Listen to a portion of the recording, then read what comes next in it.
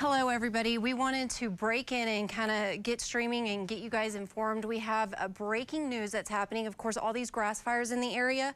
The very latest that we have been watching, of course, is in the River Falls area. There is evacuation order for that area. Looking at a map right now, it looks like the Claude Highway, of course, is shutting down. Lazy B Road, kind of in that area. It looks like it's going across to Lake Tanglewood Golf Course and stretching all the way out into the River Falls past the airport and out toward the east of the Claude Highway. Right now we're being told that evacuees need to go to the Cole Community Center there in Canyon. Again, evacuations are underway for the River Falls area. So we also have, you know, our website that we're updating. So this is looking from downtown, just to let them know. This is looking from our downtown camera. We can zoom out and actually show you kind of what we're looking at. This is looking toward that River Falls fire. Yeah, so you guys can see right here with our Skycam feed that fire is quite large. And we do have a crew on the way there. We're going to be staying on with you guys, keeping you up to date with the very latest that's going on. I know that a lot of people are also getting alerts on our app, and that's taking you right to our website with the very latest. Our crew is working on all the updates on evacuations that are currently happening. The Hungate fire in Randall County, that one, of course, is continuing to go, still at 14,000 acres and 40% contained. You can see this map here that gives you a good visual of where these are located. Crews are currently responding to a flare-up in that area. That was the one that we were with yesterday. Voluntary evacuations have been issued for the residents near Cemetery Road, Circle J Road, and the River Falls Airport area in Randall County. Again, evacuees, you can go to the Cole Community Center. That's at 316th Street in Canyon.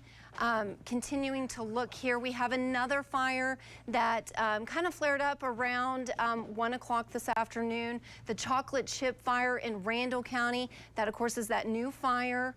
And we kind of have seen that maybe the Hungate fire and this one may have conjoined, but that hasn't been officially confirmed yet. That fire is 15,000 acres and 0% contained right now. We know the Texas A&M Forest Service has been called out, aircraft to assist in these fires. Smith County is providing assistance.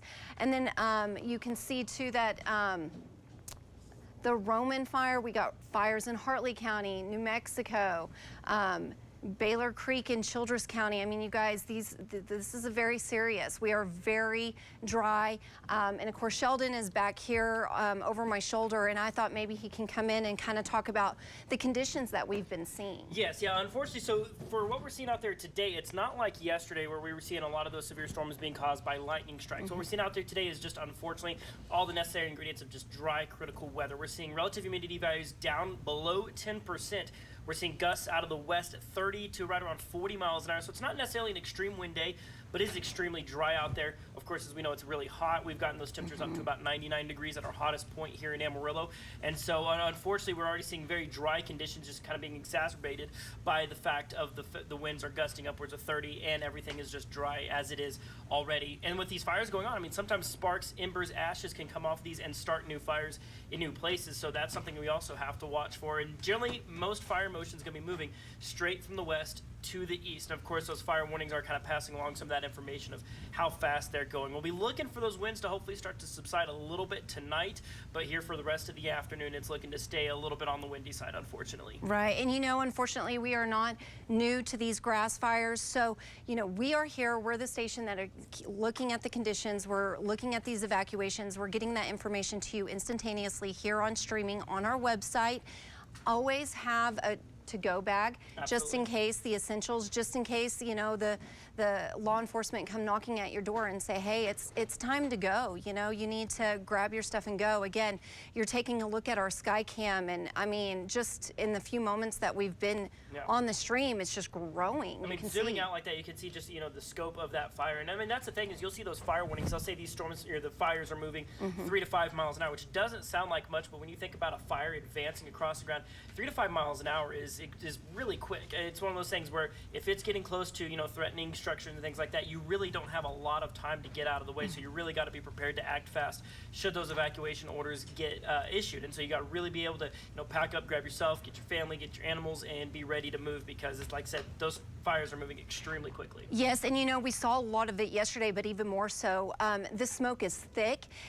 We're getting a lot of calls. Of course, that's going to be making its way into the city of Canyon and Amarillo, and the air quality too. So do you have any advice for people on kind of air quality? And I mean, it really is one of those situations where, of course, you think with the winds and the temperatures already, it's not exactly a pretty day outside anyways. And with that smoke rolling on, it's really one of those days you're probably just best off staying inside. If you're inside your car, you're driving, you know, you have that recirculate feature on, you know, the air conditioner in your car, use things like that. But it's really one of those days, if you can just stay inside, that's probably going to be better, especially if you suffer from things like asthma and any respiratory issues. Of course, you want to make sure to stay inside and just stay out of the elements, because while it's not going to perfectly filter everything, it will certainly be a whole lot better than what it would be otherwise going outside, because once that smoke starts to settle, that can really cause a lot of issues for your lungs. right, okay, and I just want to reiterate again, we're looking at a new fire that sparked probably about 30 minutes, an hour ago, out at River Falls. The Evacuation, Claude Highway, kind of headed east. Oh, it's frozen. There we go. It's updated. There we go. Got it. You're asked to go to the Cole Community Center. They're inside the city limits of Canyon. Again, we have, I'm just going to scroll over here to find this other information. There are voluntary evacuations that have been issued for residents near Cemetery Road, Circle J Road, and the River Falls Airport area. Again, go to Cole Community Center. A lot of times too, I'll tell you, we have law enforcement that will reach out to us and say, you know, sometimes people are not taking these evacuations serious, and now's the go time. If they're at your door, take these evacuations seriously. It's, you know, you don't want to get stuck out there and, you know, low visibility, hard to find your way on the road. Stay with us, stay alert. If you don't have the News Channel 10 app, download it. Sheldon and our team are constantly sending those alerts for you. We want to keep you safe. Again, you're taking a live look from our Skycam, looking out at that fire that has sparked out near River Falls Ranch area, Lake Tanglewood. Again, we are still monitoring the fires that they sparked yesterday and have been flared up again just south of Canyon. The Hung Gate fire in Randall County, crews continued to contain that. It started as 2 separate fires, but they have merged. Around 14,000 acres. Containment numbers are still low. Crews are currently responding to flare-ups in that area. We have the Chocolate Chip fire also in Randall County, located in the area of Joel and Bushland Road. That fire is about 1,500 acres, 0% containment. We know Texas A&M Forest Service, they're out assisting all of our very, I want to say, fire-wary firefighters and a lot of volunteer fire departments, and we have aircraft coming in and helping as well.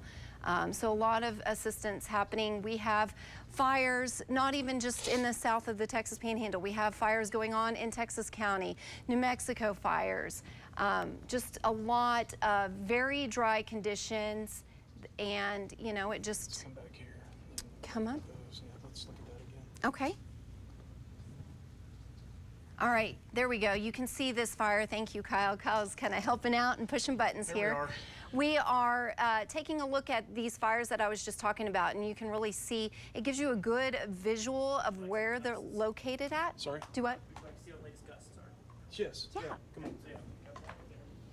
Okay, Sheldon is talking about bringing up the latest. We're going to let him do Max things over there. Come back to this camera for a minute. Okay, all right. We're just again looking at that Yep. All fire. right. So there are your current gusts. You want to talk about that, Sheldon? That's right. Yeah, so generally what you're seeing right there, of course, that's just kind of illustrating what those strongest gusts have been today. Here in Amarillo, we're gusting to 36, 44 miles an hour down in Childress. And we are going to be seeing the possibility later on in the afternoon, we're starting to see some convection off in eastern Mexico. Might get some more thunderstorm development. And unfortunately, today is setting up a little bit like yesterday, where storms that do develop, of course, could bring some rain to parts of the region, but we're going to see a lot of winds from those storms. And then also going to be seeing a threat of lightning that could cause wildfires as well. So we're going to really be staying tuned for that. That's what I'm working on forecasting right now, is the exact placement of those storms, where they might be popping up, because then that might be where we see the threat of those lightning-caused wildfires. But you're seeing those gusts right now, 36 miles an hour. Now, for Amarillo standards, that's not necessarily as bad as it could be. We have certainly seen gusts worse than that. I mean, just yesterday, Guyman gusted to 90 last night. But for us, I mean, still over 30 miles an hour, that's going to make those firefighting efforts, I mean, really, struggle. I mean, it's really going to be working against them. And that kind of also just kind of illustrates right there. You're seeing that generally westerly direction, but it's moving kind of west-southwesterly.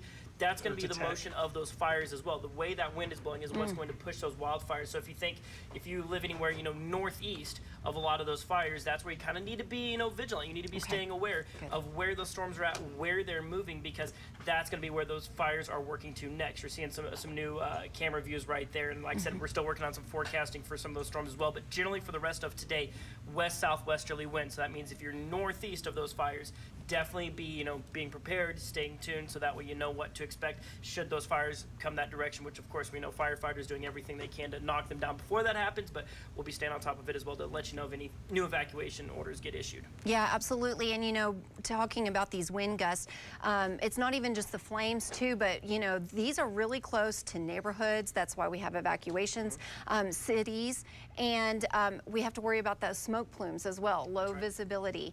If you're out and about driving on the roads, Sheldon, you mentioned earlier, maybe today is one of those days to be very aware and stay indoors, right? Yeah, absolutely. And if you're not being evacuated right now, but you're in the area, or you're kind of near where that's going to be happening, it's also kind of another reason to be staying off the roadways as well, because there's probably going to be a lot of traffic from, one, the evacuees, and two, also fire trucks are going to be moving around a lot as well. So just one less car on the road can make everything flow just a little bit smoother, because sometimes people get curious, they want to go look at things for themselves. It's just better to not do that. Let the firefighters get where they need to go, and then of course let those evacuees get out of harm's way as well. So that's another thing. It's probably just best to stay home unless you get ordered to evacuate. Yeah, absolutely. That's a great point, because we want our neighbors to stay safe. We want to be able to give these evacuees the rooms that they need to have to be able to get out of the area safe and go again to the Cole Community Center there in the center of Canyon. So. Sure. Yes. All right. Yep. I'll continue to do this forecast over here. All right. Thank you. And I'm just sitting here.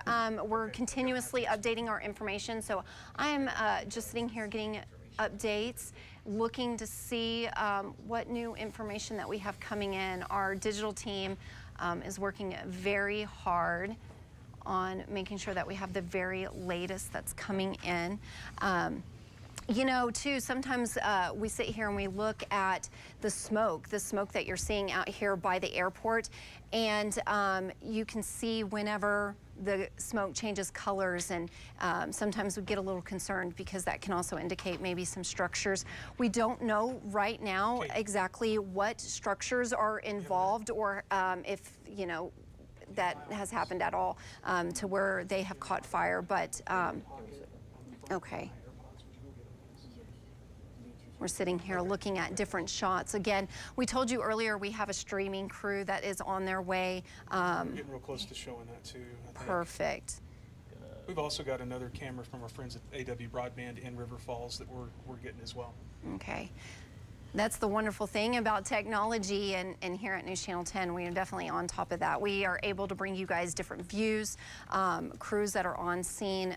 Our vehicles are equipped with cameras. It's not Jaden, it's John. John. So again, you guys are looking at that fire near River Falls. Is that Chaser, what is that one? One. Chaser 1? No, you only have. I don't have that, No. Okay. Theoretically, Trying to get the feeds in here and doing the things here. Yeah, so we are doing all the things. Let's go ahead and take that. I'm just in awe of all the technology stuff that you guys are. These are the chasers. Alex Riccardi and John Gormley are out in one of our chasers, and they are headed toward River Falls. A little better look. So let's go ahead and take that. Yeah, I need to get closer. You can see their feed right now. Hey, we're on you. We're on you. We're on you. Okay. Okay. So they are just kind of scanning the area, showing you what you can. have not heard You can that. see the smoke in the area. Again, this is in the area headed out toward River Okay. Falls Ranch. Okay. Thanks, buddy. Bye. Also, Do you you- can let them know that they can look at the bottom left of their screen and see a map of exactly where they're at. Okay, perfect. Yeah, as Sheldon mentioned, you can see there at the bottom left side of your screen is a map where you can kind of track to see where they're exactly located. Check your phone. I think we got some new information. Perfect. Thank you. Okay.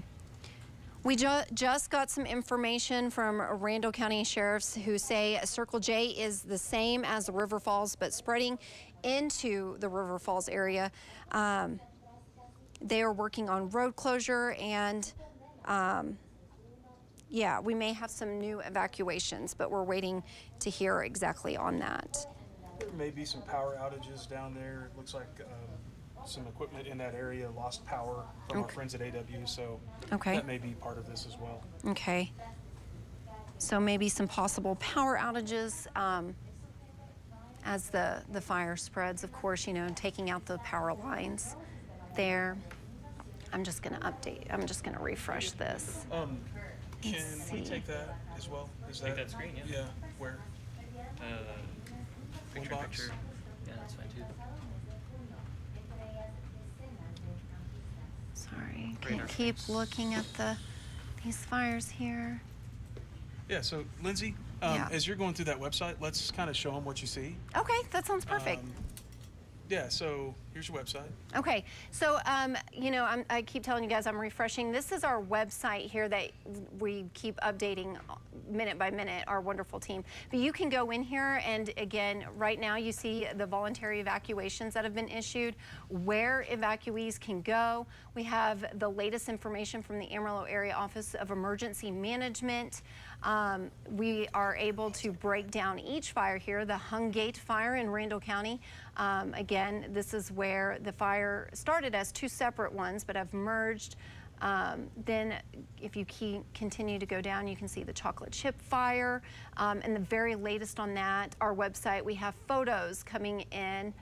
And then, you know, we mentioned about other fires in the area. We have the Roman fire in Hartley County, Line fire in Quay County, Baylor Creek fire in Childress County, Hall County fire, Briscoe County. I mean, the Shifty fire that we have in Potter County near the Crawford Ranch, west of Highway 287, northwest of Amarillo. Again, the Texas A&M Forest Service has come in and they're helping out. And, you know, great news on this one. This one is actually 95% contained and forward progression has stopped. So that's always great when we can see that progression stopping on these fires. Cimarron County, Gray County, Beaver County. I mean, we have a lot of fires. I can hear you on your. You can just keep scrolling, and we have Lipscomb County, Oldham County, Armstrong County. So again, go to our website. You can find us on Facebook. You know, we're going to keep the stream going to keep you guys informed.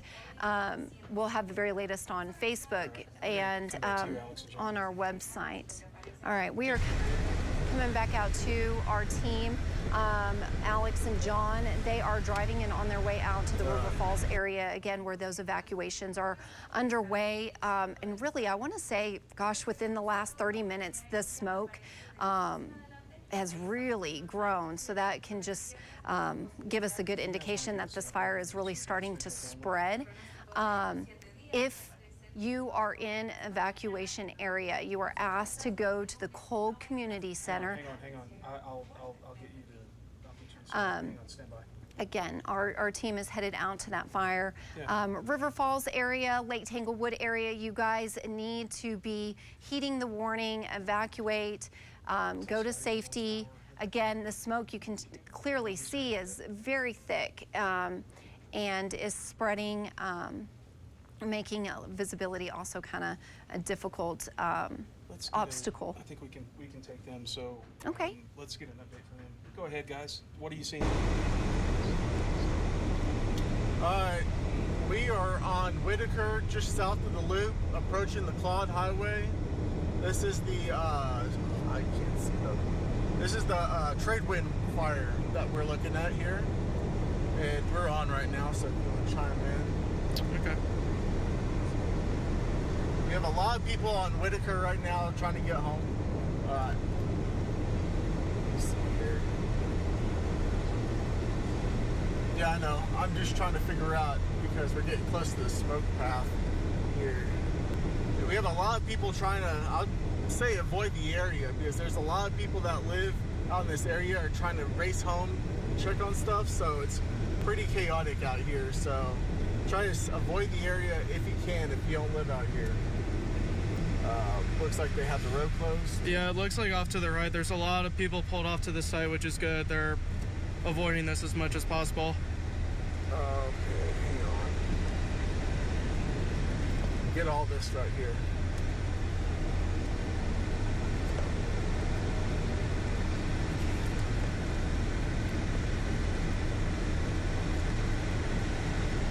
I'll try to stop here soon. Looks like we got a bunch of police and fire departments out here directing traffic, which is good too.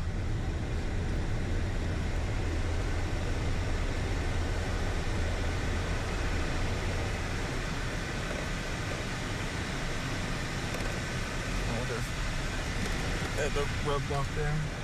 Yep.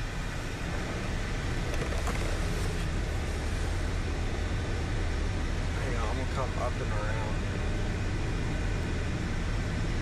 It's very, very chaotic out here. Yeah, a lot of people are stopped. A lot of police directing traffic, keeping people safe on the roads here.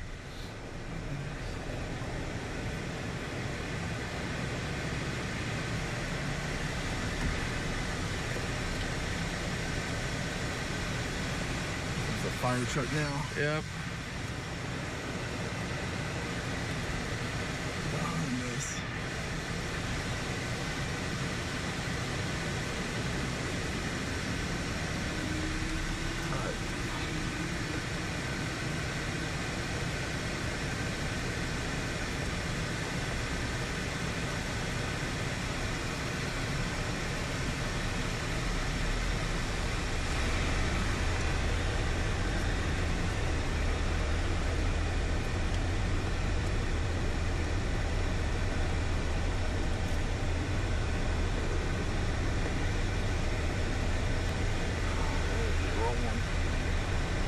Yeah, we got a lot of stuff going on.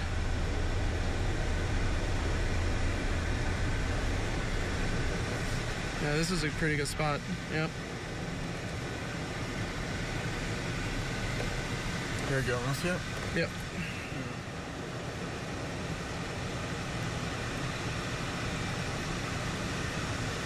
Okay. You can go back on Chaser IP if you want. Or are you still on Unity? Hmm? Are you still on Unity? Yeah. Yeah. All right. I'm talking to John. Oh, right here, there's some flames.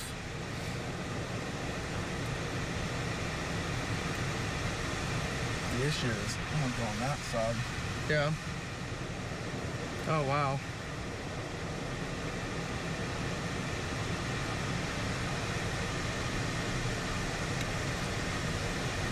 Yeah, get it off autofocus.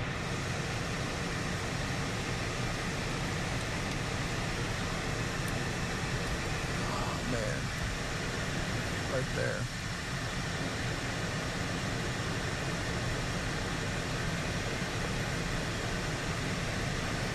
Oh, wow. You got a good shot. Trying to get a fire tornado there. Yeah. Let me get on the other side. Some power lines.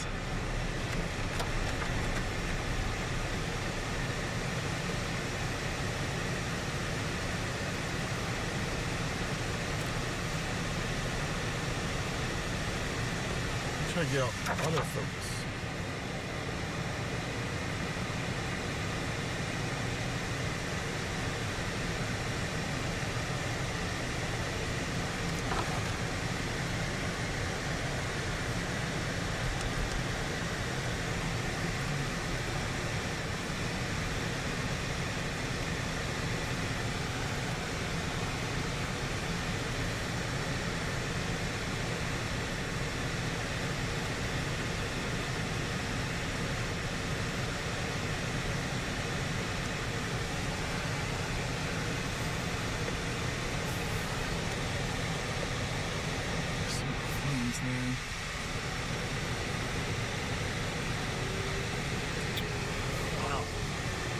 Yeah, you just see all the black, all the stuff that's already been burnt. That's awful.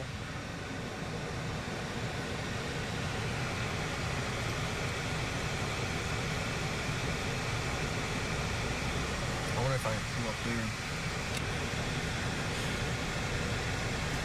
there. Yeah, I'm seeing people are going over there and then merging up there. Yeah. So I'm not really sure what this guy's doing with traffic here. They're trying to prevent people from going that way. Or, no?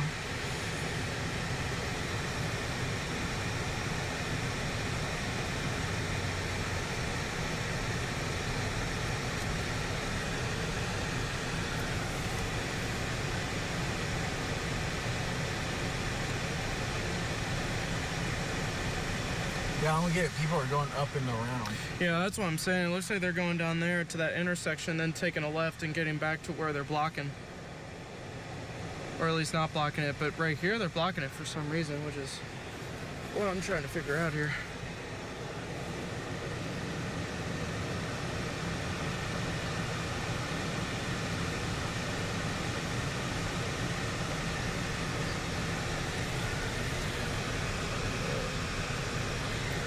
We are currently... We're just north of River Falls Airport. Let me get you a good cross street here.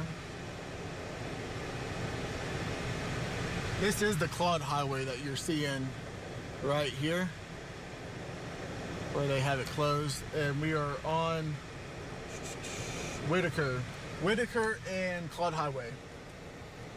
See a lot more flames now. Yeah, it This looks is like a- it's starting to pick up a little bit since Ooh, look, the last tornado couple right minutes. there. Yeah, look at that. Fire NATO. Yeah. Let me go up and around. Yeah, it definitely has picked up over the last couple of minutes, which is really unfortunate. Looks like it's starting to come more this way.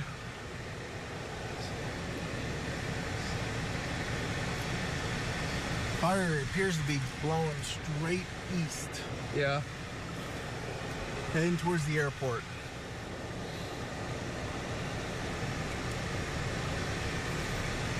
You can see, I'm gonna zoom out here. You can see the hangars right there. That's the airport right there.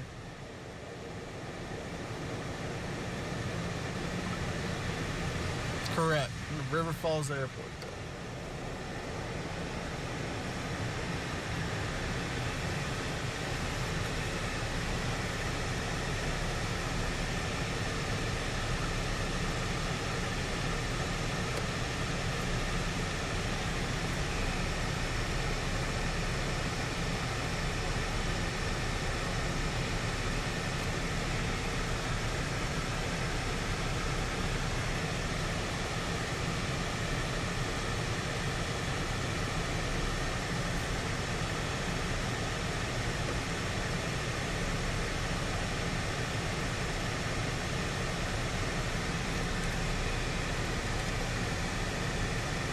Come on, dude. Hey, you're right on the stream. Like I said, it's very chaotic over here on the Claude Highway. It's best to avoid the area.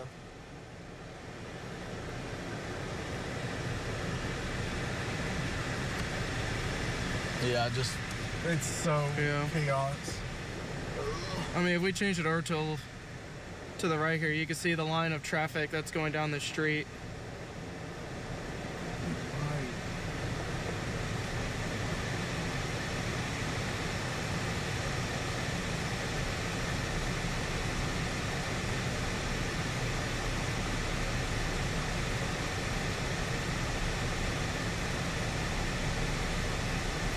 Looks like they're starting to hold people off here so they can't go. Let me see. Oh, they're backing up.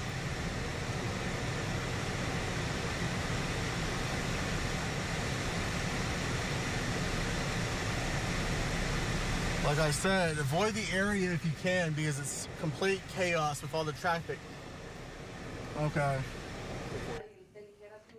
Okay, guys, we just now got an update. Palo Duro Canyon is closed and under immediate evacuation. Again, Palo Duro Canyon is closed and under immediate evacuation. So, yeah, a lot of people in our comments were asking about that as well. So that is the latest update we have for evacuations. And again, still River Falls area, Lake Tanglewood area, Palo Duro Canyon under immediate evacuation. If you can, go to the Cold Community Center or, you know, even head toward Amarillo at this point. Just get out of the area. Okay, we'll go back to them, but wanted to make sure that they got that. So, hey guys, we're back to you. All right. All right, like I said, we're on the Claude Highway in Whitaker, right next to River Falls Airport. We're on the north side of the airport on Claude Highway.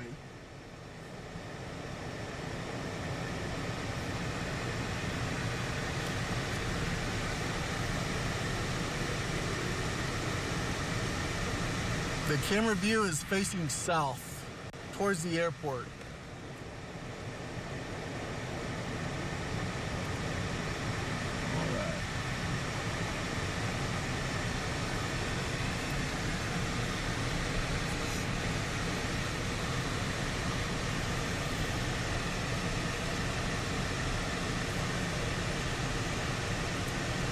Looks like that police car's moving.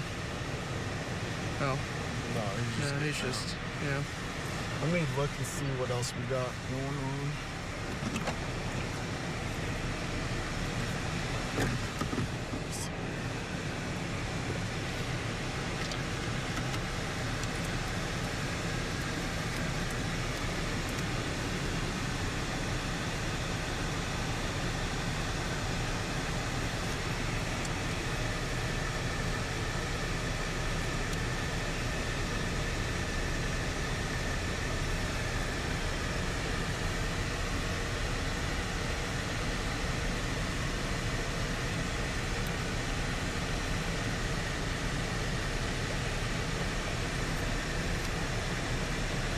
It's pretty bouncy. Yeah, it's a little shaky. Yeah. I'm sorry. Might be the wind. I'll try something real fast.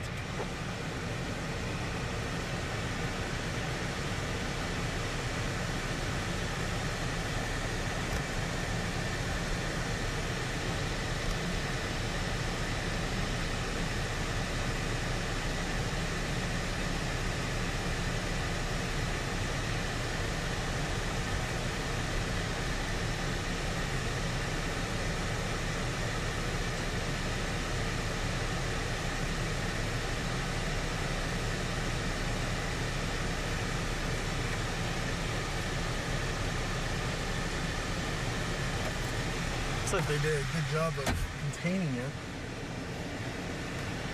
We're seeing where else we can go. So that's our feed right there. Oh. That's the stream. Okay. Nice.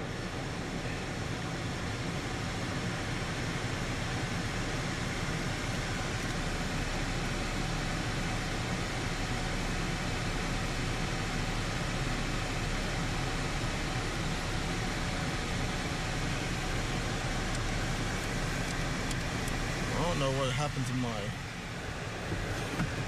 my locator. They had that layer turned off.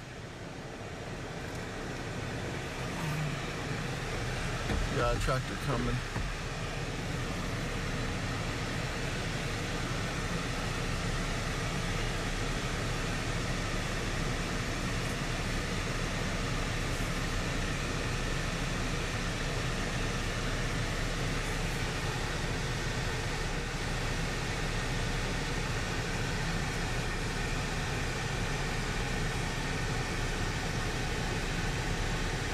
Probably getting whatever he can. All right, is there an update?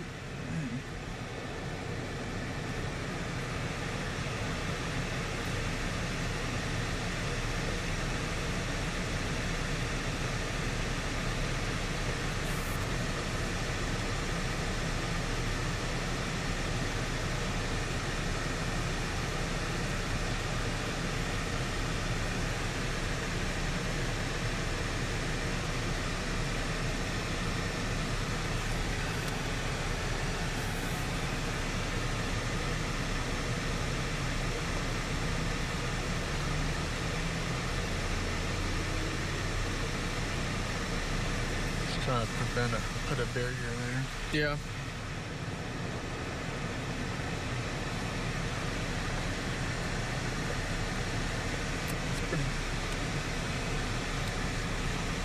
Let me see what else we got. Any updates? I don't have weather chat, so I don't know.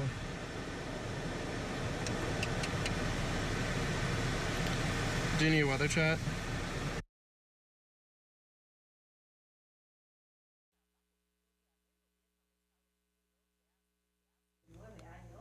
Okay, welcome. We are breaking into TV right now. We've been live streaming as well on some current evacuations that are underway due to, of course, these grass fires that we've been keeping an eye on. Right now, we know Palo Duro Canyon State Park is closed. Evacuations are happening right now.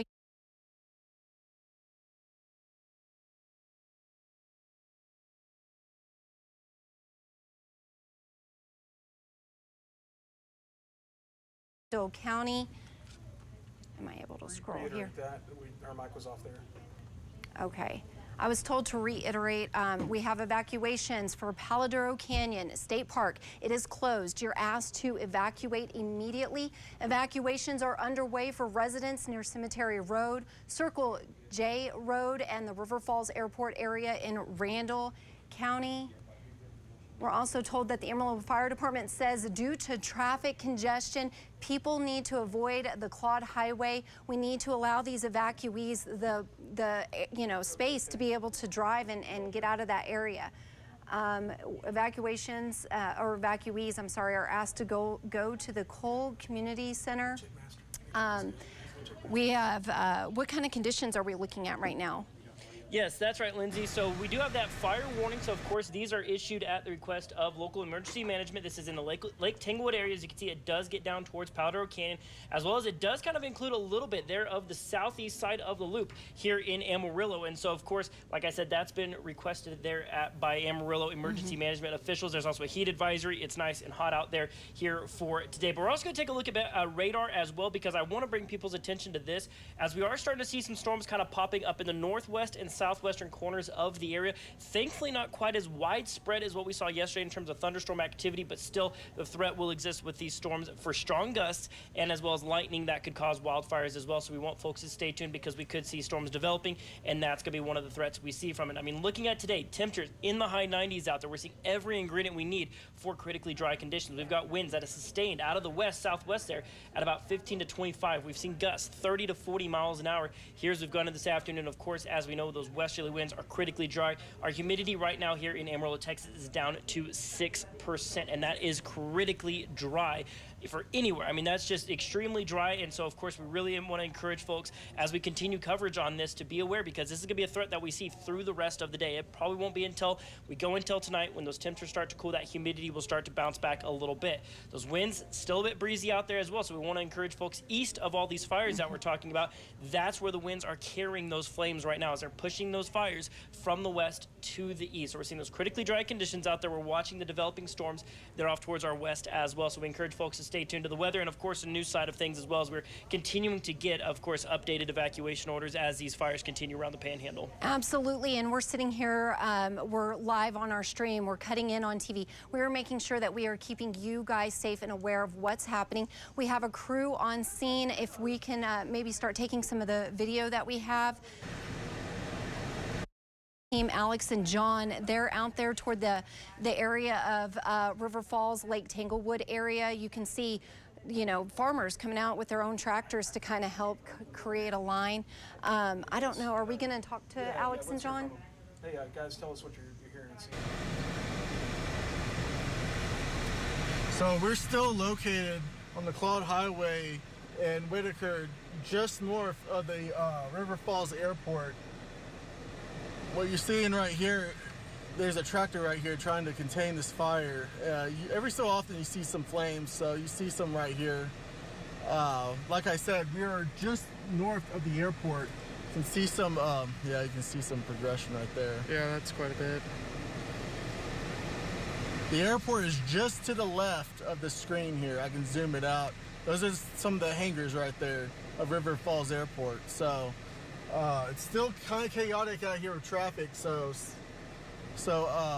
steer clear of this area. All right, thank you so much, Alex. You know, we're continuing to follow this, and you can get the very latest on newschannel10.com. You can go to our Facebook for the live feed. no, We're going that's to right continue here. to stay on stream to keep Yeah. you informed with the So at very least he latest knows on that. evacuations and these current See conditions flames. outside.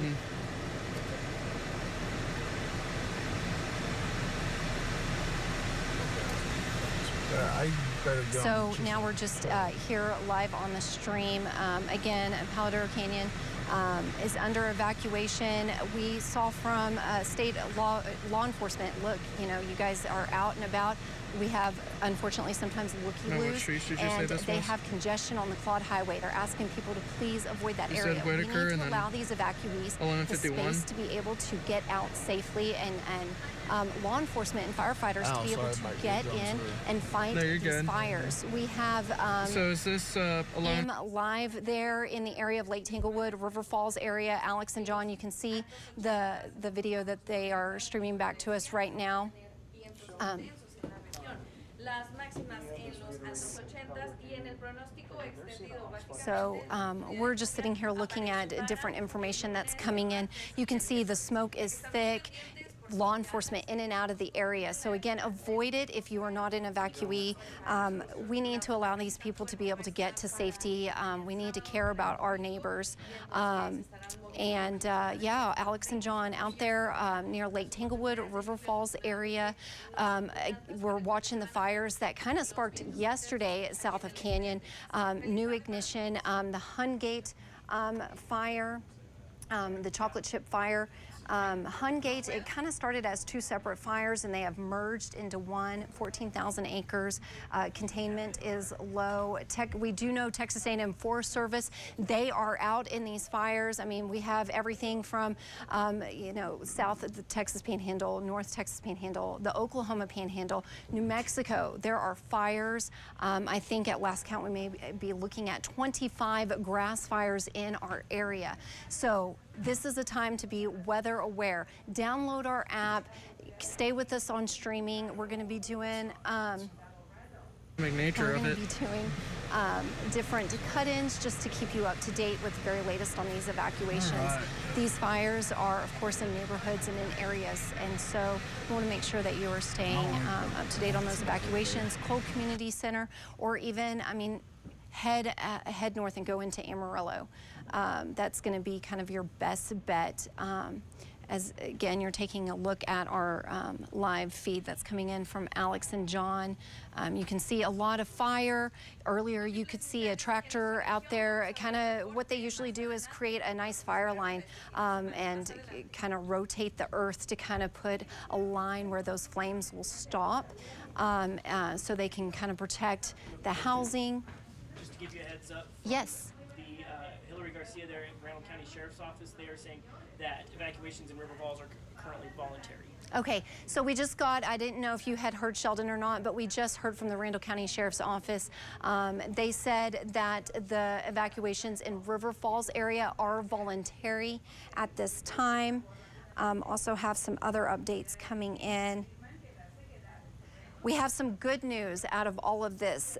We were just told that the Shifty fire, that's one in Potter County, that is now 100% contained. So that's wonderful news on that fire. And I know that we're sitting here looking at the live feed with Alex.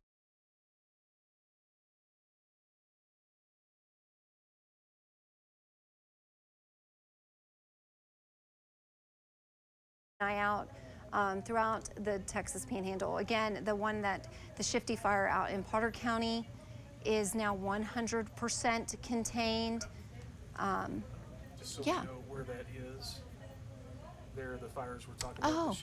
The Shifty fires up north of that. Yeah, the Shifty fires up north. That one's in Potter County, but you can see we have the fires that we're really keeping an eye out south of Amarillo. You can see that one that's out in Lake Tanglewood, that one south of Canyon. That's kind of the Hungate fire and chocolate chip fire. The Hungate fire was the one that sparked up yesterday, and they were kind of starting to get some containment on it, and then we had a flare up, which happens a lot with these fires and the dry conditions. something else I just want to drop in because this is something just issued. We do have a severe thunderstorm watch that has now been issued for our southern 2 rows of counties. You'll see that there on our map. That's in effect until 10 o'clock tonight. I do want to note on that it currently does not include Palo Duro or Randall County, so it does not include Amarillo or Canyon, but those southern rows of counties, severe thunderstorm watch for storms with the primary threat being wind.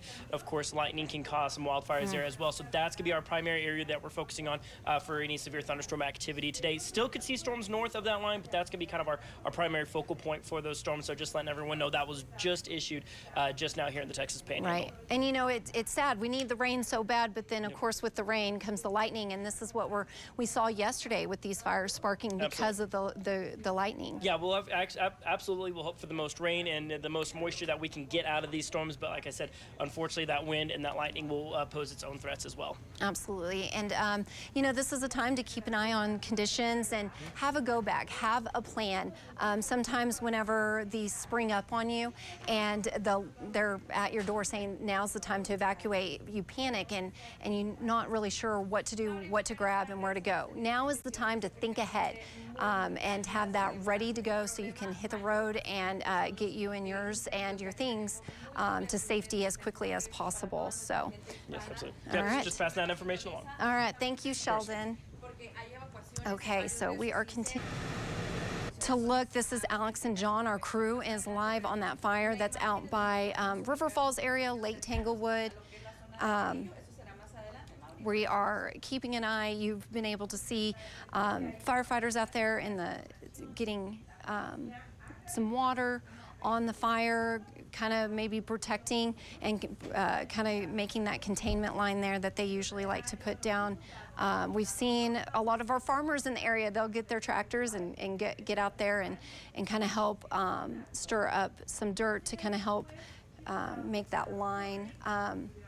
I'm coming over to our website.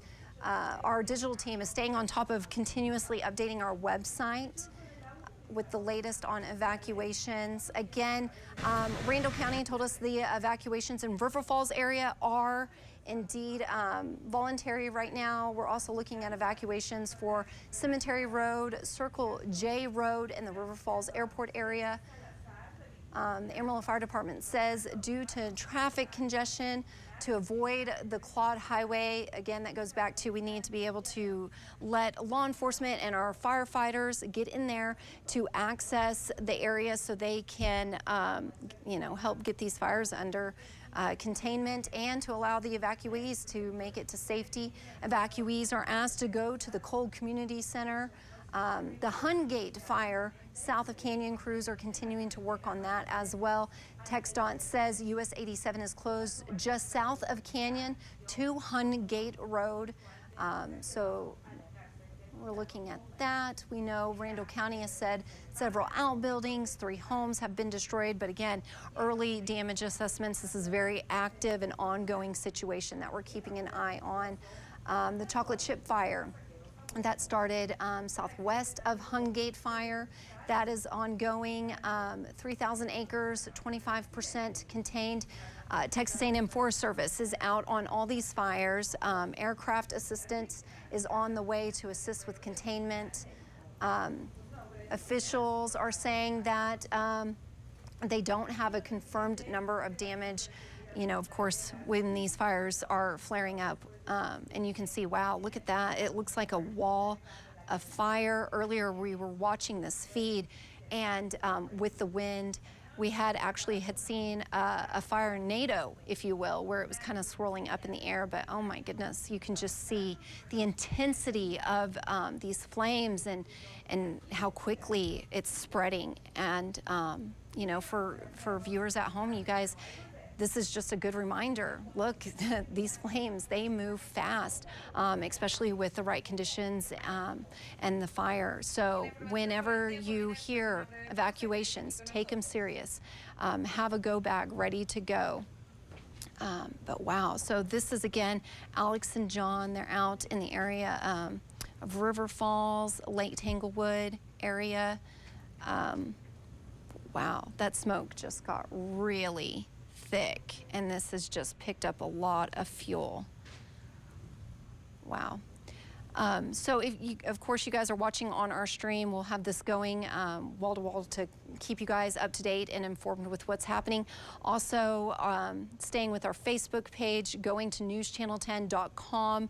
Our digital team is updating constantly on conditions, containment, evacuations there on our website. Do you guys want to get an update? I think we're going to be checking in with our crew that is out on scene to see if maybe they can talk a little bit about what they're seeing there on the scene. You know, you can see a lot of firefighters, law enforcement, traffic that's out in this area. I don't care, but we'll let y'all have a, let y'all talk. Are we going to let So maybe talk to... Yeah, she's been talking over y'all. there's a folder out again in the news, maybe fire history. Okay. Should you choose to. I don't know how named it is. Also, that fire on the border camera is Skelly Town. One, we're in the same place. We haven't moved. We're on the Claude Highway in Whitaker, just north of the River Falls Airport. This fire is getting pretty close to the airport right now, but the firefighters, they're doing a pretty good job of containing it, as you can see, but it was very, very defined and noticeable about 2 minutes ago. You can still see it right here on our stream. Yeah, having a really tough time trying to keep up with these fires. I mean, if you were watching the stream 10, 15 minutes ago, it was nothing like this at all, and now it's quickly spreading towards the airport, which the airport is off towards the left of this camera right now. So, yeah, we're going to continue to watch this closely and see how this progresses over the next couple of minutes as this continues to intensify, unfortunately.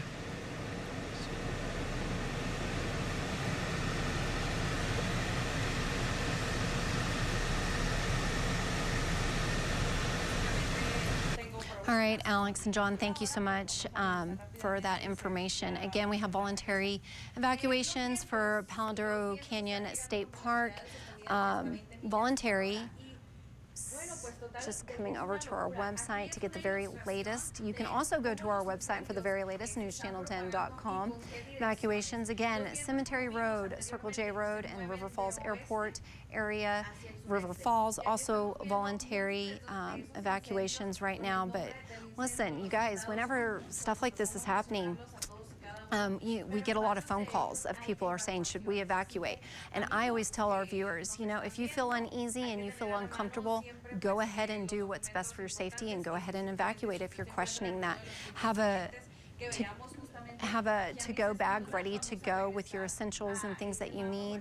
And also, you know, don't be one of those people that get in the way either of our law enforcement and firefighters being able to get into this area to be able to fight these fires and allow the evacuees to be able to get where they need to go. If you are one of those that are evacuating, go to the Cole Community Center there in Canyon or even head toward Amarillo. Sitting here, I'm looking to see if we have any new updates on containment. Texas A&M Forest Service, you guys are, they are here helping with fighting fires. Scrolling to see if we have anything new. You know what, besides the fires here in Randall County, we also have fires happening in Hartley County. Roman fire crews are working to extinguish that fire. It's just west of Delhart near the state line. The Roman fire is 2,000 acres and 75% contained. Evacuations are underway in the area of Highway 54 and FM 767, but those actually have since been lifted. We're looking at line fire in Quay County, New Mexico. Narravisa area, south of Narravisa, and has burned into Texas. That's estimated to be about 10,000 acres and is 65% contained. Officials say that has since burned into the Roman fire. What do we have? Sorry? We're gonna do some stuff. Okay. The shot that you're looking at above you is actually looking at River Falls. That's not Skelly Town, but the fire that we're seeing from the Borger Skycam is near Skelly Town. Okay. And that's what the sky cam is of right about? Yeah. Okay. No, it's there. Yeah, that's right. Okay. So we're following that. Okay. So as you heard, another fire that we're kind of keeping an eye out. You said it's out there by Skellytown? Near Skellytown. Near Skellytown. So that's kind of what you're looking at right above me there. Yeah, there we go. So there's that fire in Skellytown. They attacked it pretty good. It's kind of a newer fire that we're keeping an eye out on. So we do have crews on the scene. We're working to keep you guys safe. We want to make sure that you stay informed, especially with these evacuations. Here at News Channel 10, you know, y'all's safety means everything to us. Again, we're going back to Alex and John. You can see crews out there fighting the fires. Yeah, I know. Thing down the water there. Man. This is the fire out near River Falls, Lake Tanglewood area that you're looking at. Do we have any kind of new update that maybe Alex can chime in a little bit? Do they want to chime in again? Hey, John, y'all want to give another For some update? reason, if you click in your computer, it doesn't work for me. And if I click in my clicker when you are talking, Yeah, so they're zooming in there. You can see firefighters are sitting there, Y'all want to do another update? Yes. are sitting there, Okay. putting water down, going around the perimeter of that fire there that they've been on and following, looking to see if we have maybe a new update. All right, stand by. Oh, actually, before we take them, I have a new update. Sorry. Can we? Sorry, we just got an update. We have been told the Stinnett Fire Department is responding to 2 fires in Hutchinson County. The first fire is on the 4-6 Ranch off Highway 207. The other fire is east of Spring Creek. Right now, details are very limited. But again, this is 2 new fires in Hutchinson County that we are now following. You can get the very latest. Our team is updating our website at newschannel10.com. With the very latest on the evacuations and the latest fires. And maybe now we can go ahead and go to Alex and John.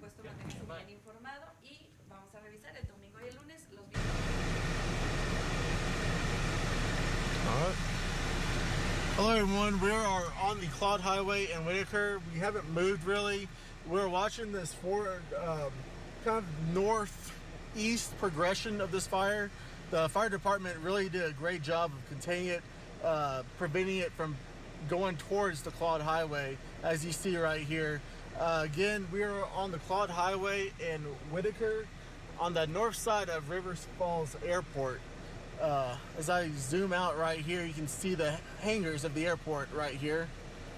And the cars that you see going past the camera right now, that is the Claude Highway. So they did a great job of stopping the northward progression of this wildfire. John, if you want to add anything? Yeah, I mean, if you were tuned into the stream about 10 to 15 minutes ago, I mean, the fires were definitely widespread, a lot more robust than what it is right now. So it's great to see the fire being contained a lot more. We got a lot of fire crews watering down the fire, so let's hope these trends continue on moving forward for sure. And we see a bunch of Excel Energy trucks out here, so they may be turning off power if they haven't already. They may. I don't know what the report is on Excel, but there's several Excel vehicles, trucks out here. We saw just 4 of them. There's one of them right there. So they're trying to prevent measures of, you know, anything else happening. We may move here in a little bit. We may go south.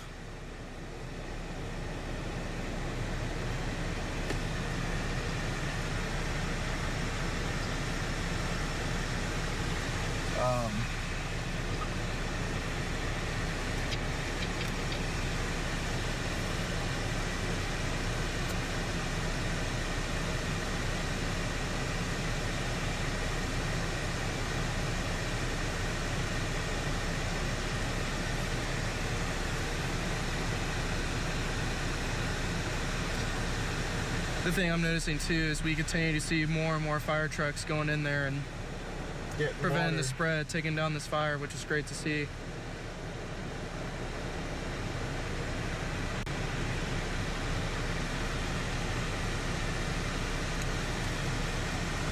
Okay, they keep Yeah, it looks like they're blocking us a little bit, so we're gonna have to relocate.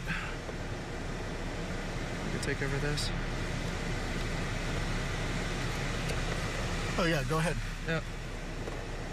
All right, I may reposition. Yeah, just with this truck in the way.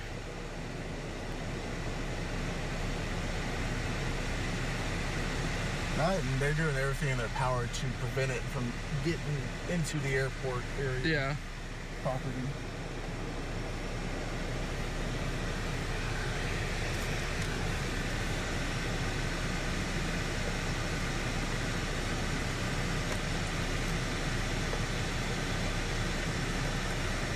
Yeah, let's go ahead. Getting that fire truck in there. Definitely has settled down for sure compared to like 15, 20 minutes ago, which is a great sign. Let's just hope it continues. Is Sheldon on Unity?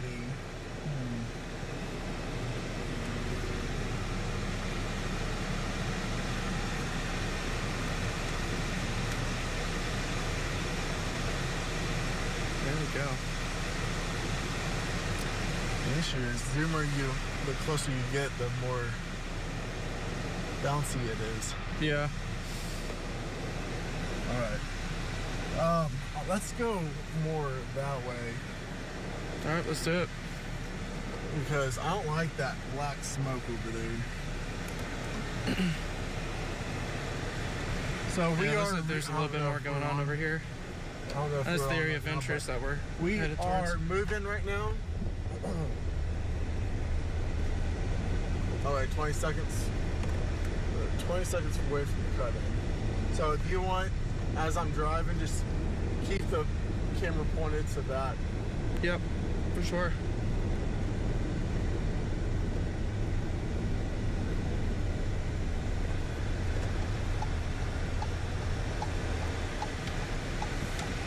Weather-wise, and if you're watching us on your broadcast right now, make sure to tune in with us online after this cut-in is over, and you can follow along with live coverage as we do have crews. You can actually see that there at the bottom of your screen. That is a live crew out on the fire down near Lake Tanglewood and River Falls right now. You can see that smoke there on our downtown sky tracker here as of right now. We're also keeping an eye. You can see some smoke from our Borger sky tracker camera. This is up near Skellytown as of right now. We're working to gather some more information on that, but our news crews, we're on top of it. We have crews out and about trying to get some more information on these wildfires, and unfortunately this is just a critical wildfire danger day, as we do currently have a lone fire warning that's currently just north of 217 there for parts of Randall County. That does include the southeast part of the loop here in Amarillo. That is for that fire down near River Falls. Of course, we have seen lots of evacuations around the region, including Palo Duro Canyon. That's in effect until about 5:45 this afternoon. For the latest on evacuations, for the latest information there, you can go to newschannel10.com. Now, let's go ahead and jump right in and take a look at what we're seeing in terms of temperatures out there, where it's 97 degrees here in town right now. We did hit 99 temporarily. It's 105 down in Childress, 104 there in Canadian. You're going to see right there, 90s there off towards the western side of the region, with winds currently out of the west blowing at over 20 miles an hour. Now, unfortunately, those are west-southwesterly winds are gusting 30 to 40 possible at times. And here's the problem with that. It's drying us out, as right now we're seeing 6% relative humidity value. So it is critically dry out there here as we go on into this afternoon. Now, we are seeing some rain chances, but unfortunately with that also comes the threat of lightning causing wildfires. Much like we saw yesterday, you'll see some activity to the northwest and to the southwest here as of right now. Looking on Doppler radar, we're seeing a few scattered storms, primarily around Morton, right around Sudan, and then up in the northwest, up in Union County, up around Clayton, possibly seeing some showers and thunderstorms up that way. Now, we do have a severe thunderstorm watch, and actually recently there is now a severe thunderstorm warning for those storms down near Morton. Our southern two rows of counties, that is a severe thunderstorm watch until 10 o'clock tonight. So, of course, our First Alert weather team, we're going to be staying on top of it, keeping you up to date with everything you need to know. Those wind speeds are going to try to calm a little bit eventually by tonight, giving our firefighters a little bit of relief, but it will be breezy up until then. But, of course, in the meantime, scan that QR code, head to our News Channel 10 website for the latest information, and, of course, tag along with us online for the latest on our live stream as we continue to cover wildfires in the Panhandle. Okay, so are we back on Good job. okay. Stay with that. Or no, you can leave, Richard. Sorry, you can leave. All right, so we are back live on the stream here, or I am? This is you, Lindsay. Okay, perfect.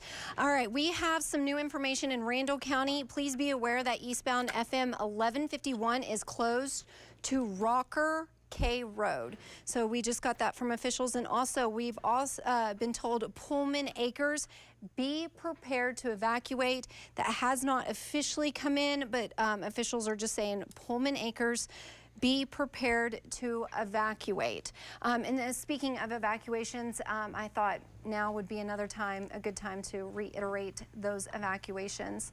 We're going to look at it with you, Lindsay. Perfect. Thank you. Oh my goodness. All right. So you're taking a look at Alex and John. Oh, or just kidding. We're going back out to the map. Sorry. Sorry, we're gonna look at the website with you. Oh, the You can website. show That's them what you're actually perfect. talking about here. I love that. Thank you so much, Wyatt.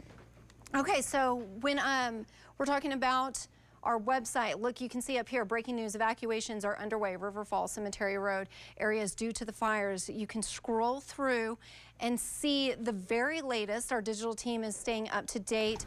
Evacuations are underway for residents near Cemetery Road, Circle J Road, and the River Falls Airport in Randall County. We were told by Randall County officials, the River Falls Airport area, that was voluntary evacuations. Palo Duro Canyon State Park is closed and under evacuation. Listen, the Randall County Sheriff's Office says residents in Pullman Acres need to prepare to evacuate. That came in just moments ago. Evacuees go to the Cole Community Center at 316th Street in Canyon. Trying to figure out where Pullman We also Acres have the is. latest from the Amarillo Area Office of Pullman Emergency Acres is here. Management. The Amarillo Fire Department is telling us congestion off the Claude Highway. So unless you are there to help in anyone know where the firefighting Pullman efforts or an evacuee, Acres is? stay off the Claude Highway. Randall County Sheriff says eastbound FM 1151 to Rocker K Road is closed. We're also keeping an eye out on the Hungate fire. This is the one that started there south of Canyon yesterday because of the lightning. They were getting some containment on that, and then we had some flare-ups. So here's the very latest on this one. So I typed it in, It and started that's as where it two took me. separate fires, and they have Doesn't merged. It is now grown to 14,300 acres, and it's 40% contained. TxDOT says US 87 is closed from just south of Canyon to Hungate Road. The fire has now crossed the highway.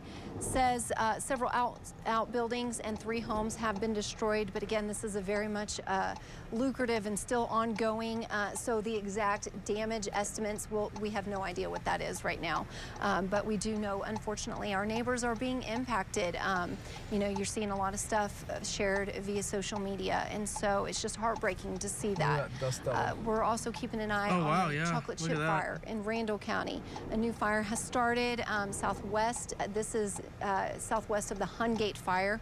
It's located in the area of Joewell and Bushland Road. That fire is 3,000 acres and 25% contained.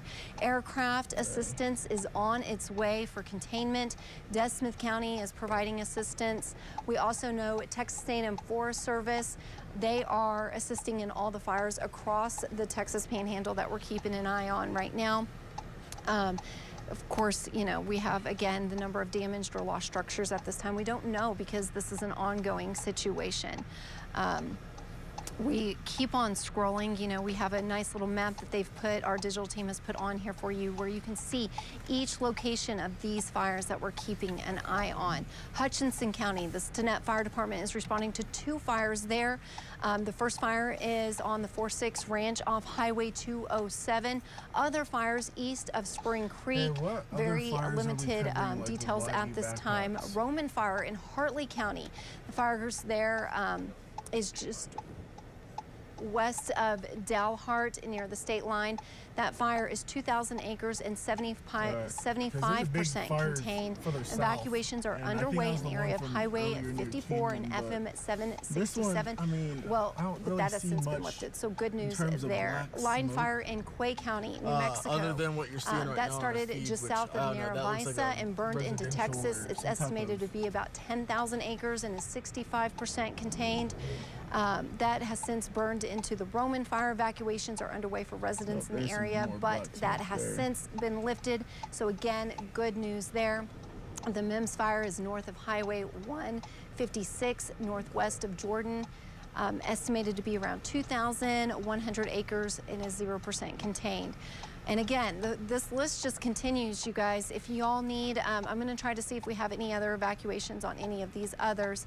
At last count, and in all honesty, I'm kind of surprised the number hasn't gone up. We had about 25 fires in the Texas Panhandle, Oklahoma Panhandle, in New Mexico that we have been following that, you know, sadly could, you know, respark or have more fuel added to the fire later whenever we have storms in the area, when we have that lightning threat that Sheldon was talking about earlier. Good news out of all this, the Shifty Fire in Potter County that we were keeping an eye out on near Crawford Ranch, that is now 100% contained. Some very good news there. Carson County, Lipscomb County, Oldham County, Armstrong County. Looks like the one in Armstrong has been contained. Just reading the latest here. Again, you can all go to our website, newschannel10.com, to have access to this information. Oh yeah, I was gonna say. Our digital crew is continuously updating, of course, with the evacuations being there at the very top. There, I'm not sure if we have any. Looks like we might have another new update. Let me just look at this. We are being asked if we can show live too. We have a crew there in the Hungate fire. It jumped the highway and is taking down some power. A little bit black smoke. Live too. And you see it white. Okay, like we also have an update on evacuations from the Texas A&M Forest Service. They say evacuations are as follows. To start off, Claude Highway, River Falls community, good news. east of Richland, voluntary for actually, Pullman Acres on the chocolate chip fire. All of Joe Well, School Road, Cemetery Road, east of Highway 87, and all of 1705.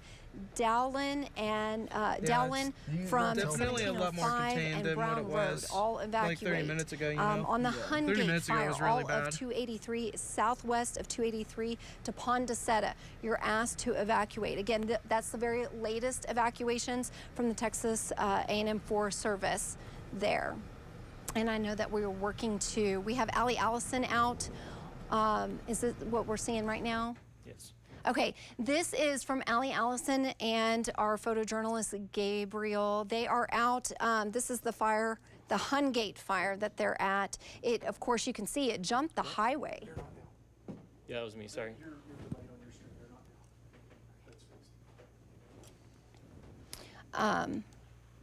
Yeah, so again, we talked about it earlier. This fire has jumped the highway. They're getting a really good look of the Hungate fire just south of Canyon there. Do we have the capability to be able to talk to Allie on this or no? Are they on, Kyle?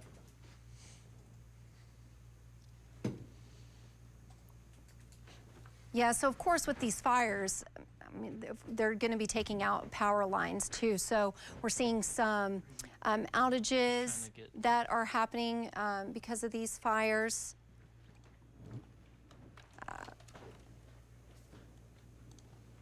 Okay, we're just sitting here getting everything in place for you guys to be able to see the very latest of what's happening. Yes, again, Allie Allison, they are out on the Hungate fire. That is the one that's just south of Canyon. That's the one that sparked yesterday with the storms that moved in with the lightning that caused that fire. And they were getting some pretty good containment on it. And then probably around noon today, some flare-ups with that fire.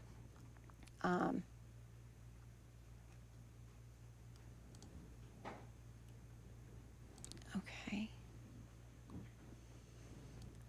So a lot of moving parts around us, a lot of hands helping here with the stream. There we go. Just looking to see what new information we have coming in, you guys. Hey, Allie can talk to us. She can have a mic in Atlas. Yeah, we All right. Again, we are looking at the fire, Hungate. There's south of Canyon. You can see kind of already the burnt acreage that's out there. And you know what I find pretty remarkable? Look at all this burnt area, and you see the house standing there. Isn't that remarkable?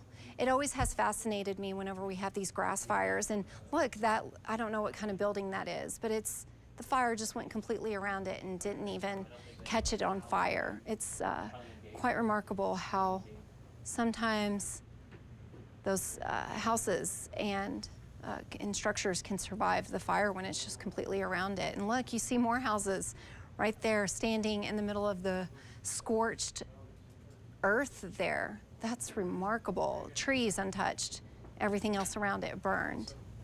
Wow. Lot, you know, again, we have lots of crews out on scene feeding back these incredible images of what's happening on scene. That looks like maybe a burnt out building there that's kind of still smoldering as crews work to contain these fires. We also have, again, Hungate, we have Allie Allison and our photojournalist Gabriel Lujan out on that fire. We also have Alex and John out in the River Falls area in Lake Tanglewood, which you can see right above me here. We are staying on stream, so you guys have the very latest on evacuations as they're coming in. It is our job to sit here and keep you guys safe and informed and where to go for safety. And there they go. Again, incredible. You're sitting here looking at scorched earth and then homes that are still standing. And you know that our firefighters are working hard because they go to those structures and they try to save them. So they don't burn. We're also hearing a lot of stories from residents that have been evacuating, and you know, just the urgency of having to grab everything and go. So, you know, just be weather aware. Know that these situations happen, and to have a go back, have a plan in place for evacuation. And so whenever that adrenaline hits you and you're like, oh my goodness, now's the time that we have to go, you have a plan of knowing where you need to go and being able to make it to safety. You know, we also get told a lot from sheriff's office, from the sheriff office, that sometimes people don't heed the warnings to evacuate, and that's very important. They don't want to have to send crews in to try to rescue people when the flames kind of take over. All right, let's take a look again. So is Allie able to talk to us yet or no? Okay, sorry, thank you. Okay. Okay, so again, some of the very latest that has come in, the Shifty fire there in Potter County, some good news out of all of that. 100% contained. The Stinnett Fire Department is responding to 2 fires in Hutchinson County. The first is on the 4-6 Ranch off Highway 207. The other fire is east of Spring Creek. Details still limited a little bit on that. Latest evacuations from one at the Texas A&M Forest Service is saying evacuations off of Claude Highway is the River Falls community east of Richland, voluntary for Pullman Acres at this time. Again, the voluntary evacuations for Pullman Acres. The fire, the chocolate chip fire, that's the one that's south of Canyon. That evacuations are Joewell School Road, Cemetery Road east of Highway 87, all of 1705, Dowlin from 1705 and Brown Road. The Hungate fire, again, that's the one that sparked yesterday. We're working on containment, had some flare-ups. All of 283 southwest of 283 to Pondaseta. You're asked to being evacuated. Palo Duro Canyon is closed. People need to evacuate there. River Falls, we're told from Randall County that those are voluntary out in River Falls. You're seeing here, you're taking a nice look at our crews that are on scene. Hungate fire. It looks like they're right there, maybe putting out some flames that might have jumped the road there, or some smoke at the railroad crossing.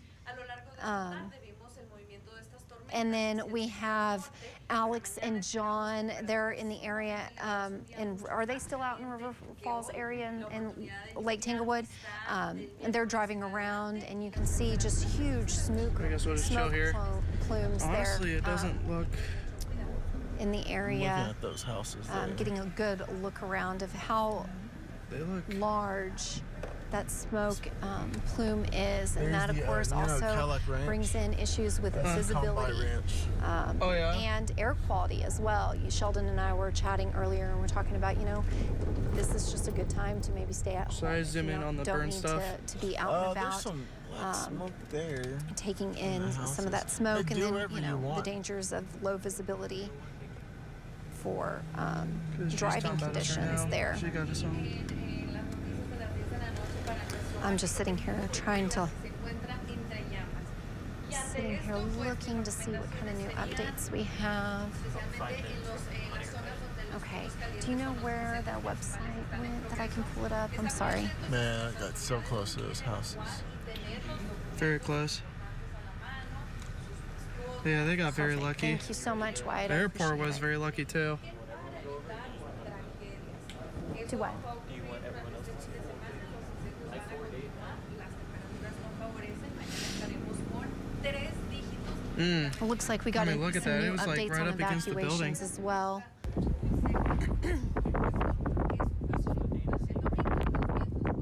This is Dave right here.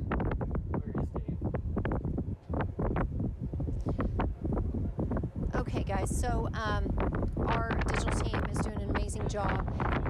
They have done a wonderful job on the evacuations on our website. Current evacuations underway. Cemetery Road east of Highway 87, Circle J Road, River Falls, Joe Wells School Road, all of 1705, Dowlin from 1705 to Brown Road, all of 283, southwest of 83 to Pondicetta, and Palo Duro Canyon State Park. The Randall County Sheriff's Office says that the Pullman Acres, you need to prepare to evacuate, and evacuees, you're asked to go to the Cole Community Center. I know last night when evacuees were asked to go to the Cole Community Center, Red Cross was on scene, so they will have resources there for evacuees. That's why they're encouraging you guys to go to that area. They will have water, food, anything that you guys may need to feel safe and taken care of. All right, we have, you're taking a look at Alex and John there. It looks like they found some area that was already burned from this fire, some haze in the area where the smoke is there. Okay. So is that Dave? Okay, so Doppler Dave is out on scene. Do we know what area he's in? Okay, you can kind of see he's showing you guys, Doppler Dave is showing you guys kind of the smoke haze that you can see, and Alex and John are in the area of the fire of River Falls and Lake Tanglewood. Are we, since we're about to do a TV cut-in as well, are we able to maybe talk to Alex and John about, since they've moved kind of where they're at now?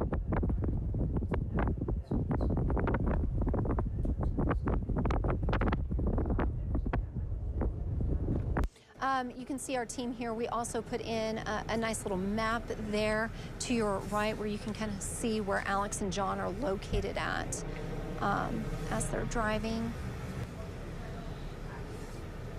That's actually Alex. Okay, I'm sorry. Now this is actually Alex and John. I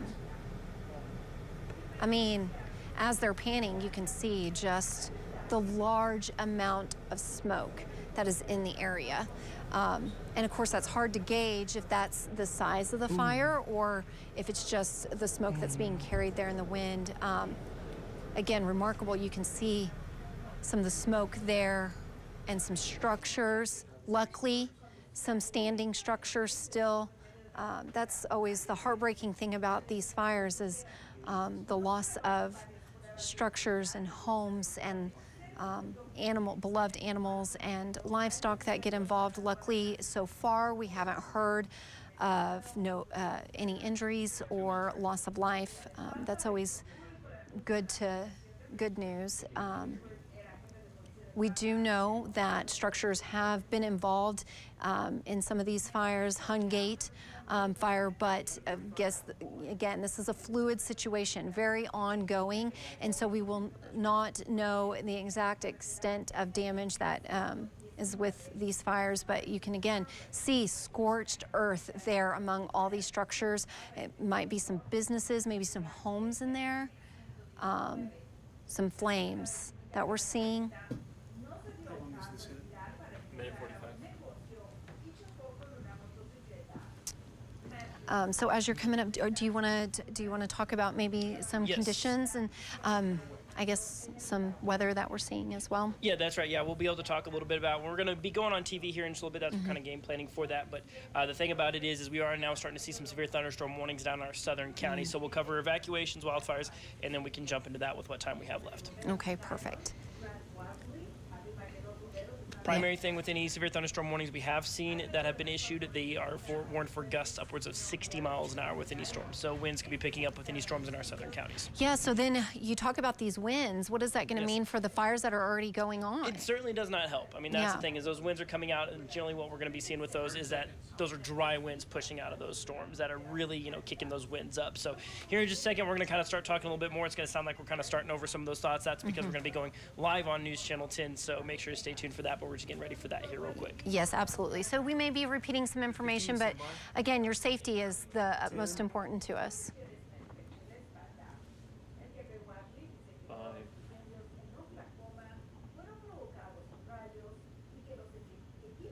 Welcome. We are breaking in on TV right now to update you guys with the very latest on the grass fires and evacuations that are happening in our area.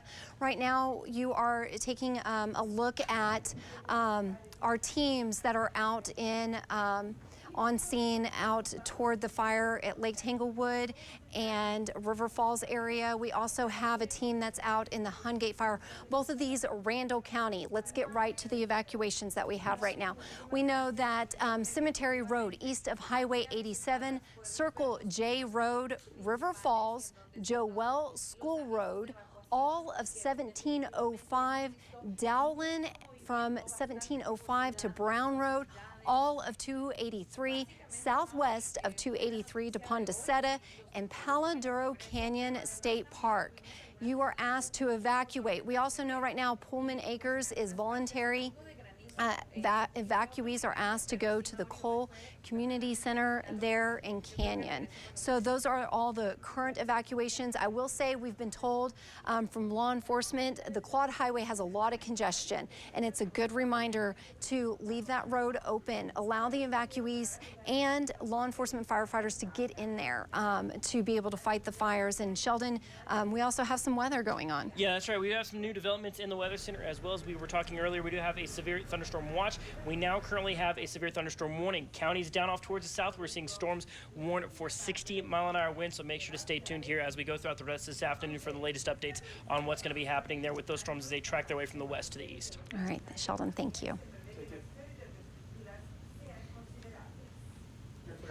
Okay. Yeah. Okay. So what we just got done with they're on broadcast. So I'm going to go through a couple more of those graphics. We just didn't have time for it there for a second. They're on broadcast. But the thing is, here's kind of it's not a great scenario for us as we're seeing winds west-southwesterly 15 to 25 miles an hour here as of right now. We're seeing relative humidity values down at 6%. Critically dry conditions out there. And then, like I said, just to kind of add to that, we are seeing thunderstorms coming in, and generally we would be excited about it because that would mean rain's coming in, and there are going to be places that do see a little bit of rainfall. But the problem is we just established it's extremely dry at the surface, so it makes a lot of that rain evaporate before it reaches the ground. And so what we're seeing out there right now, you'll see currently we have 2 severe thunderstorm warnings down for our southern southernmost counties here, kind of around the Plainview area, down off towards Morton. Now, these storms, as you'll see, they're not really that noteworthy on radar, but they are currently warned for 60-mile-an-hour wind gusts. So that as these storms, they pop up, they're going to be dying pretty quickly, and that's when they're going to force out those really strong winds. Could also be seeing lightning with these storms as well. That could be the cause of new wildfires in the area. Now, looking up towards the north, no severe thunderstorm warnings, but you can see right there that we are seeing a few little bits of scattered activity. So we're seeing storms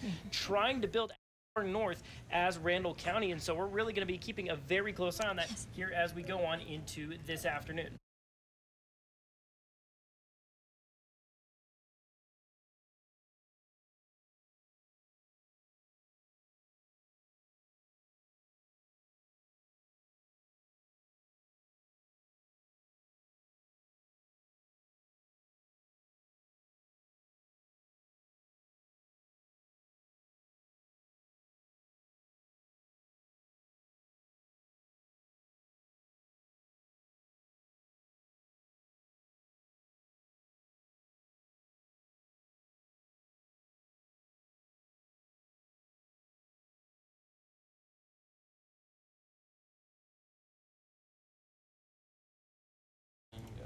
So, of course, we're keeping a very close eye on this. We're seeing that scattered, what we call convection storms trying to build up right now, but we still have several crews out and about watching fires right now. So first, what we're going to do is we're going to send things out live to Allie Allison. She is out live on the storms or the wildfires further south. So, Allie, tell us where you're at and what you're seeing out there right now.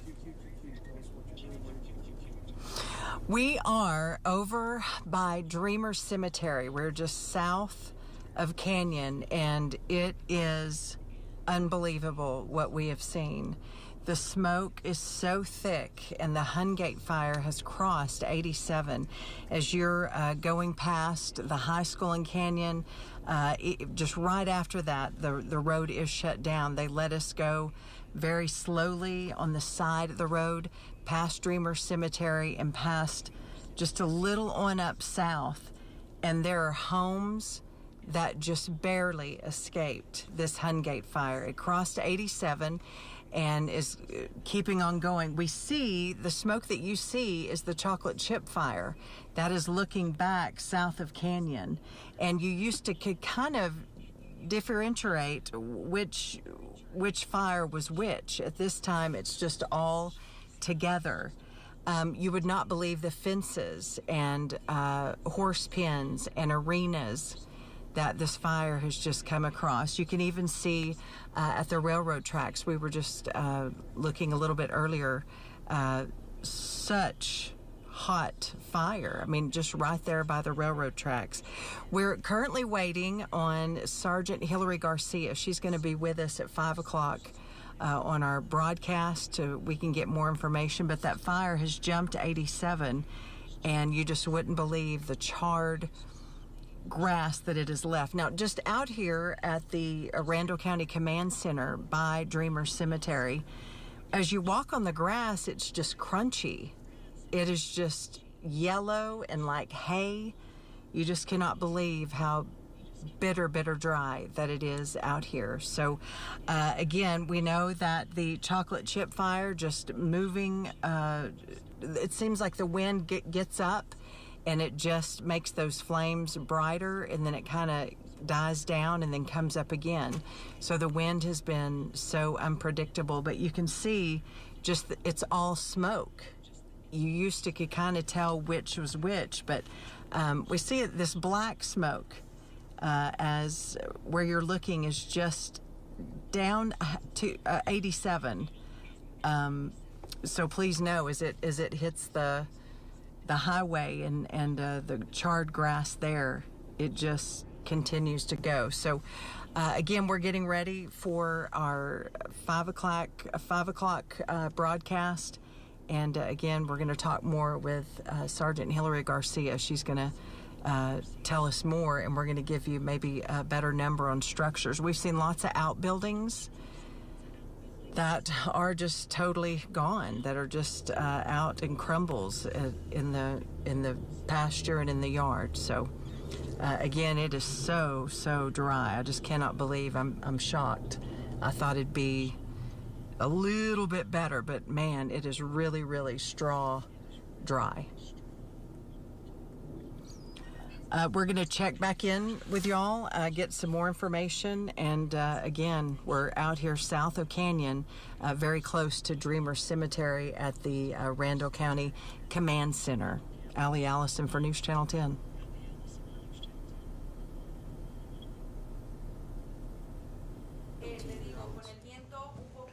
All right, thank you for that report, Allie. Of course, keep an eye on those winds. We're still seeing those southwesterly winds. The thing that's going to kind of complicate things just a little bit is I'm actually going to come back here a little bit. So there you see what's on radar. We're gonna stick with this for the time being. Yeah, you see that happening. Okay, so having some technical issues with our graphics. We still have that severe thunderstorm warning down off towards the south. The thing is with those storms, as they die, that could force fires north as those winds are going to push out of them. And so what I'm going to do here, actually, I'm going to do a little telestration. This will kind of help show what's happening here in the area. So basically, you've got storms basically down around here right now. As those storms start to die off a little bit, you're going to see winds come out in every which direction. So if you think about it, with storms up around Canyon, Tulia, everything like that, winds could start coming from this direction or even straight out of the south. So that could start to send those storms, or those fires rather, in a bit of a different direction there. So thing with those storms, as they die off, they're going to push that air out in every direction. That could shift the direction of those fires, where right now generally that movement is from the west to the east. That could give it maybe a slightly northerly component. So we're going to really be monitoring for that with those severe thunderstorms that are down off towards the south. But we also have Alex and our newest meteorologist on the team, Johnny Gormley, are out live on that that Lake Tanglewood fire here as of right now. So I'm going to send it out to you guys out in the field. Tell us how things have been looking there off just south of Amarillo. Wind spout. That looked like a land spout. Yeah. Hey everyone, we're right here off the Clyde Highway, just right between River Falls Airport and the River Falls entrance. The road is still closed right here.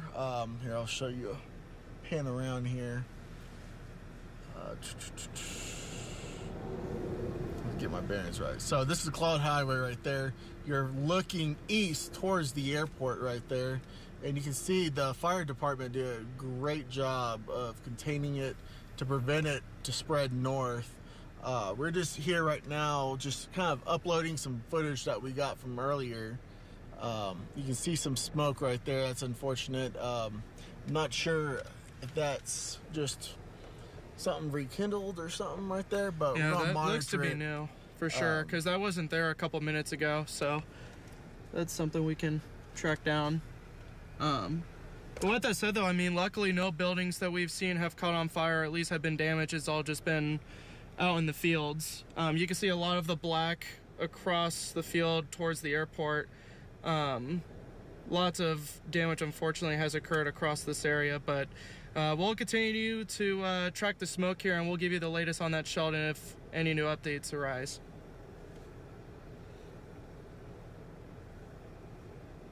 Keep an eye on that over there.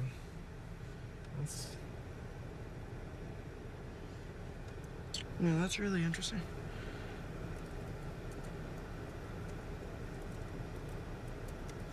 Sounds good.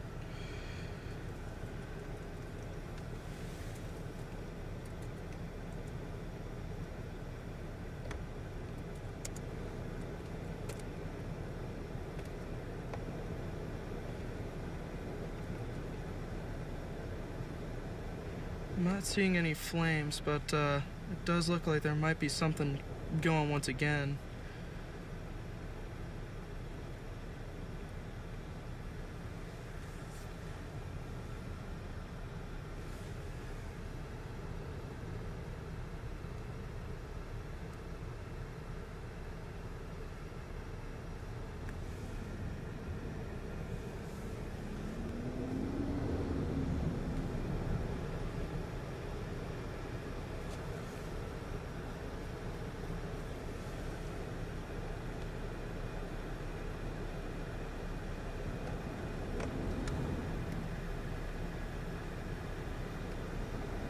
Back towards those houses. Mm-hmm.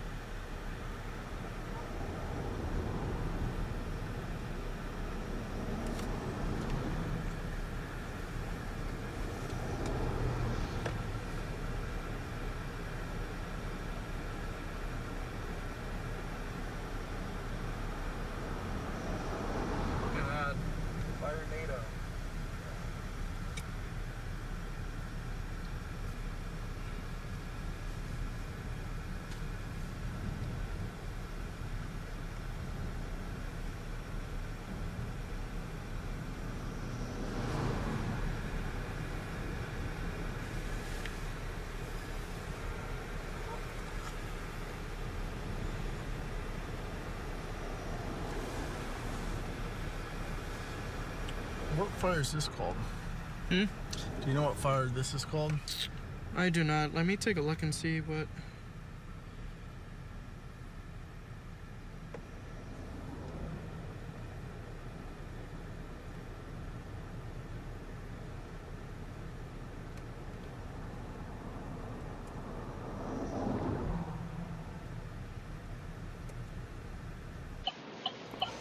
All right, so what you're seeing right here, this is some live pictures. This is from Doppler Dave's stream right now. He's currently at Cemetery Road and I-27. So as you can see, that is the fire closing in and crossing I-27 right now. So that's some live pictures from Cemetery Road and I-27.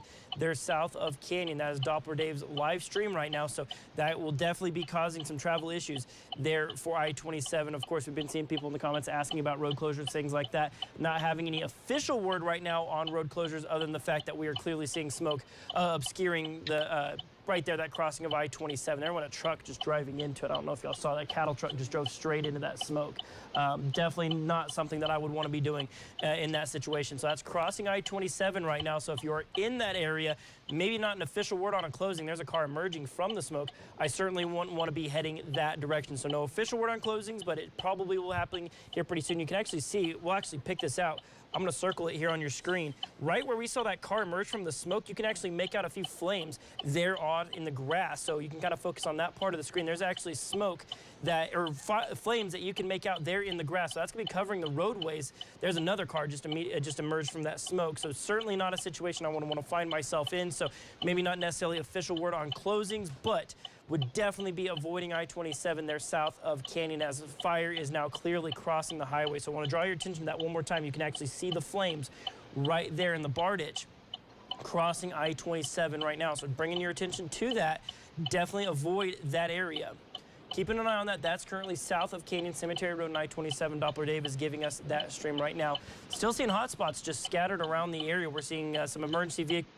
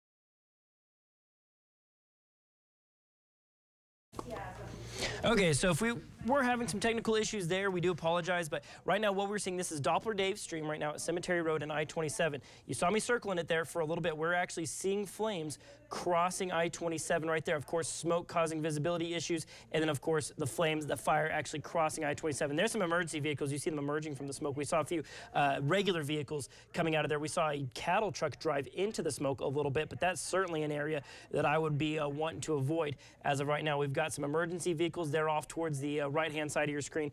We're going to be very certain that they're going to be closing that down if they haven't already. But if you're in the area of Cemetery Road and I-27, I would certainly be avoiding that area because visibility will cause a whole host of issues. And then, of course, danger of the flames actually crossing I-27. That would be a very dangerous place to be right now. So I would avoid that absolutely if you can right now. This is one of those situations you avoid these areas where firefighter crews are going to be at. You want to give them as much room as you can to make sure that they're able to fight these flames to the best of their abilities. So therefore, of course, they're not having to fight, civilians being around and getting in the way of things as well. So we're keeping an eye on this stream right now. This is Cemetery Road, I-27. Again, want to show you, there it is. You see the flames crossing I-27 right there. You see how fast everything is moving right now. We've got some emergency vehicles going around there as well. Of course, again, Cemetery Road and I-27. You see it there on your screen. This is south of Canyon. Got emergency vehicles there, making sure that we're keeping traffic off of I-27, which is, of course, definitely the right thing to do in this situation. Yep. So kind of move things around a little bit here. You're kind of seeing some of our other not the whole fire. So alternate obviously, views around the with area this right west now wind coming of what in we're seeing about of 30 miles fires. per You hour, can see, of course, it's sheriff's just Randall driving County the Sheriff flames right that there we do have, dealing so with some still folks. seeing some flames just making there, sure that and I everyone's just, staying safe right and staying below out all of the the way heavy smoke. of these fires. So that's one of the But I biggest think things they're with gonna have this to is really making bring sure in that we're the big allowing guns, first responders probably a little more to do air the work that support they need to do in these pretty situations soon, and staying try to out of the knock way. You this can see thing down down off on the before it gets bottom further over left-hand there to side, that is the the Hungate structures that we fire see as well. We got Allie on off Allison to the east. live So out once there again, right that's now. And so what fire we're going to go ahead and do, we're going to go ahead and send things I-27, off well to south of the Allie city of out Canyon, live right but, now. I don't you know know if where Allie can hear Cemetery me, but, Road is. if you can, Allie, go ahead and That's let us know about where you're where at, what you're seeing it right now. We're going to is. send things over to you. We Let got us know what multiple things are looking fires in like from where progress. you're I mean, I at got right now. smoke plumes pretty much Okay. in all Working quadrants, on but this is getting the one Allie's that stream up and I'm live. closest to at this time. So many fires continue. I-27, Allie, let us know how you things just, are you're working not out going where to be you're at. able to cross it for a while until they get this put down. So I'm right here to kind of watch the fire, and hopefully we start to bring that thing down sometime soon. But traffic north and south going I-27, south of Canyon, between Canyon and Happy, is it's going to be non-passable here for the next, hopefully not very long, but for the next several minutes anyway.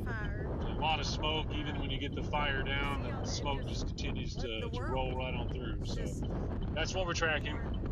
We've got all kinds of Okay, so let's go ahead and entities send here. things I've off seen to Alex right XL. now. They're up near the Of Lake course, they're worried Tanglewood about area. all the power poles and So, the lines. Alex, we're going to send Of course, things we got out all to you out the near county Lake Tanglewood Fire, Alex firefighters. and Johnny Gormley out there. Let us know got what you the guys air have been seeing so support. far and where exactly you're Not at. sure Remind where our that viewers comes of what from. your Probably location the is. forestry. Hey Sheldon, we are still on the Claude Highway between River Falls Airport and the entrance to River Falls. As you see here, you're looking towards the airport. They have closed the road, Claude Highway, from Whitaker west. So everything west of Whitaker and Claude is closed. As you can see, this backup traffic right here. And people are going north on the Whitaker road right there and take you to the loop. As you see right here, you got Randall County Sheriff's Office right there blocking the road. So that way right here, that's west on the Claude Highway. Just a little far up, right up here is the entrance to River Falls neighborhood. Let's see what else. Stay away from the Claude Highway. As you can see right here, there's all this traffic and backup that's preventing emergency vehicles trying to get through. So avoid Claude Highway. This is a perfect example right here of staying away. Like, look at this guy. Yeah. Really? Yeah, I'm not really sure what's going on there. It's Yeah. chaotic out here. So avoid the Claude Highway. Yeah, I as think you see people, right here. I think a lot of people are just getting confused because while this area in terms of the fire is contaminated, there are That still guy a just, lot of like- people that are driving around. There's still a lot of work that needs to be done. So please, please, please just give the room for the crews to come out here and do what they have to do. As you can see right here, we're gonna look towards the airport again of where the burn scar is. Let's see here, let's get closer.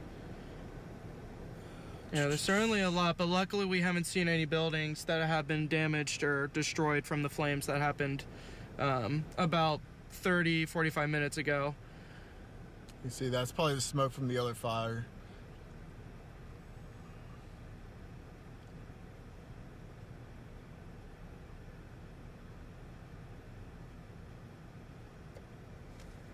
No, that's not you.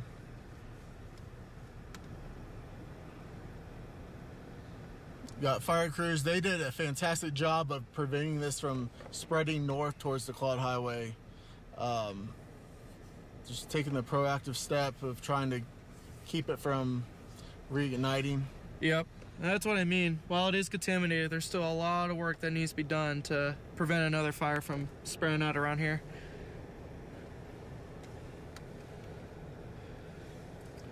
All right. Yeah, go ahead. So So you can keep it on the stream here and just hang out with us, or if you want to send it back to someone else that has something great. If not, we're just going to just probably reposition, try to figure out where to go, because I mean, as you see right here, they pretty much knocked this down. There's some smoke over there to your right, John, right there, where it's already been burnt. Yep. Oh yeah. And the traffic on the Claude Highway is coming in waves, really. It gets really super congested, backed up, and then traffic, I mean, empties out. And then it just cycles. So try to avoid the area if you can.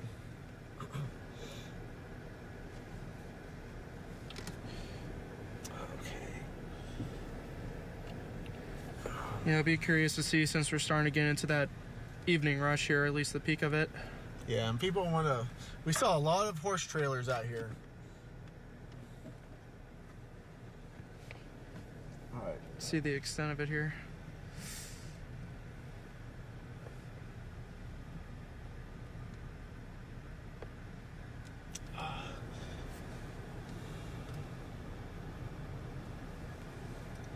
Is Sheldon on IFB now?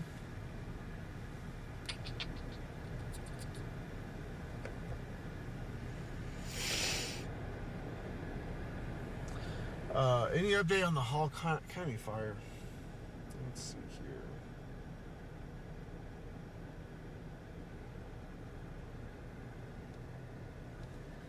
There's some action shot of them trying to... Just trying to orient myself and see where that is. There we go.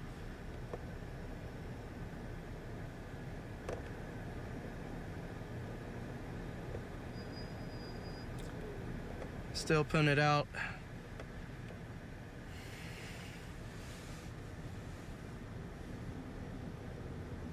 So you get situations if we have, like, you know, back to back critical fire days and whatnot. You have people from, you know, the Metroplex all over the, you know, Texas areas. They actually come up and Oh, really? stick out and help out. Yeah. Okay. So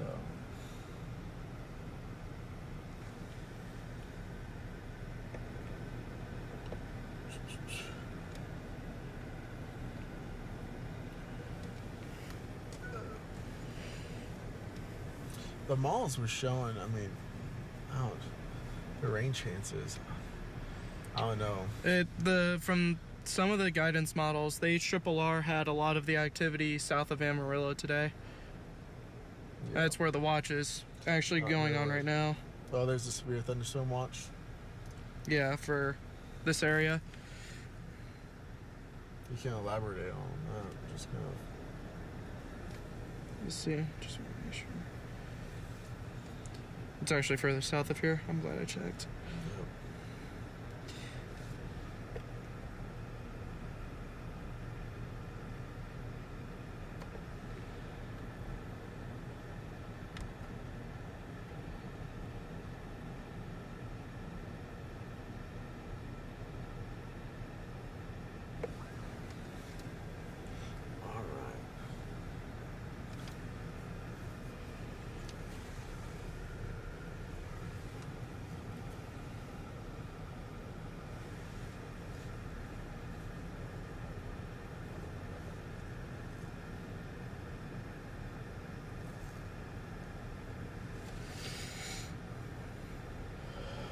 You see reinforcements coming in right here.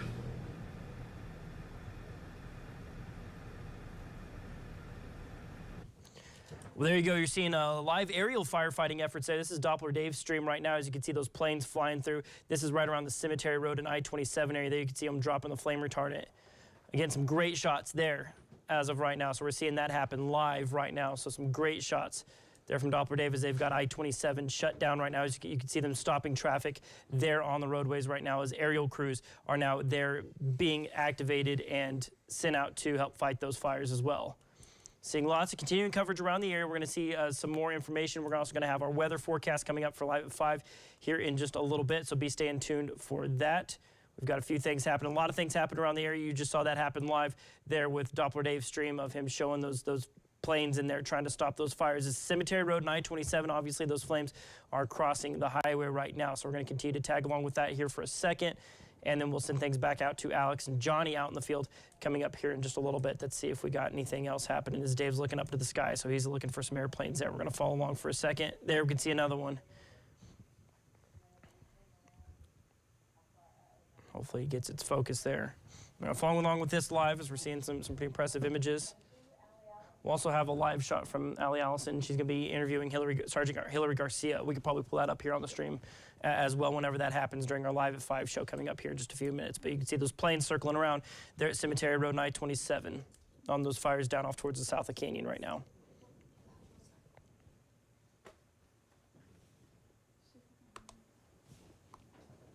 Okay, we'll leave that alone. He doesn't have ears in, Alex. Okay. And we'll be sending things out to Alex coming up here in just a second. Sheldon doesn't have ears in.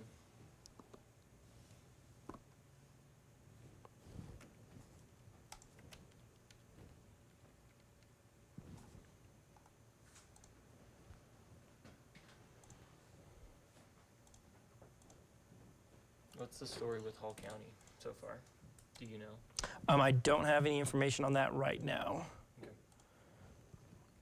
Get this set up. Okay, so there we go. So what I'm going to go ahead and do, I'm going to send things out to Alex, but we're going to keep Dave's picture up in there as well, as right now we're seeing those aerial firefighting efforts continue. So I'm going to send things out to Alex. He'll tell us what he's seeing. You're going to see Alex up in the top left-hand side of your screen. You're going to see Dave there up in the top right. We'll have everything labeled accordingly as well as we get ready for our Live at 5 program coming up here in just a little bit. So we're going to send things out to Alex out in the field, but of course we'll keep an eye on Dave's stream as well. What have you talked about I-27's closure? Yes, yeah, we can see that crews have got them closed right now. Yes, sir. That is an official from text. Okay, yep. So we've got I-27 clearly closed down right now. So Alex, I'm going to send it out to you. You tell us what you're seeing. But of course, for those of you watching at home, you want to see what's happening there on I-27, we'll keep that up there as well. So here we go. Alex, what have you got?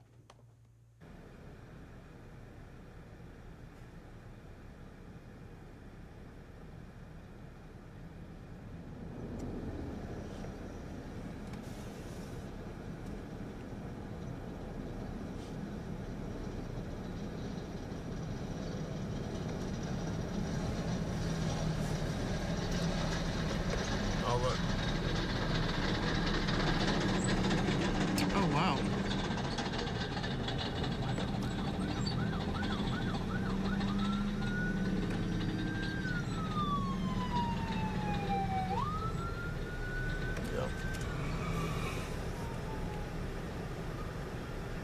We got game worn surface here.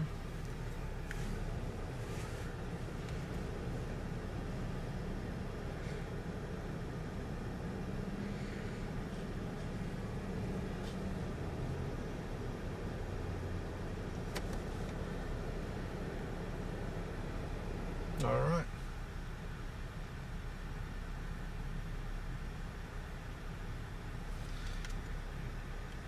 Okay. We just continue to see rounds and rounds of crews coming in here. So, That's a good thing. hey, someone there, ask them about the Hall County fire. Is that, what's the status on that?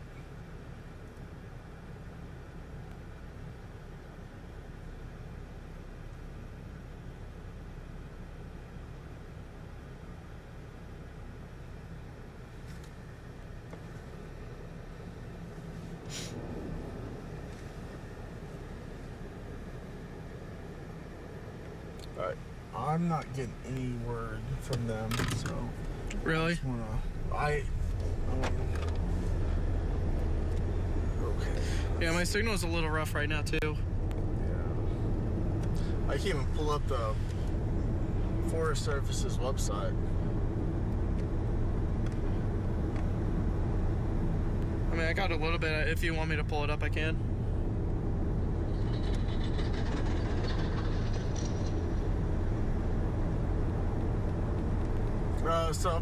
But what's the status of the Hall County fire, though?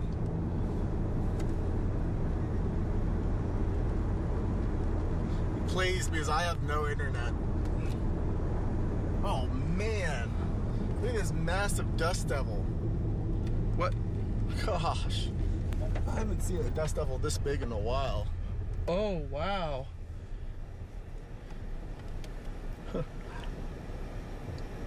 Yeah, there's a dust devil. Wow, look at that. Big old dust devil.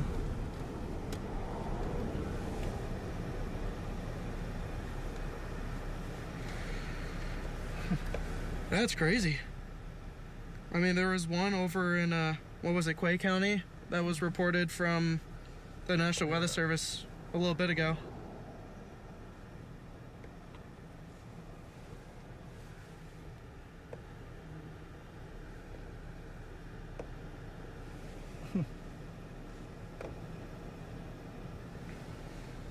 Right. Wow. You got some crazy eyes. I wasn't able to see that. It formed like right behind us, and I'm like, whoa. That came out of nowhere. Yeah. All right. Let's go.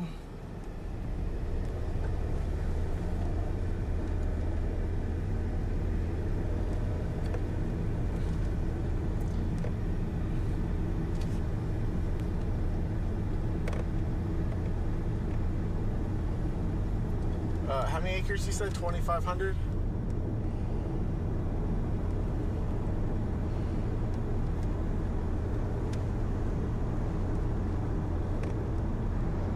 You said 2,500 acres contain? Or 600? Okay. I thought it was 2,600 acres.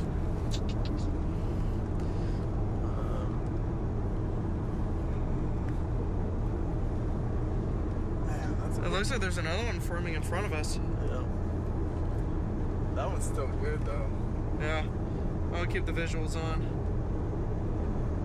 Because it looks like we're getting into the 5 o'clock here. Yeah. You can, that's the canyon, part of the Palo Duro Canyon there. Oh, wow. So, yeah, you can... That's the first I've seen that. That's cool.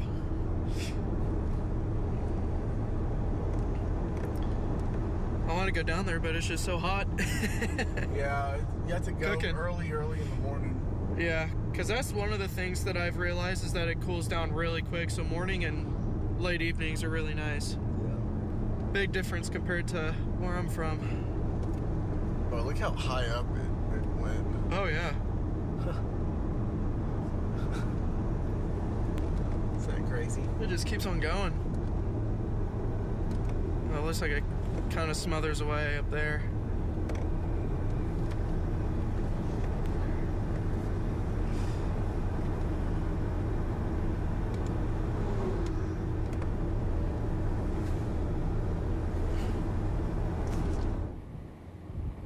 As you can see, the wind is whipping, and man, the thing about it, it has gone down for just a little bit and started back up, and when it does, you can really tell that it is causing havoc. Here with Sergeant Hillary Garcia with Randall County Sheriff's Office. Give us a breakdown, because you can see behind us and now moving over to our east of Canyon, this Hungate fire just keeps going. We know the right flank of it crossed over and over 87 south of Canyon. Yes, ma'am. There's some evacuations and some details that we want to ask. Yes, so we currently have 3 major fires in the county right now. They're known as the Hungate Fire, the Chocolate Chip Fire, and then there's also a fire that started on Circle J Road that has spread into River Falls. We want to remind the public that we have voluntary evacuations right now in River Falls. We are preparing Pullman Acres right now for evacuations due to the travel of the fire. And the road closures that we need the public to be aware about is DPS has closed down I-27 from State Highway 217 to Hungate Road. And then 87 is also closed from Canyon all the way down to FM 1714. So I know this changes everyday travel for people and it affects everyday life, but we just want people to be aware of this information. That way they can prepare accordingly. Well, we have to, and it seems like in a wildfire going on 24 hours now for Randall County.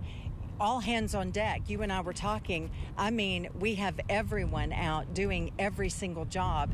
We know that Palo Duro Canyon called their evacuation of the state park.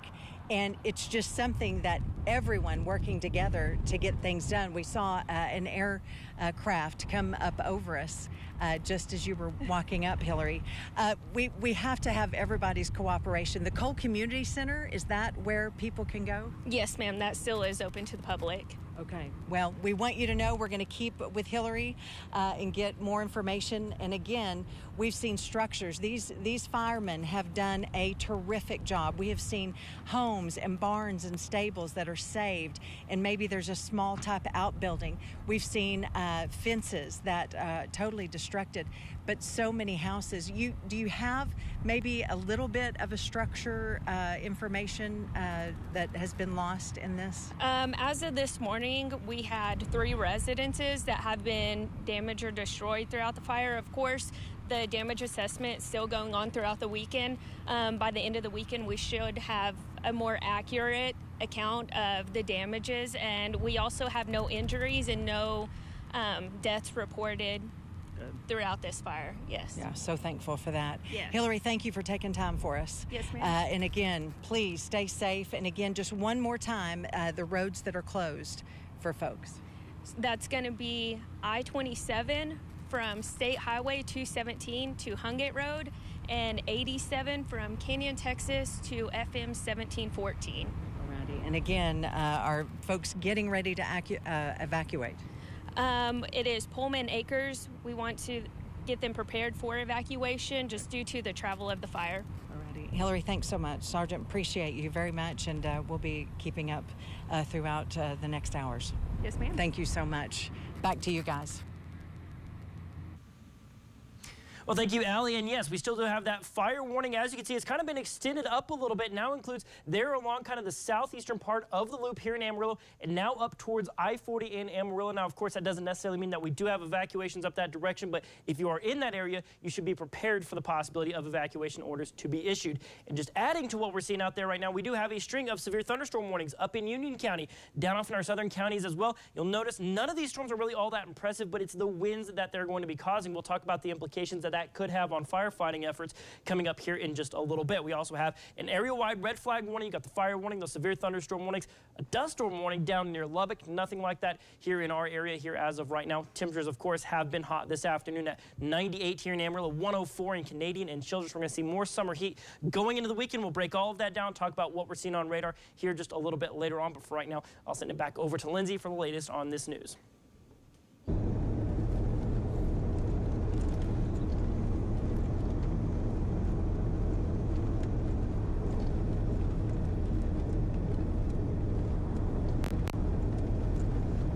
Timeout on Unity?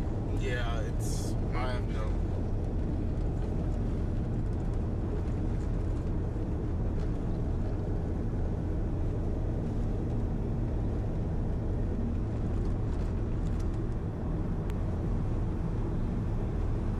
Looks like we got some wind being picked up.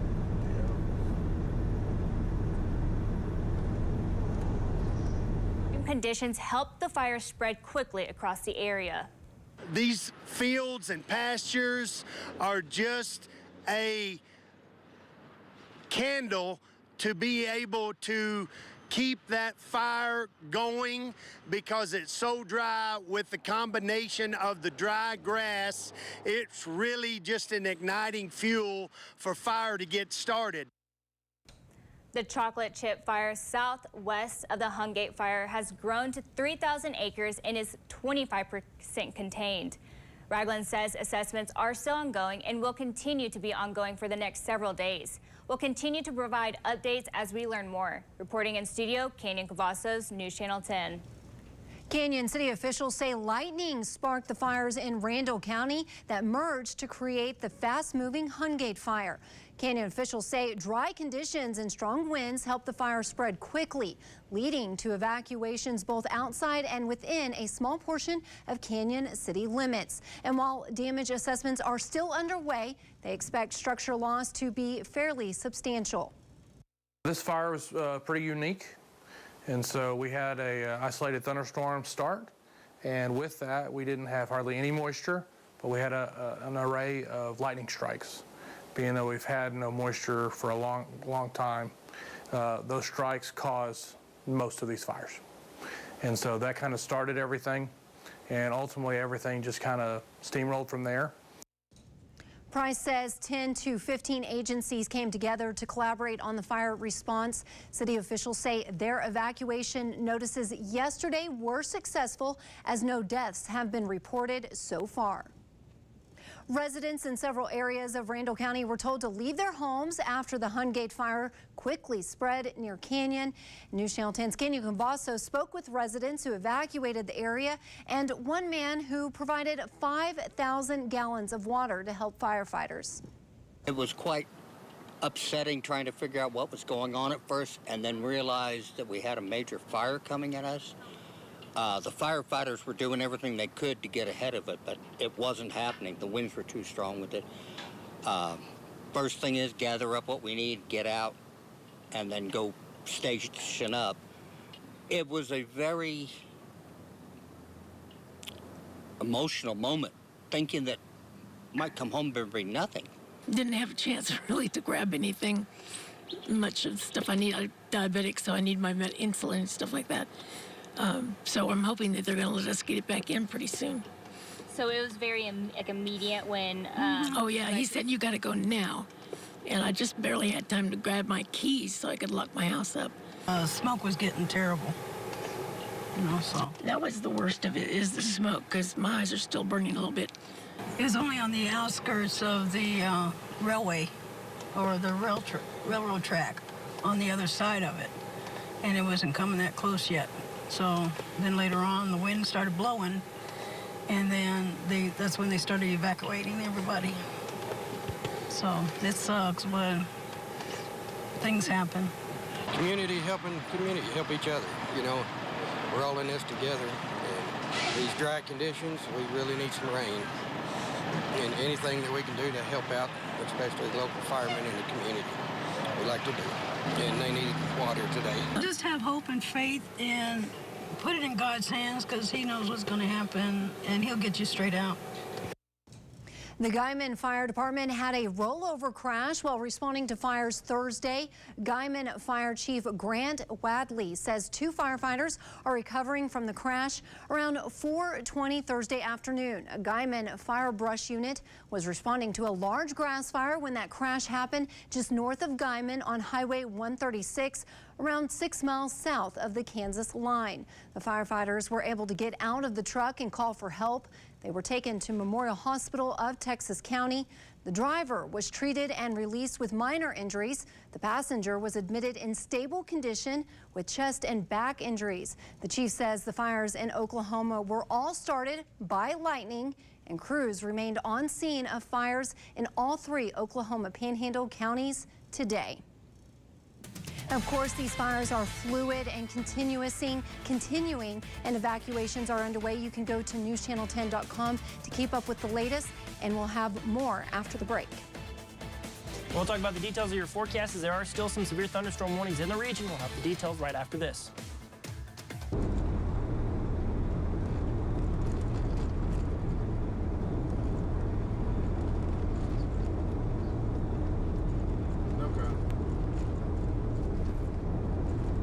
How you doing, everyone?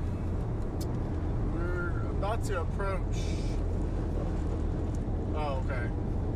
We're on 1258 right now, heading back towards the Claude Highway. Let's see here. We're trying to meet up with Doppler Dave. As soon as I said, okay, this fire looks like it's pretty much gone now, there's a big old, I wouldn't say big, but plume of black smoke. Yeah. It's definitely starting to pick up for sure. This is the Claude Highway. Try to go.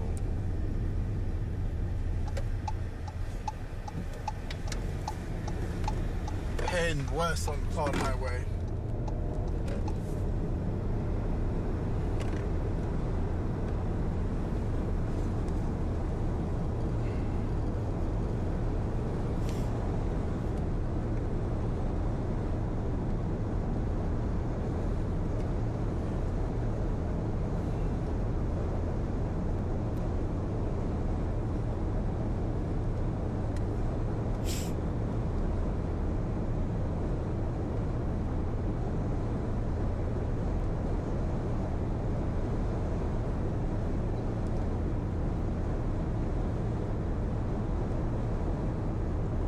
Okay, I'm about to call Dave right now. Okay, cool. Get his location and his timeline here.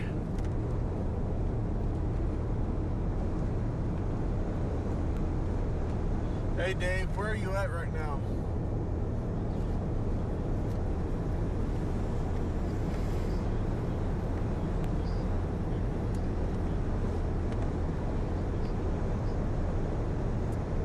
Do you know how to share your location?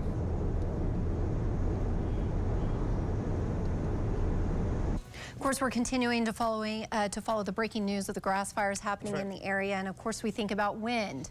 Of course, yes, and those gusts have really been pretty stout today. Now, we of course have seen stronger gusts in Amarillo, but still, you get those gusts over 30 miles an hour, and it's going to make those firefighting efforts difficult as it makes those fires move even faster. Now, as we've gone throughout your Friday, we've seen our highest gust of the day be 36 miles an hour here in Amarillo, 44 miles an hour down in Childress, and you'll see that humidity is critically dry right now, currently holding steady there at about 6% currently. You've got 8% down in Clarendon, just generally 5 to 15% values around a lot of the area. So down near the surface, it's very dry, and that's the problem. Is we are seeing activity with thunderstorms in the region, but the problem right now is since it's dry, those storms don't have any support from the moisture. You'll actually see these severe thunderstorm warnings, they don't look all that impressive on radar. As a matter of fact, there's just a bunch of small little speckles around the region, but the problem is the winds they're causing as they're currently tracking towards the east, towards I-27. They're just south of Tulia. We have a string of severe thunderstorm warnings currently warned for gusts of 60 miles an hour, and the problem that this presents for firefighting efforts, it's not unfortunately bringing very good rain chances.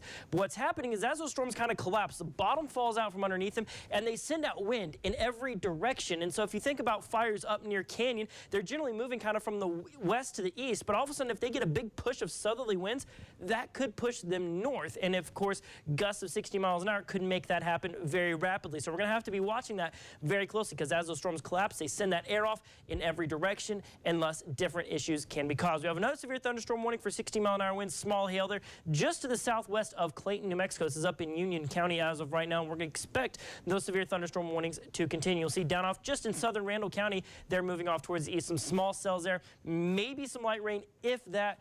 A little bit of lightning and thunder will be possible, and of course a strong gust as those cells collapse. But like I said, these ones are not quite reaching that severe threshold here as of right now. So looking right now, we do currently have a severe thunderstorm watch, primarily focusing on our southern counties there. That's in effect until 10 o'clock tonight. So we'll continue to monitor for more thunderstorm development. You'll see everything pushes off down to the southeast as we go on into this evening. Just like yesterday, once you get on the back side of that thunderstorm development, you're pretty much in the clear. We'll see clearing conditions as we go on into your Saturday morning, where hopefully winds will be a little bit lighter. There's those sustained winds out of the west at 10 to 20 plus miles an hour. Thankfully, as we go on into tonight, our firefighters get a little bit of relief as you'll see those wind speeds drop down largely 5 to 10 miles an hour. Now down off in the southeast, winds are still out of the south, a little bit breezy there. And then going into your Saturday, you'll see tomorrow, largely southwesterly winds at 5 to 15 miles an hour. The further south you go, it does get a little bit breezier, so we're going to have to watch for that very closely. Through the rest of the day, we're going to see those low 90s turning into the 80s, and then 70s by about 11 o'clock this evening going into tonight. We'll bottom out at about 60 degrees again tomorrow morning, just like this morning. 50s there up in the north, but those highs tomorrow looking to be triple digits here for a lot of the region. Right now, I do have us at 100 degrees here in Amarillo. You've got 90s off towards the west, and then low to mid triple digits there further off in the eastern sides of the area. So, of course, we're expecting more wildfire danger tomorrow as well. I think we're just taking the wildfire danger. Of course, still going to be there, but the thunderstorm risk is a little bit lower. We've got a great QR code here. Scan that. That'll download our First Alert weather app. You'll see updates from myself. You can follow along with our live stream that we've been going here for the past couple hours. So even once we leave here on your screens here on News Channel 10, you can go to newschannel10.com, Facebook, YouTube, or any of our apps, and you can keep up to date with all of our streams that we've got going on. So there's that 100 degrees for tomorrow. 97, unfortunately, Sunday. We're not getting any relief just yet, as we're going to still see windy conditions, but there is hope for cooling conditions there as we could drop into the 70s. Right now, we're looking at Wednesday and Thursday of next week for the possibility of some scattered light showers here and there. So we'll really keep praying for that rain, as a little bit of moisture would really go a long ways after a windy couple of days here to wrap up the... You see how close those fires, because that's where we originally parked, right there. Mm-hmm.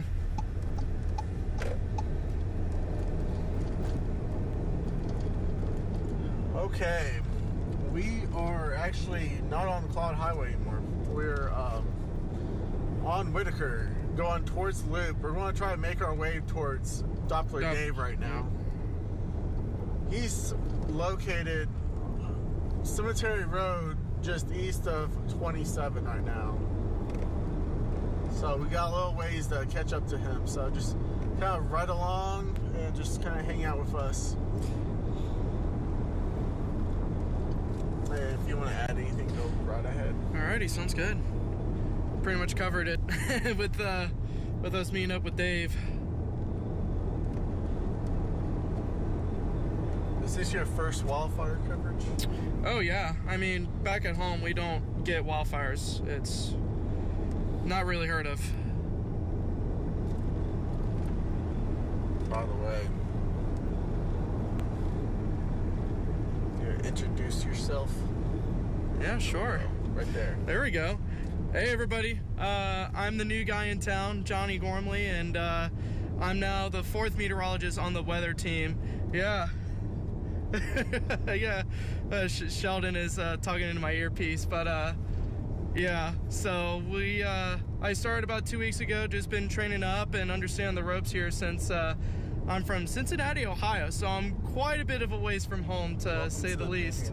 Yeah, a welcome, to say the least, with all the fires and everything else that's been going on. It's been very dry, so I hope to bring some moisture down here, because Ohio, especially this time of year, is notorious for rain and storms, and so we'll hopefully see some rain and storms pick up a little bit more, to say the least, over the coming days and coming weeks ahead. But yeah, it's good to be here. I'm excited to be a part of the team and excited to get to work. So we're gonna meet up with Doppler Dave here and give you guys the latest in terms of what the wildfires are doing right now. So you can see some bubbly clouds ahead of us. yeah, that's a storm that's going on over in Union. Are continuing to track dozens of fires across the area. Fires have prompted evacuations across Randall County due to several fires in that area. NewsChannel 10's Allie Allison is at the Hungate fire with an update on evacuations and road closures. Well, I tell you what, as we're here behind Dreamland Cemetery, just off Business 87, south of Canyon, even though the fire behind us, we're facing the west, behind us east, you can really still smell the smoke so thick. And again, as we're standing here, multiple police and fire coming to get water. We also saw the State Park Police as they came up. This is the Randall County Command Center is where we're at right now. The wind just keeps, it feels like, getting stronger, just straight out of the east. We just got word from Texas A&M Forest Service, Juan, their public information officer, telling us that the Hungate and the chocolate chip fire are together. They have merged and they are encroaching very, very close to I-27. And firefighters, you can see brush trucks, big trucks. We saw even ATV-like machines that had water and things to spray. Everyone going everywhere, different places to get to that fire. Now, here's what we do know is we were here seeing a huge red, white, and blue airplane go across. It was headed back to the west. We're going to get more information on the air control that they do have with this fire. But again, brand new information from Texas A&M Forest Service. That fire, the chocolate chip, and the Hungate have merged and are encroaching on I-27. We're going to come back to you with more information in our 6 o'clock and bring you everything that we know. Reporting live out at the Hungate and Chocolate Chip Fire, Allie Allison.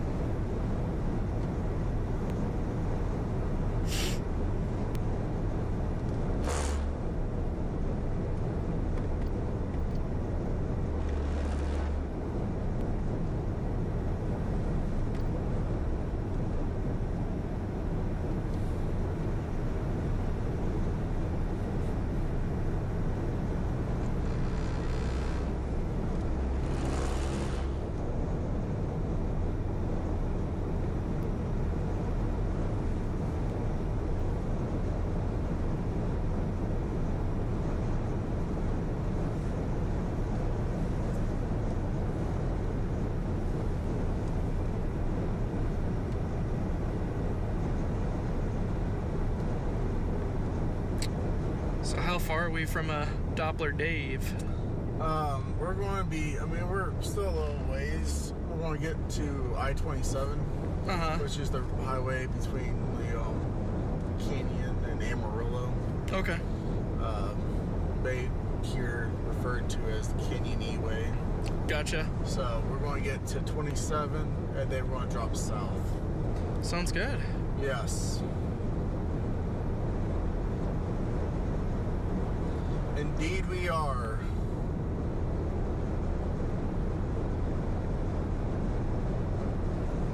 Sorry, if I start speaking randomly, that means I'm responding to someone direct paging me. So oh yeah. No, you're good. Just...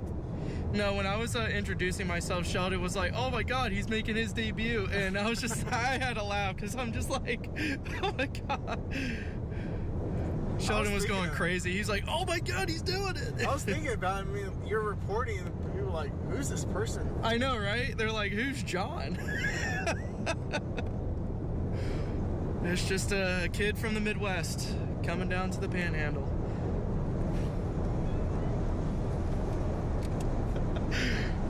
Yeah. Yep, so that's too good. That's too good.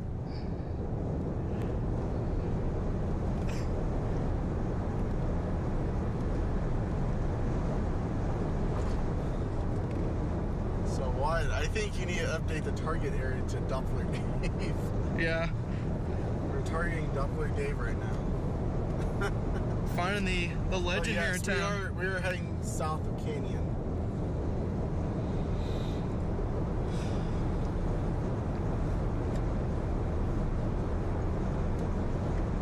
So that's something new we haven't done. Yeah, so when I was getting trained up, they were telling me. So we're gonna start putting like target areas. So like the storm, what we're trying to target this year. Yeah. And usually we will have a location right here. I don't know why the location's not popping up. Looks like that layer is turned off. Yeah. That's okay. We are still in Amarillo, as you can see by the map there.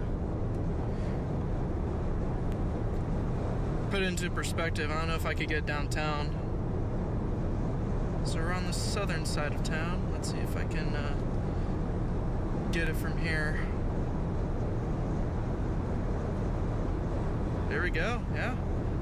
So there's downtown. So we're working our way westward here, and then we're gonna move our way south. Meet up with Doppler Dave and see what's going on.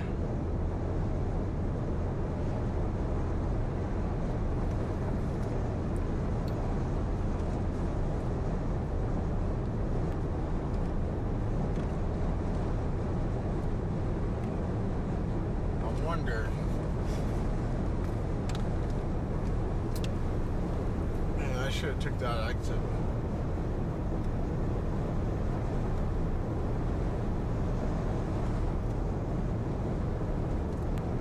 Took that exit.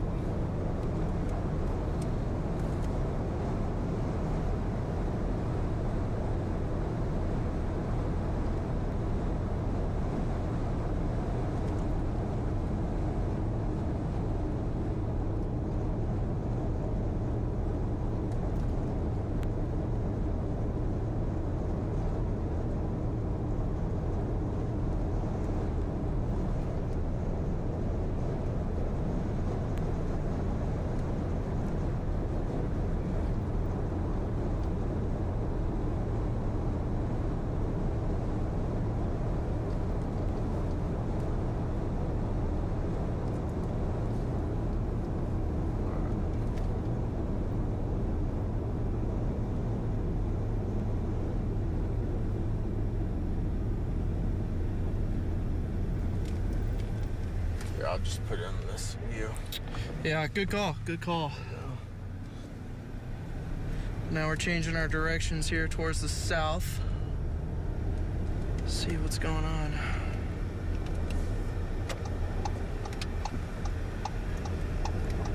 And then back to the east. Nope, not on 66. Alright.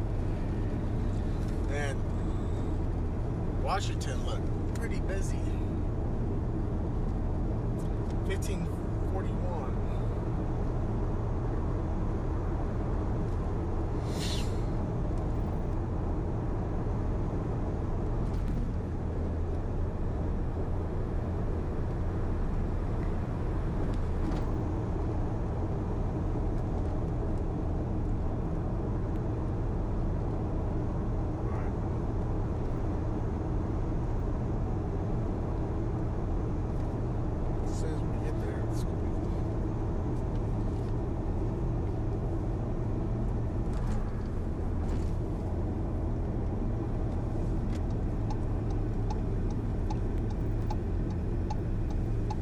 Some of the like craziest streams were on days that weren't planned.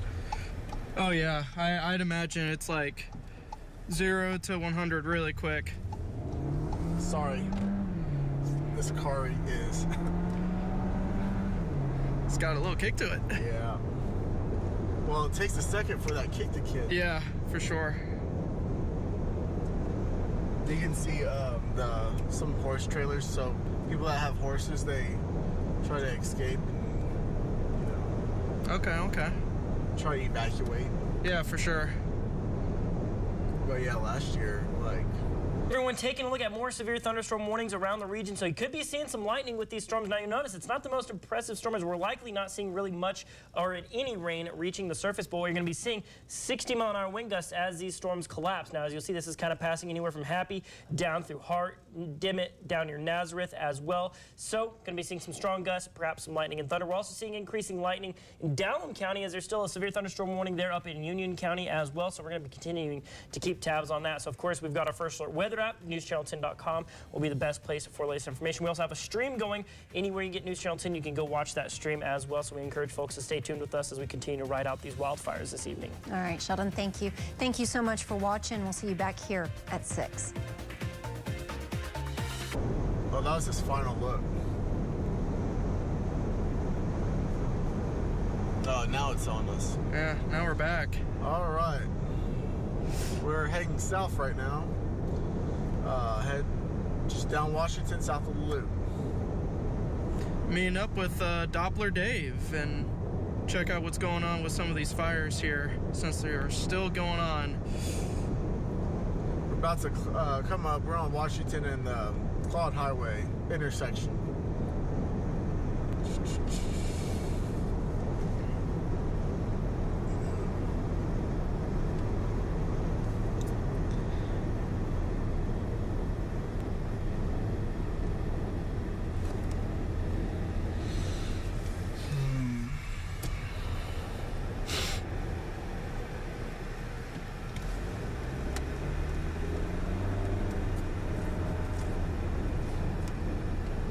Wasn't expecting you to go out and Yeah, I know. chase. Yeah. I was like, you know what, I'll just tag along and just kind of shadow and see what's going on. And next thing you know, like, hey, Johnny, you're on. Let's do it. Yeah, there you Next go. man up. Yeah, last year, Caleb and I, there was a storm coming out of Colorado, heading towards Cimarron County, and it was tornado warned. And we just looked at each other and we're like, let's go. And this was like right before 5 o'clock. Yeah. And we went up there and got it, and we didn't get back to the station till close to 3 a.m. Wow. Late and night. I wasn't expecting to go chase that day either, but it's just It just crazy. happens, you know? Just like that. Mother Nature can get upset really quick, and it can be unexpected or it can be planned. Unexpected for sure is the worst.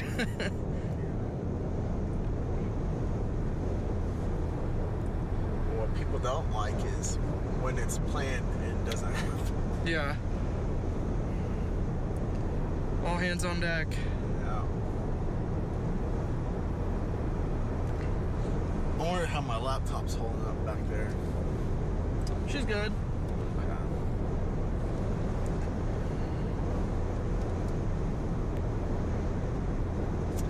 Alright, we're still traveling south, passing the McCormick Road intersection right here.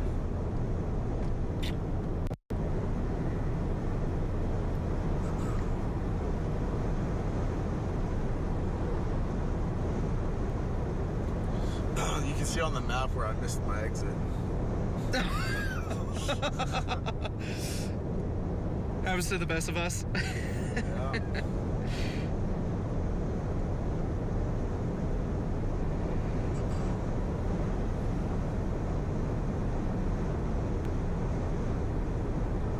So the way that we went, we could have kept going, but it would have taken you around the canyon. Oh, okay. And it would have taken quite some time, but like when you're storm chasing and stuff like that, you have to take that, you know, you have to think about that type of stuff, because if you're chasing a storm, yeah, you want to go around it, but it's going to take a while. There's a little bit more of an obstacle, if you will, Yes. to get where you need to be. Yeah, I'll have to check out the Palo Duro Canyons here when I get some free time.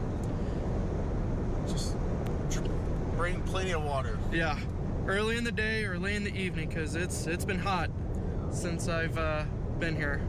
This summertime, I mean, even in the evenings, it can still be up in the upper 90s. Oh, really? Yeah. So there's no like sharp cool down. It's all just, I mean, consistent heat. Yeah, when the sun goes down, you know. But at that point, it's too late to go hiking. Yeah. So, yeah. My recommendation's early in the morning. Early in the morning, okay. Yes, I can barely hear you. Yes.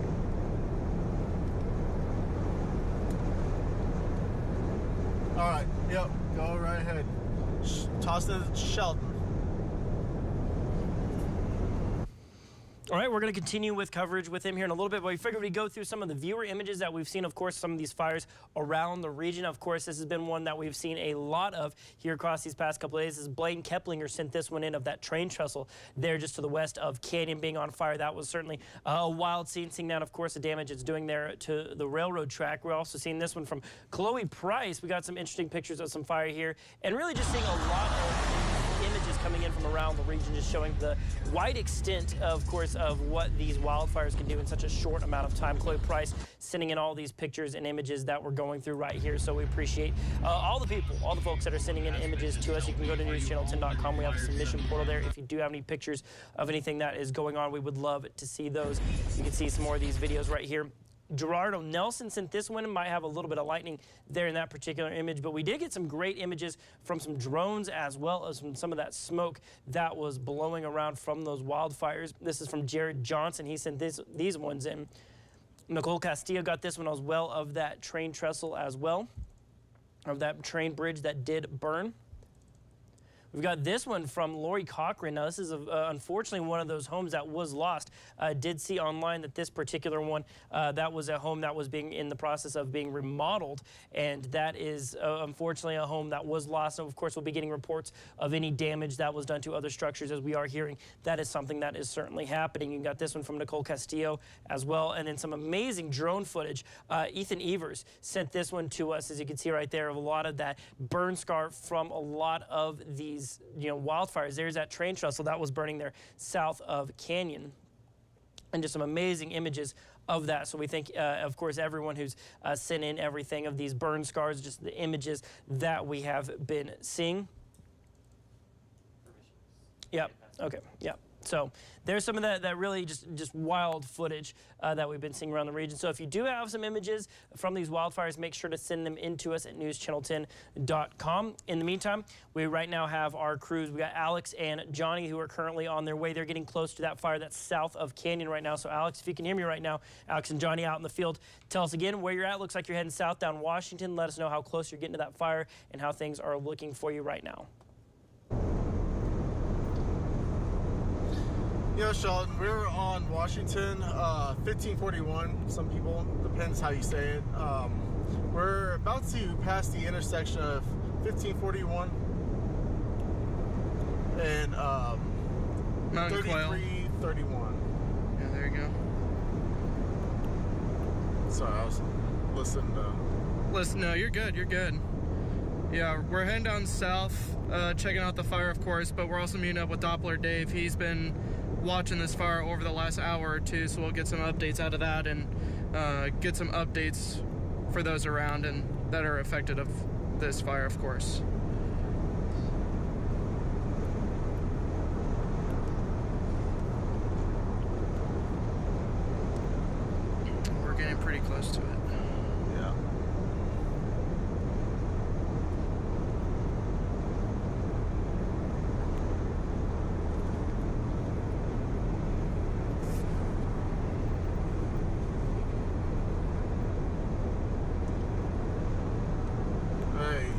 station, did y'all see my footage? Did it get uploaded?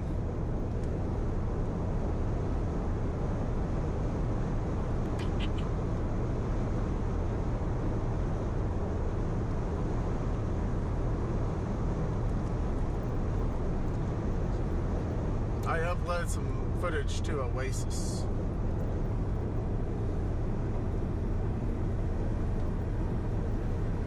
So, this road right here will take you into the canyon. Oh, okay. The Sounds main good. entrance.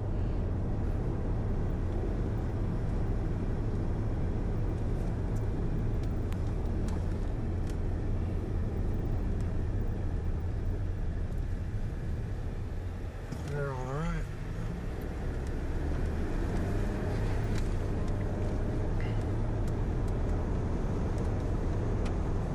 See some. Yeah, I was gonna say, it looks like there might be another fire potentially starting up. I'm not too sure here. Very careful. Maybe I'm driving pretty quick, so yeah, maybe bumpy.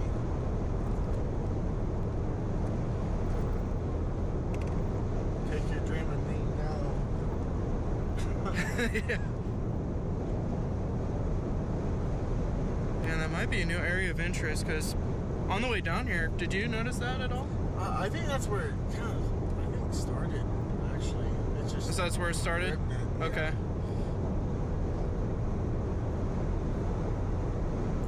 So they may have the road blocked off up here. Yeah, we'll see, because I do see some emergency responders up here. See a plane up there. You see that plane? The plane? Straight ahead. Oh yeah, I do.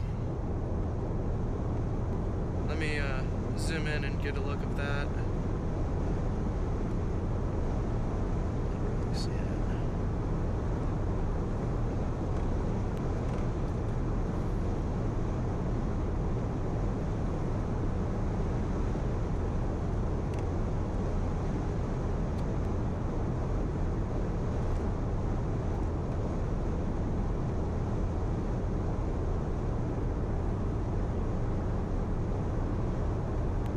Look at that plane flying over. That plane has been huge to put out this fire.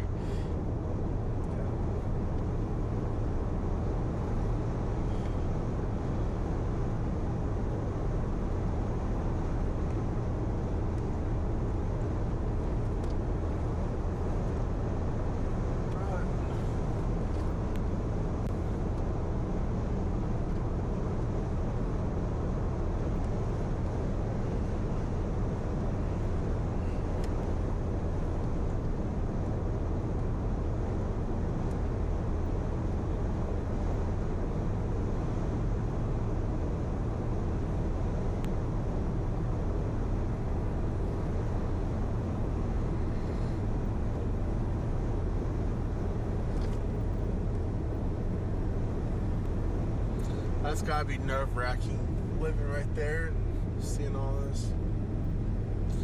What'd you say? Oh, I'm saying it's nerve-wracking. Oh yeah, for sure. It looks like they're having people go back towards the west here. Yeah.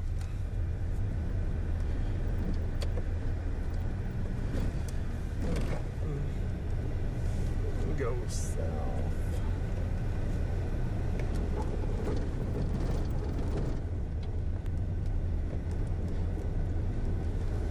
I want to go south. Oh, look, it's right there on the highway. Yeah, hold on. Let me turn the camera and get some of this here. Oh yeah, there you go. Here. Yep, go for it. Wow.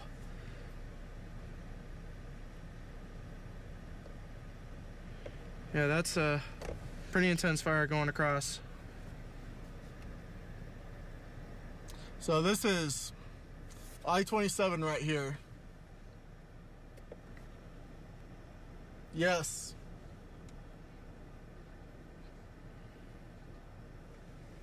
Let me give you exact.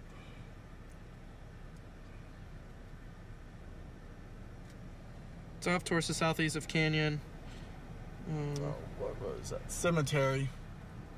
Cemetery in 27.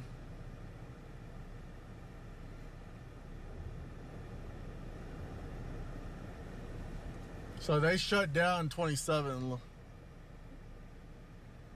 I would assume so. Yeah, I haven't seen any other vehicles go through there. Hey, you got traffic. I was gonna say on the other side. Wow.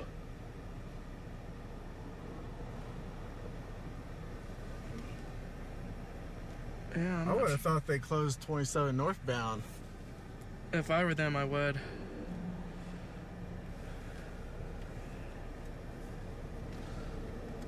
You had a Amarillo ISD cop just pull up. Nope. So, I mean, people are working overtime. I mean, everyone's trying to help out, you know, trying to block roads and stuff with all these fires going on. So, major kudos to our law enforcement and first responders. Let me get out of the median. Make sure there's no one coming up, because I thought they closed down 27. Yeah, that's what it looks like. In the middle of the. Because what I've noticed is that they're only stopping one flow of traffic, and then the rest are. Southbound 27 is closed. There's no traffic. So.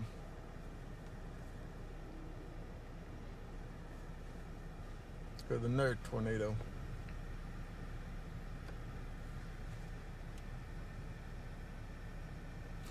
Yeah, those firefighters, or not firefighters, police officers, they have to watch out. Both do, yeah. All the above. They all got to watch out and be extra careful, because it's spreading pretty quick, and those flames are pretty high up. And now the bridge is completely engulfed in smoke.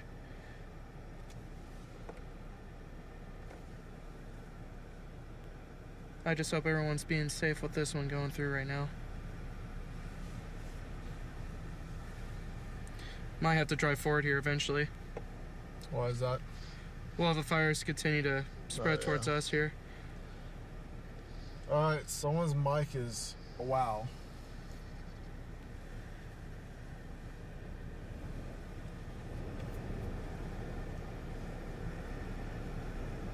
Yeah, all you see is smoke now. Yeah, that's what I mean. The bridge is completely engulfed in smoke.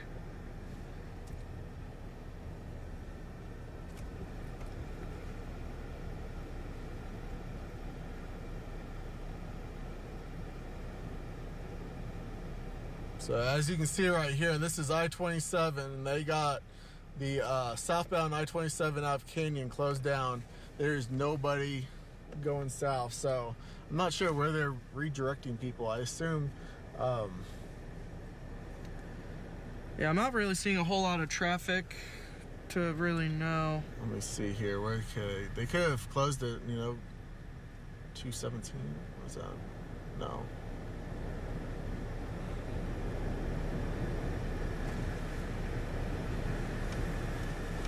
Yeah.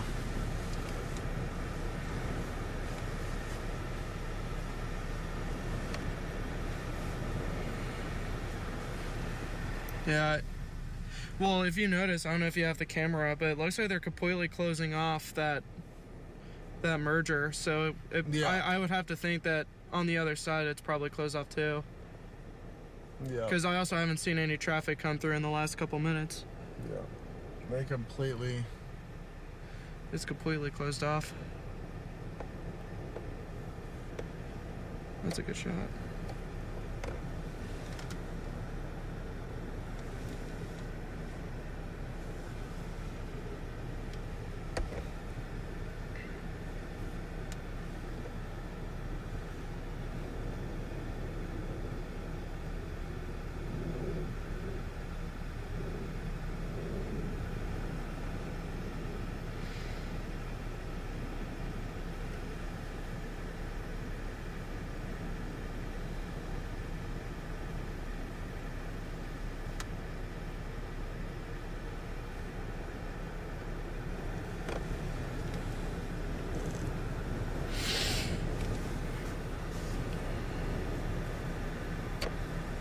I'm surprised they're still there. Yeah, that's crazy. Oh, they're just... Because they're like right on it. Firefighters.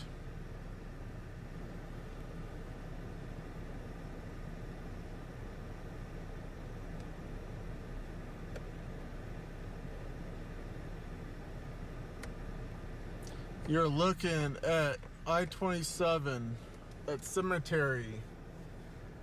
Completely closed.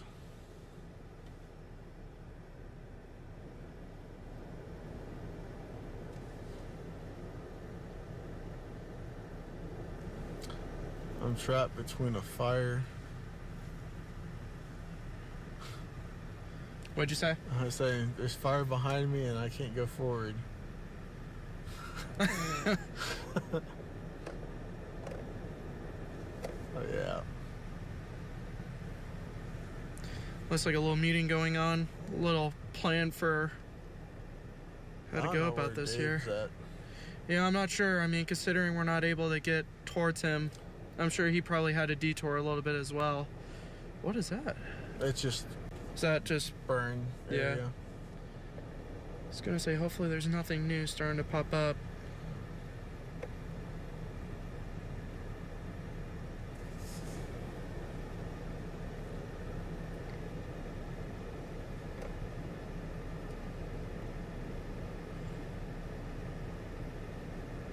Wow. You see some more flames right there. Yeah, across the bridge.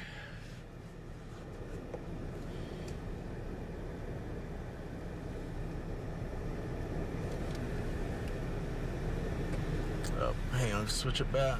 I just want to make sure. Mm-hmm. Yeah.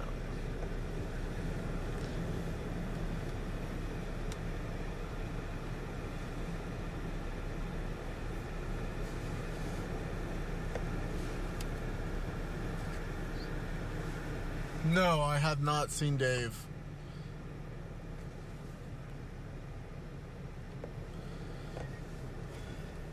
Yeah. I'll give him a call here in a little bit. Oh, actually, I will. Got service?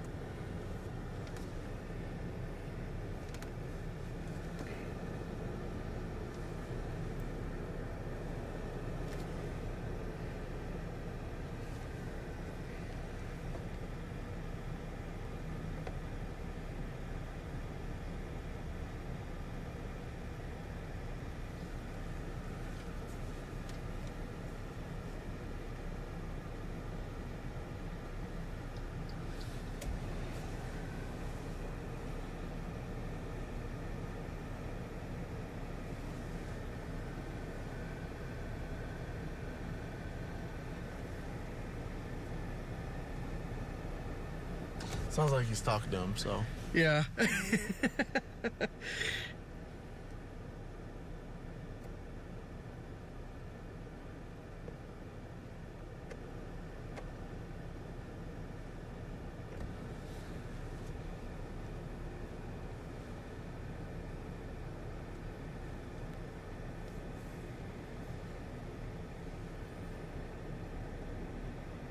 Sounds like they're getting ready for the... Getting ready for the 6. As you're looking at our stream right now, this is I-27, and that's the overpass Cemetery Road.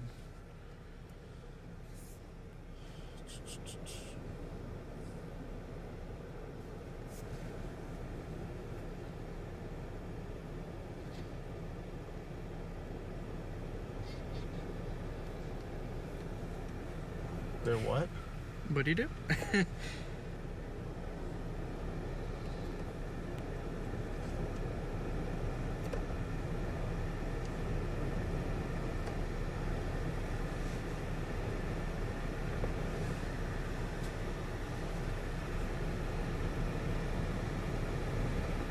No.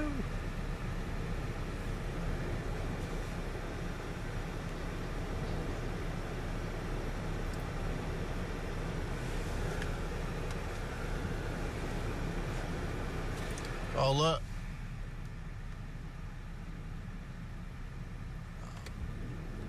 Oh, wow. Look at that. Wow.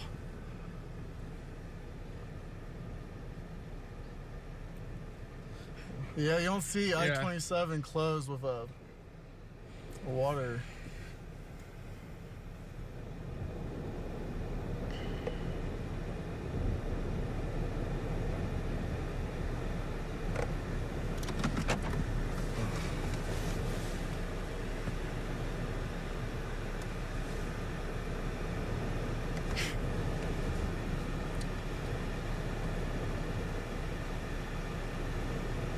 It's cooler than hearing Alex talk. I was gonna say, what is that supposed to mean? Bring your IFB to work. I lost it. It's in the smoke.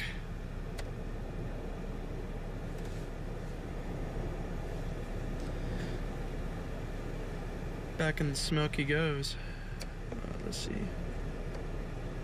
Wow.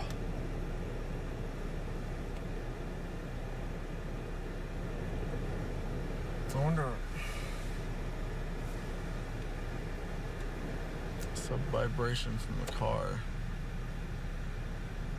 It's gonna say it's probably from the wind, because it's awfully windy right now, which is not helping these fires right now. But you'll notice a lot of people are out putting this out, which is good.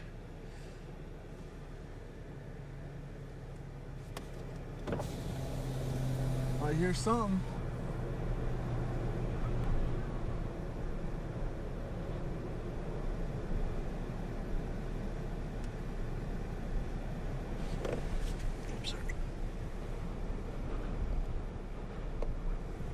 I heard it for a second. It's definitely on the other side of that smoke. Man, you're gonna smell like a barbecue. Yeah, it really does. Pit.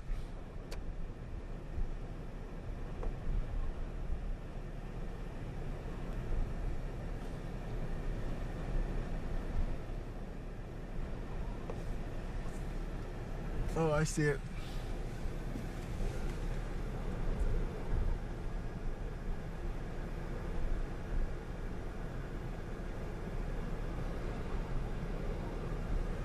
Focus.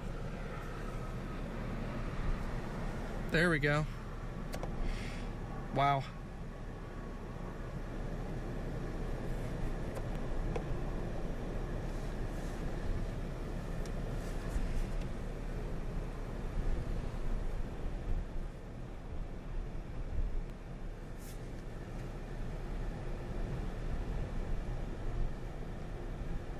Can't keep up with that.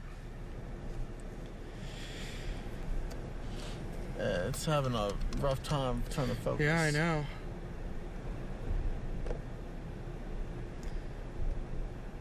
Just a lot of lightning. Or at least the lighting is interfering with the... There's no actual lightning here. Just trying to get this in focus here. Oh, wow, there's another one. There's two.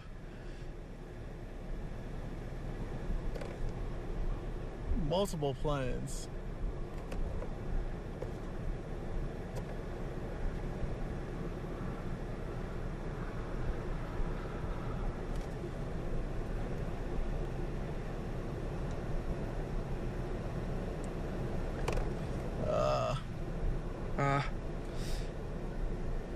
Oh.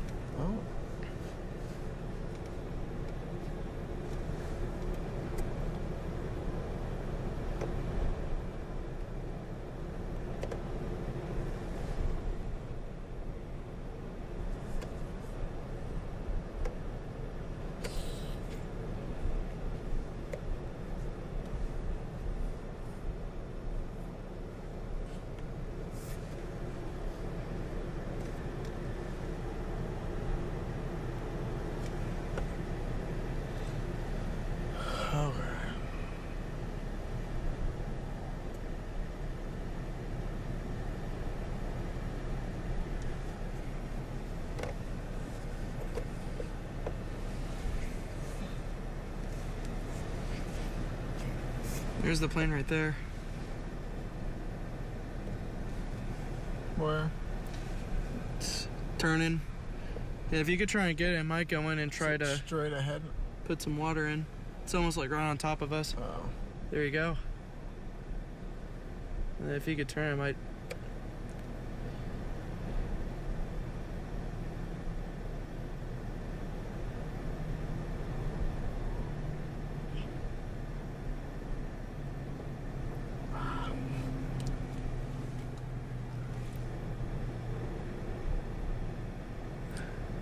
I just got everyone.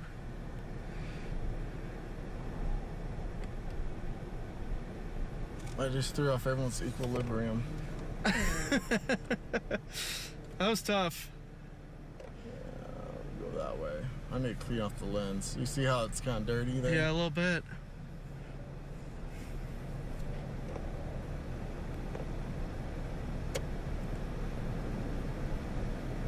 Let's get an update over here.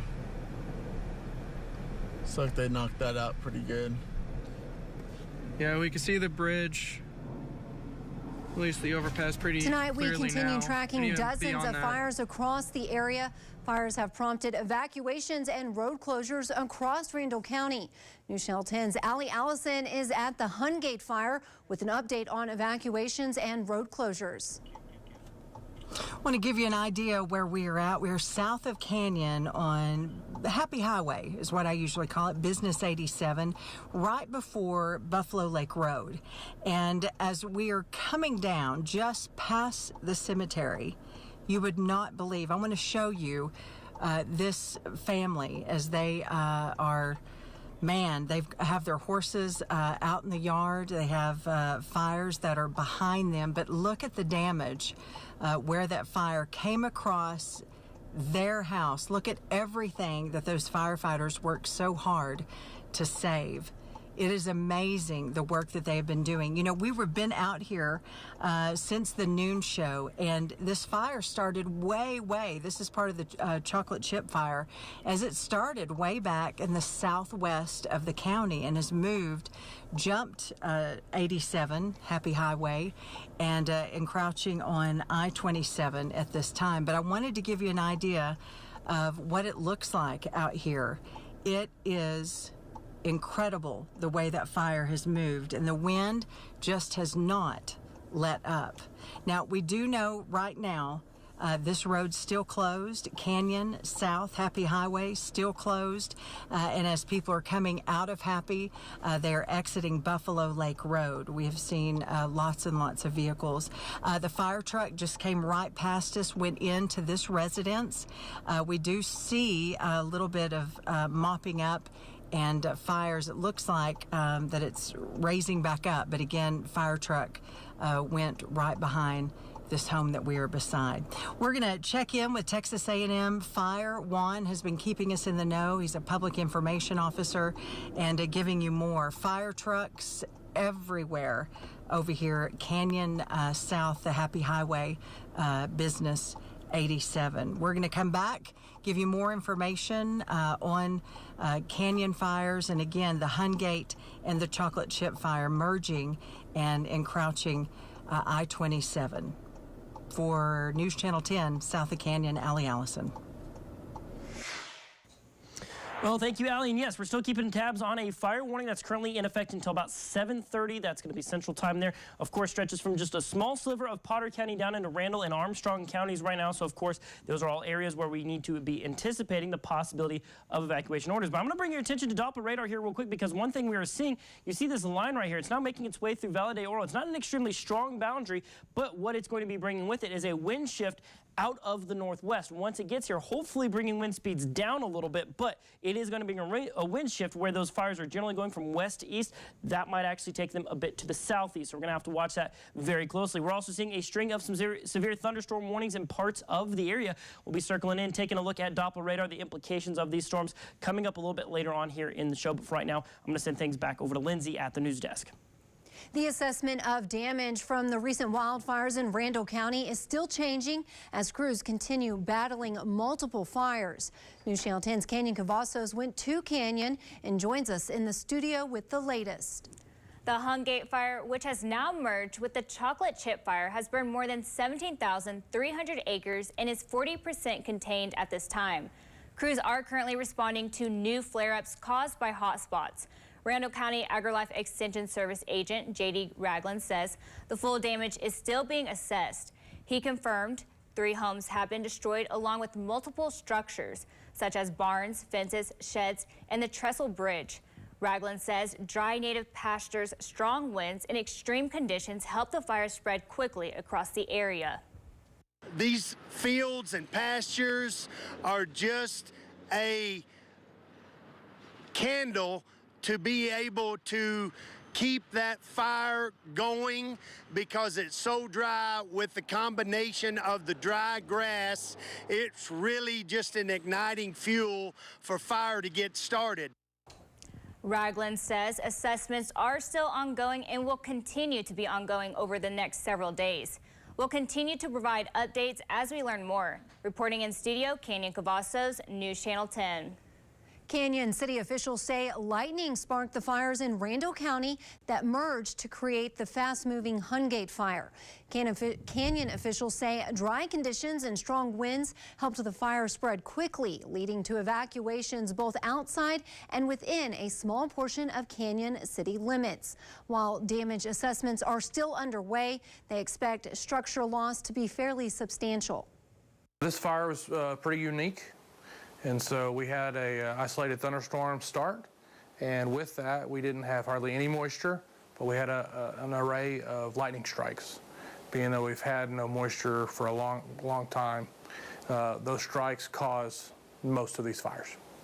And so that kind of started everything, and ultimately everything just kind of steamrolled from there. Price says 10 to 15 agencies came together to collaborate on the fire response. City officials say their evacuation notices Thursday were successful, as no deaths have been reported so far. Residents in several areas of Randall County were told to leave their homes after the Hungate fire quickly spread near Canyon. News Channel 10's Canyon Cavazos spoke with residents who evacuated the area and one man who provided 5,000 gallons of water to help firefighters. It was quite upsetting trying to figure out what was going on at first and then realized that we had a major fire coming at us. The firefighters were doing everything they could to get ahead of it, but it wasn't happening. The winds were too strong with it. First thing is gather up what we need, get out, and then go station up. It was a very emotional moment, thinking that I might come home and bring nothing. Didn't have a chance really to grab anything, much of the stuff I need. I'm diabetic, so I need my insulin and stuff like that. So I'm hoping that they're going to let us get it back in pretty soon. So it was very immediate when... oh, yeah. He said, you got to go now. And I just barely had time to grab my keys so I could lock my house up. Smoke was getting terrible. You know, so... That was the worst of it, is the smoke, because my eyes are still burning a little bit. It was only on the outskirts of the railway, or the railroad track on the other side of it. And it wasn't coming that close yet.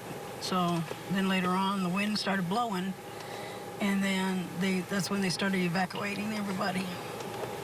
So it sucks, but things happen. Community helping community help each other, you know. We're all in this together, and these dry conditions, we really need some rain. And anything that we can do to help out, especially the local firemen in the community, we like to do. And they need water today. Just have hope and faith and put it in God's hands, because he knows what's going to happen and he'll get you straight out. The Guyman Fire Department had a rollover crash while responding to fires yesterday. Guyman Fire Chief Grant Wadley says 2 firefighters are recovering from the crash. Around 4:20 Thursday afternoon, a Guyman fire brush unit was responding to a large grass fire when the crash happened just north of Guyman on Highway 136, around 6 miles south of the Kansas line. The firefighters were able to get out of the truck and call for help. They were taken to Memorial Hospital of Texas County. The driver was treated and released with minor injuries. The passenger was admitted in stable condition with chest and back injuries. The chief says the fires in Oklahoma were all started by lightning, and crews remained on scene of fires in all 3 Oklahoma Panhandle counties today. The Amarillo Area Office of Emergency Management has provided a reporting tool for residents who have wildfire damage. If your home, property, or business was impacted, you can complete the Texas Department of Emergency Management Damage Survey. The survey helps paint a picture of how the wildfires impacted the community. It does not replace filing an insurance claim. And several organizations across the area are collecting donations and offering resources to those impacted by these wildfires. The Canyon Fire Department is taking donations for snacks and toiletry wipes. These donations can be dropped off at the Canyon Fire Department at 301 16th Street in Canyon. The Keys Fire Department is asking for donations in the shape of food, toiletries, and medicine. Supplies can be dropped off at Keys Town Hall. Monetary donations can be made to the Panhandle Disaster Relief Fund through the Amarillo Area Foundation. For a full list of places to donate and what they're asking for, you can go to newschannel10.com. And as crews work to contain multiple fires across the Panhandle and in New Mexico, evacuations are underway in multiple areas. There are 2 fires in Hutchinson County. One is on the 4-6 Ranch and the other is east of Spring Creek. That fire is in mop-up status. The Roman fire in Hartley County is 2,000 acres and 75% contained. The Line fire in Quay County is estimated to be around 10,000 acres and 65% contained. Those fires have since combined. The Cheney Mountain Fire is burning in Hall County. That fire has burned 600 acres and is 25% contained. Crews are also responding to a new fire in Briscoe County. The fire is along the Prairie Dog Town Fork of the Red River west of Highway 70. That fire is an estimated 2,000 acres and 0% contained. We've got all things ag segment coming up. We'll talk to an expert about diseases impacting wheat crops. And we'll talk about what to expect, what we're seeing on radar, and of course when those winds might finally start to calm down when we come back. See that? Oh, wow. Look at that. It's picking up over there. Get people. Oh, no. Wasn't it just out? No, they're... Yeah.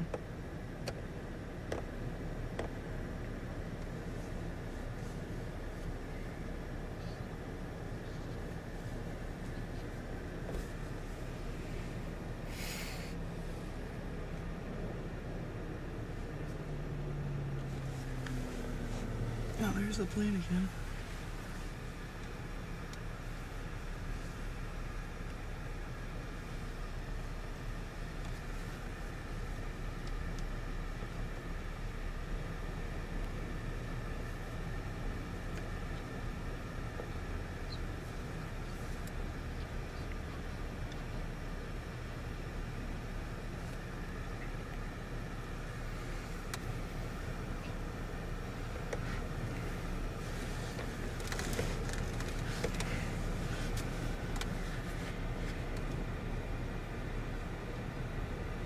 Is that fine?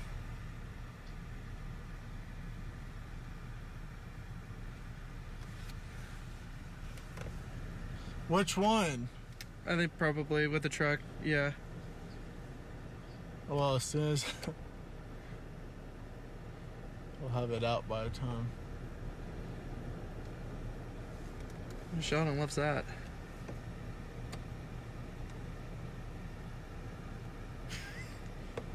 What a crazy drinker.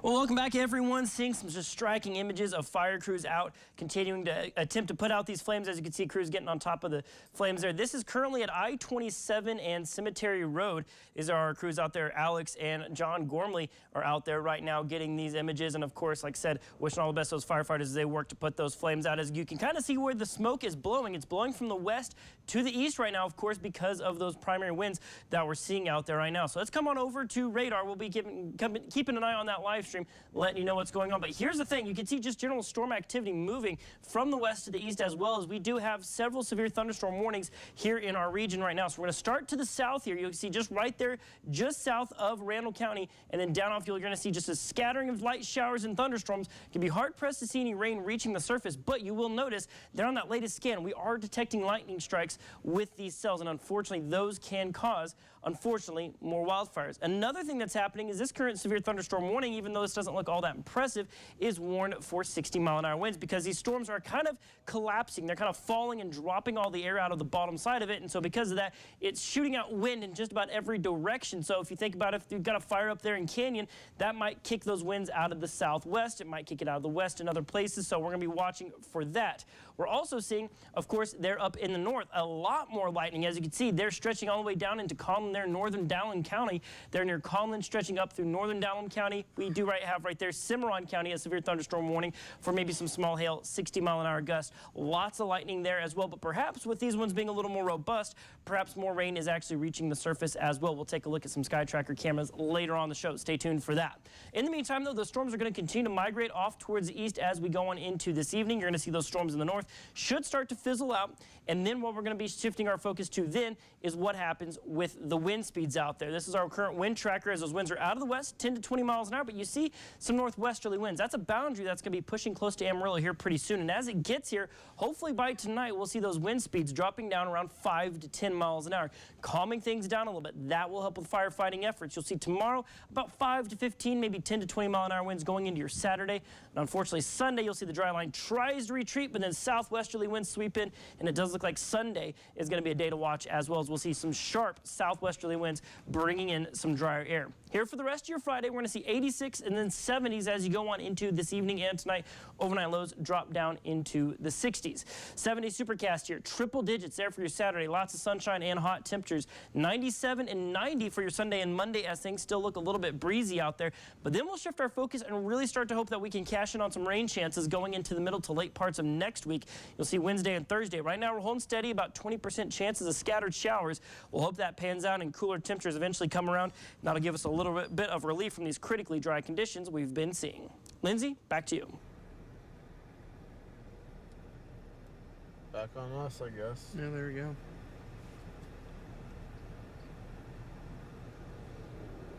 You don't see this every day. State trooper driving the wrong way. Into the fire. That's awful. We're not in the UK. Driving on the left side.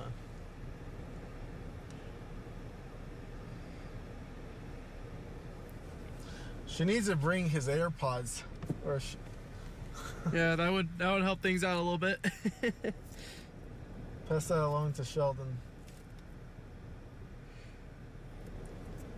Just calm real quick. Put on an earpiece.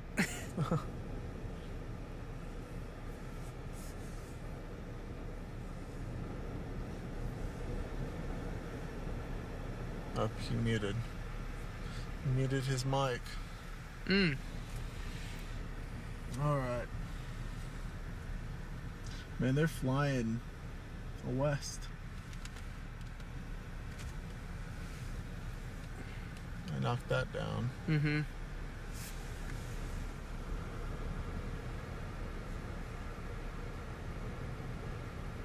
They're going down cemetery.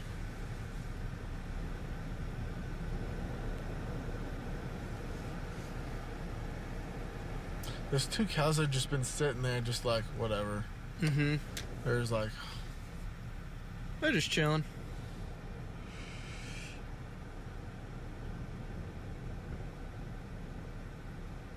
That is north, looking north on I-27 right now. Just give us a 360 view. It's looking east Cemetery Road. I-27 and the overpass. Yep.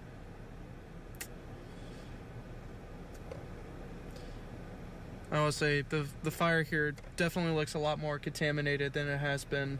Yeah. Especially in the beginning on the top of the hour, and even throughout the 5 o'clock newscast, this was really bad. So this is good to see. There's still a little bit of fire, but of course we're seeing some improving trends here.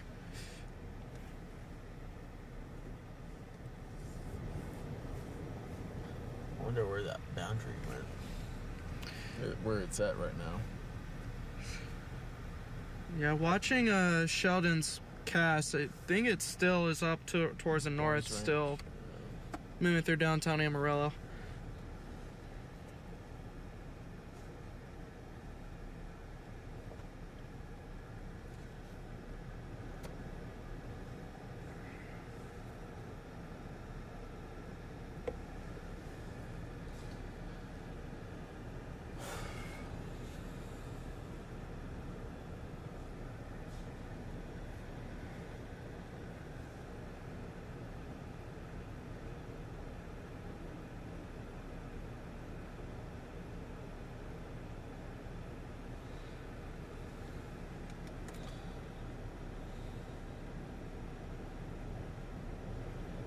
By the way, the fire is contained, not contaminated. Oh, did I say that? That's something I would do or say. My bad. My No, bad. you're good. Yeah. Live and learn. That's something I would Yeah. say.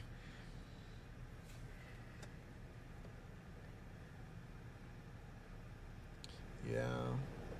Don't worry. It won't be the first time. Yeah, just Or a not rookie the last mistake. time. My bad.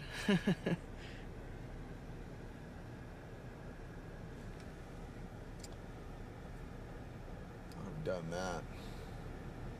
We all have. Yeah. Live and learn. Just like, you know.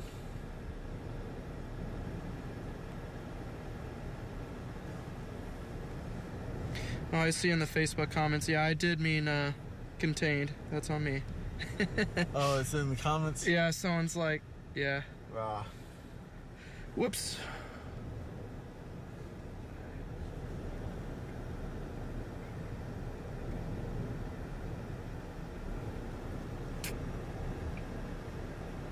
This might be the wind shift.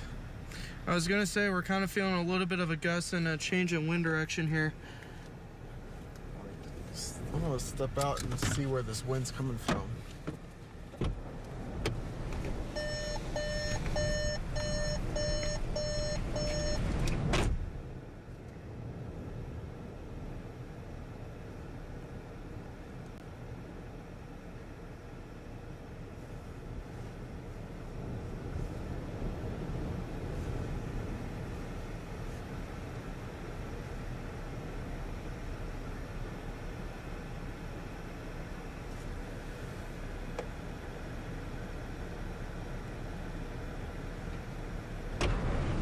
Still definitely southwesterlies. Okay. Boy. But it's definitely picking up.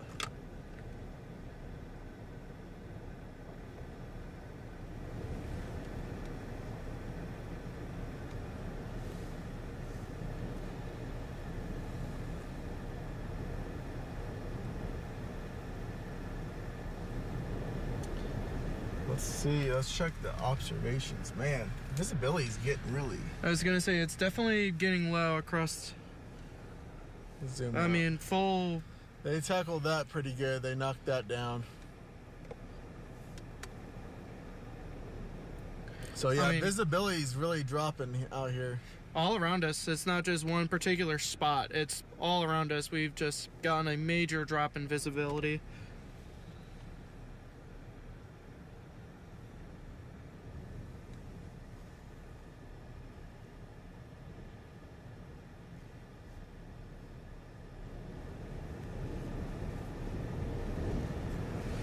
Boy.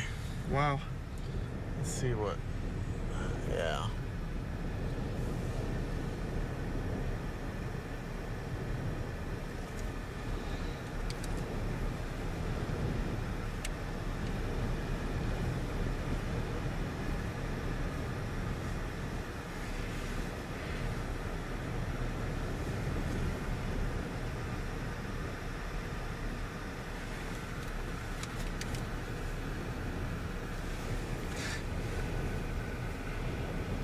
See, the cameras, they tend to block out, like, you know, cut out the glare and the, I guess, what do you call it?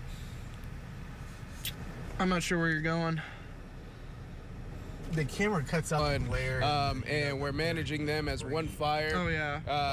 It has jumped I-27. We have put in evacuations for Palo Duro Canyon State Park and Cedar Canyon Youth Camp area anymore. We've had a lot of firefighters from all over the area come over here to help.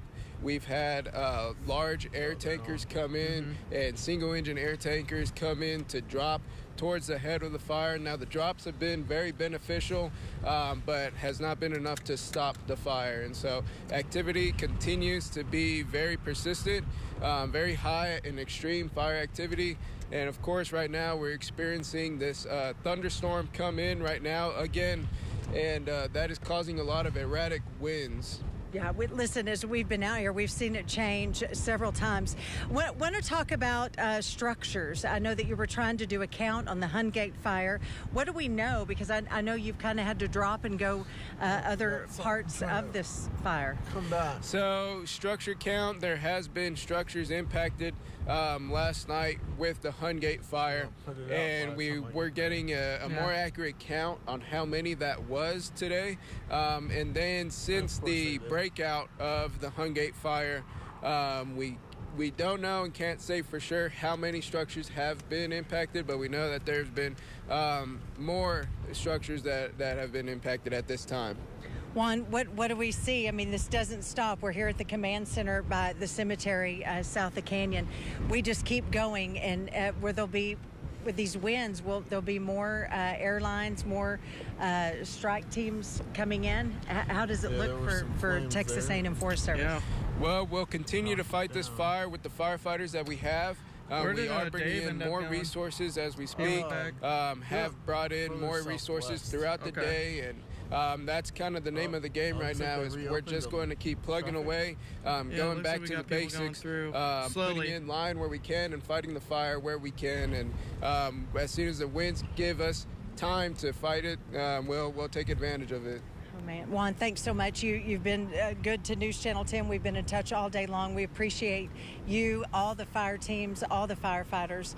And again, as you and I were here talking, a huge red, white, and blue airliner going back to Alamogordo, or New Mexico, rather, as it came in earlier. So thank you for your time. Take it easy. We appreciate you. Yes, ma'am. Thank you all very much. All right. Again, we're going to be out here working more, getting more information, keeping you covered south of Canyon. For News Channel 10, Allie Allison.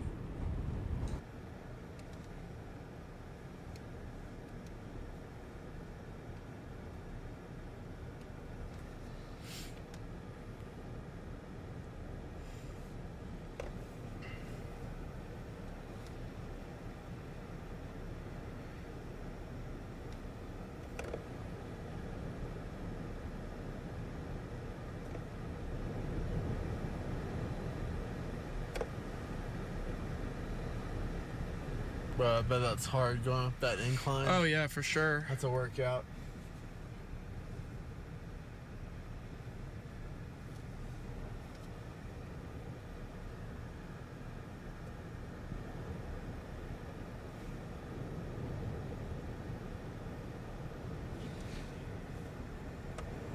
People are trying to figure out what's going on. Yeah, while Allie was talking, they did potentially reopen I-27. At least cars are coming through. I think they got in somehow. You think? Yeah, because I don't see any other traffic, so still a little. There's still. Looks like it looks like the cop is going right back to its spot. I hear a plane.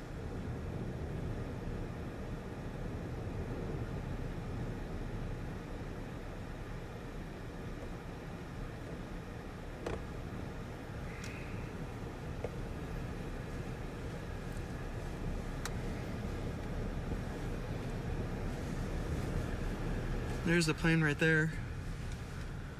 Oh, yeah. Towards the east of us here.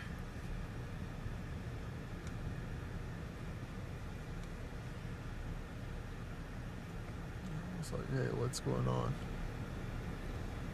That's something you'd see like in books and whatnot, you know? Like Yeah. Dust Bowl.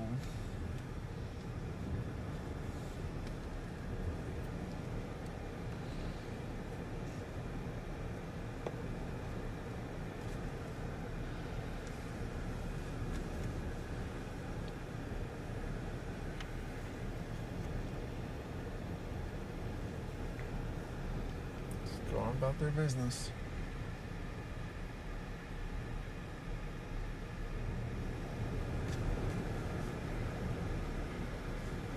Visibility improved some. It's still not great. Yeah. All around us, it's very, very dusty. We're still on I-27. You're looking northbound. 27 in the Cemetery Road, kind of the intersection. Oh, they're actually doing something now.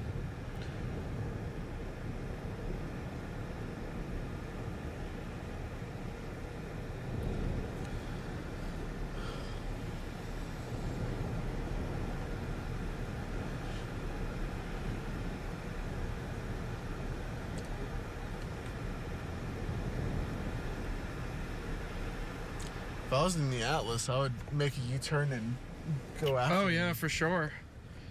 See where they're headed to. Wonder what that means.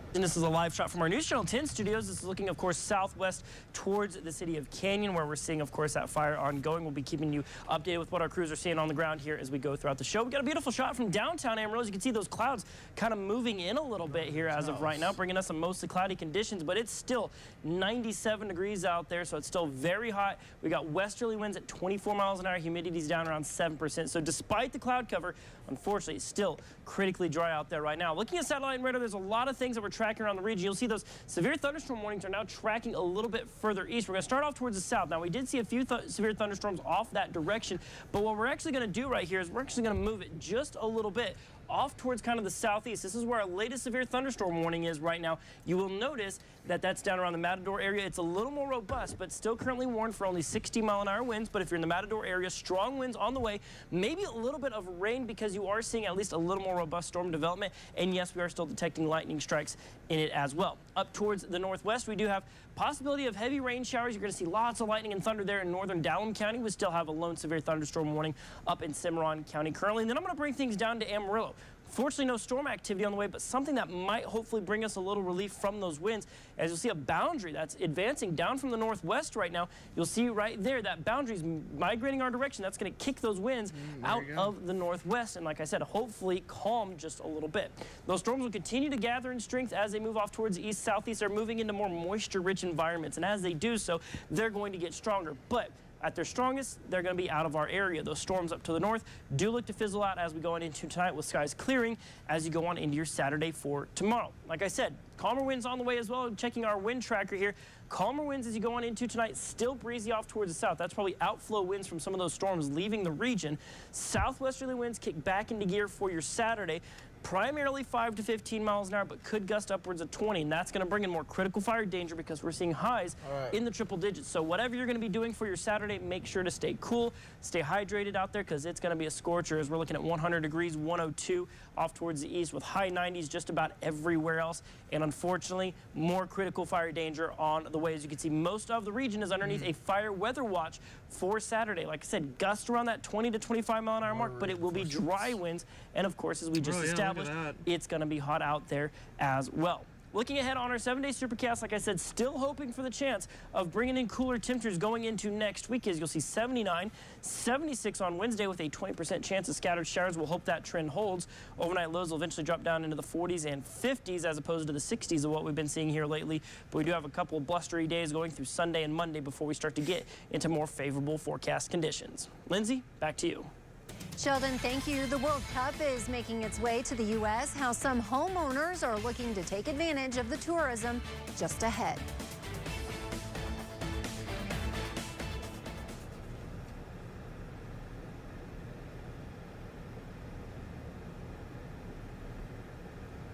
And then we're back on here. while Sheldon was doing his weather forecast, visibility across the board has improved a lot. Still a little bit dusty, but not as intense as it was about 10 minutes ago. And some other good news too, it looks like a lot of the fire that was going on along the overpass is contained. Right back.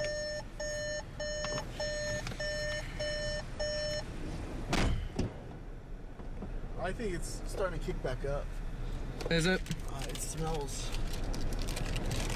I see a lot more smoke now.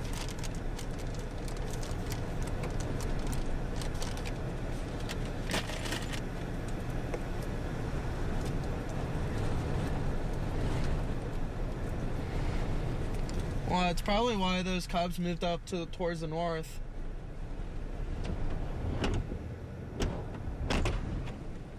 What do you think? What's up? It's probably why the cobs moved north. Yeah. Probably assisting with some of the other fires south of here. I'm gonna go back that way. Alrighty.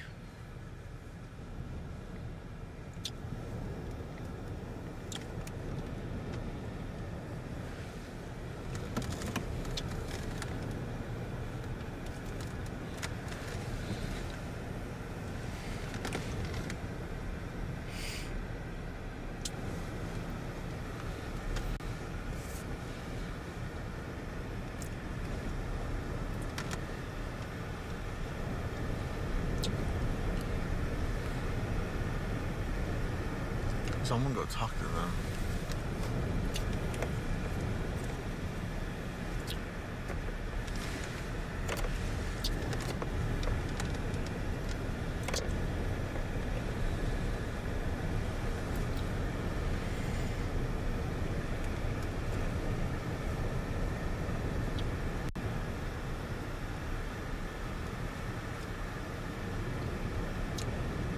See the car coming.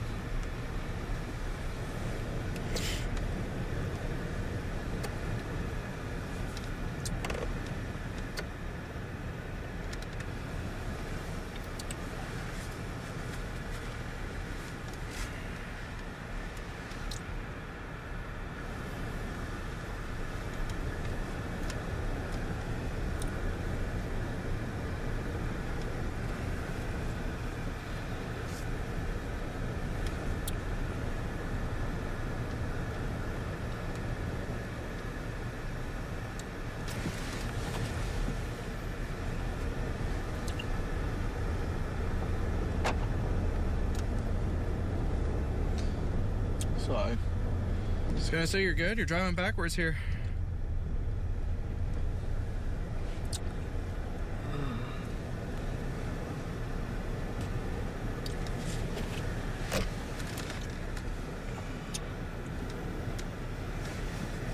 Alright, I gotta figure out what this guy's doing right here. Yeah, I'm not sure.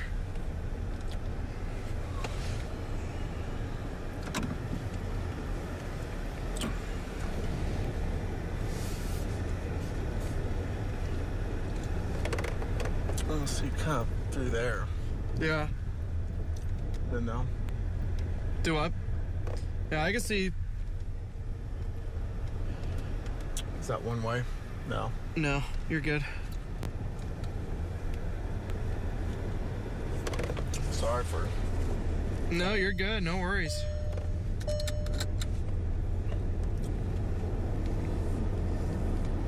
You can see the staging area right here.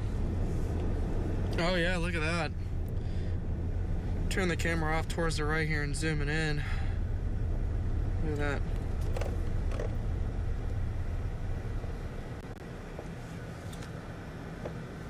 Yeah, let me see.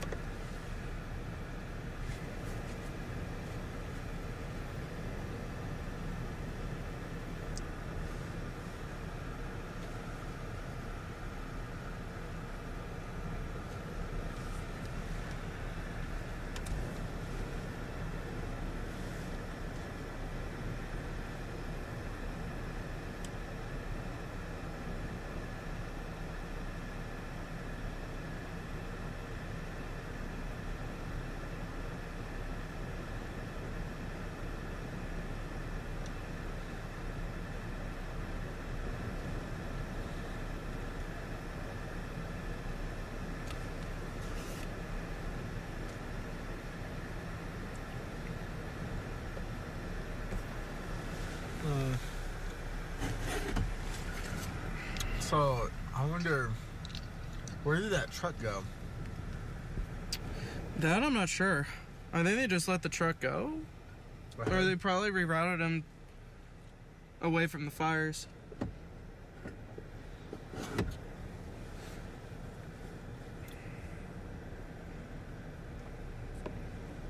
Look forward.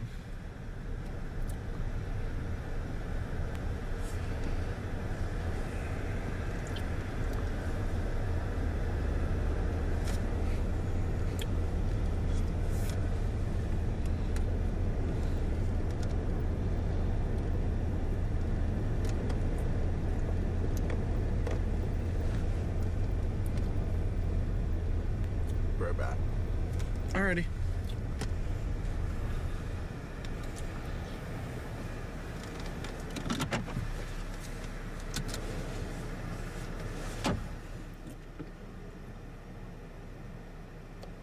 Oh, it's a fire truck.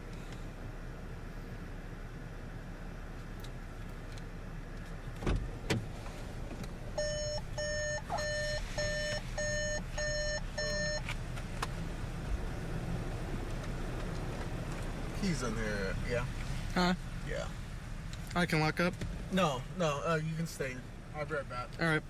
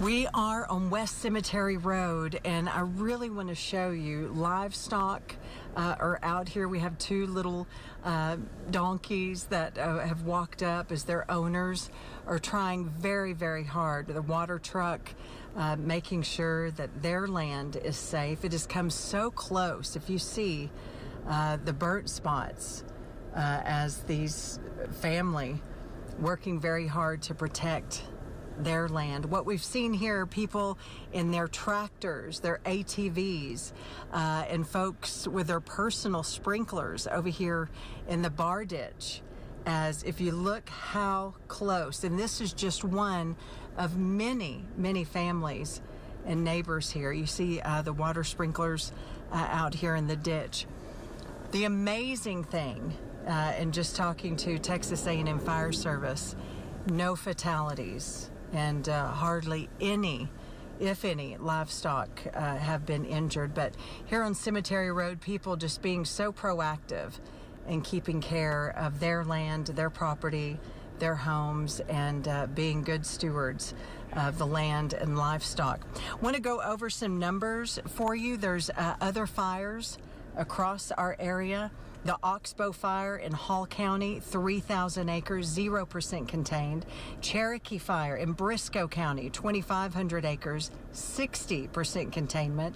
And the Cheney in Hall County, 600 acres, 40% contained. Now, Farm to Market 657 in Hall County is closed due to the fire. That is according to TxDOT. We're going to keep on this here in Randall County, keep you covered.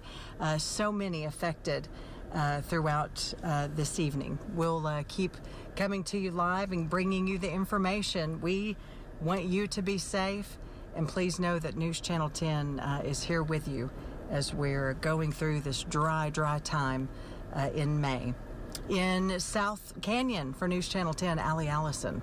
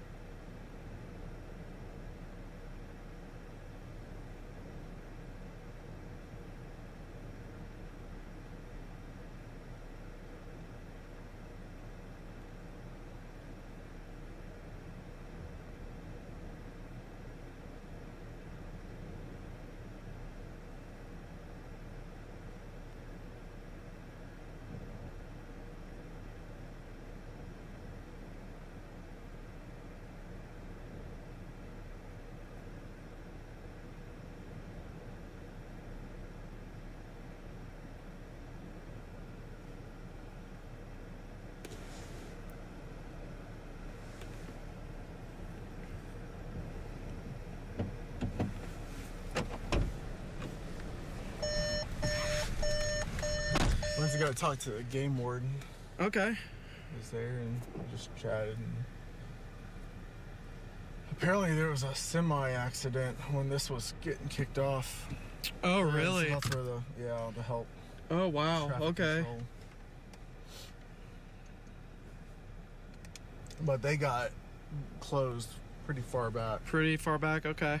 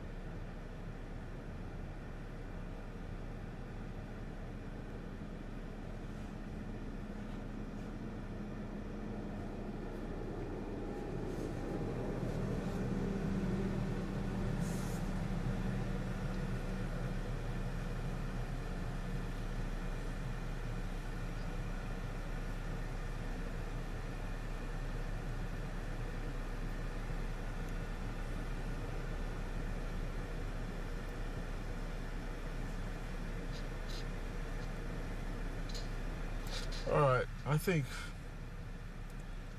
may head back. Okay. I don't know. Man, the mic, ouch. I know. Ouch. Please tell whoever, Sheldon, I guess that's the only person with a mic.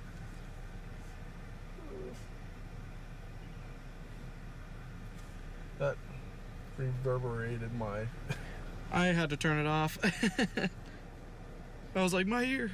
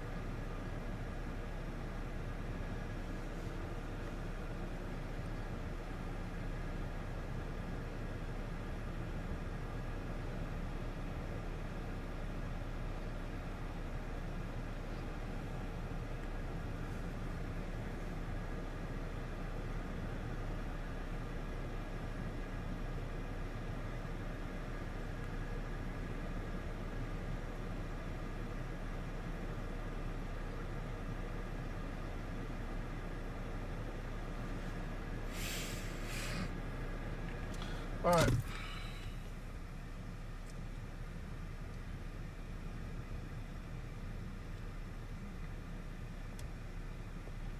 I've never really seen this before. Yeah, I know. Isn't that crazy? Talk over? Okay.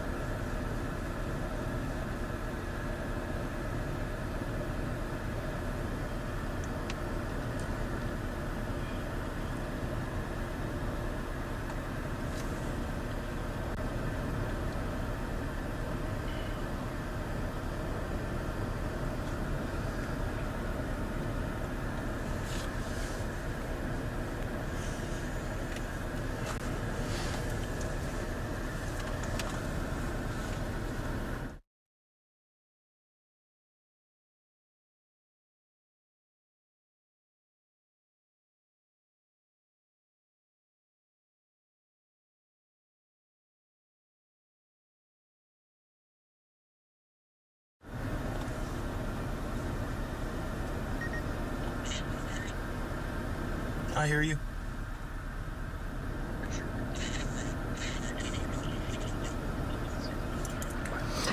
Hey everybody, Allie Allison with you. We are on West Cemetery Road, south of Canyon, and we're showing these are private landowners that are trying very hard to save their property as the fire has already come through this way.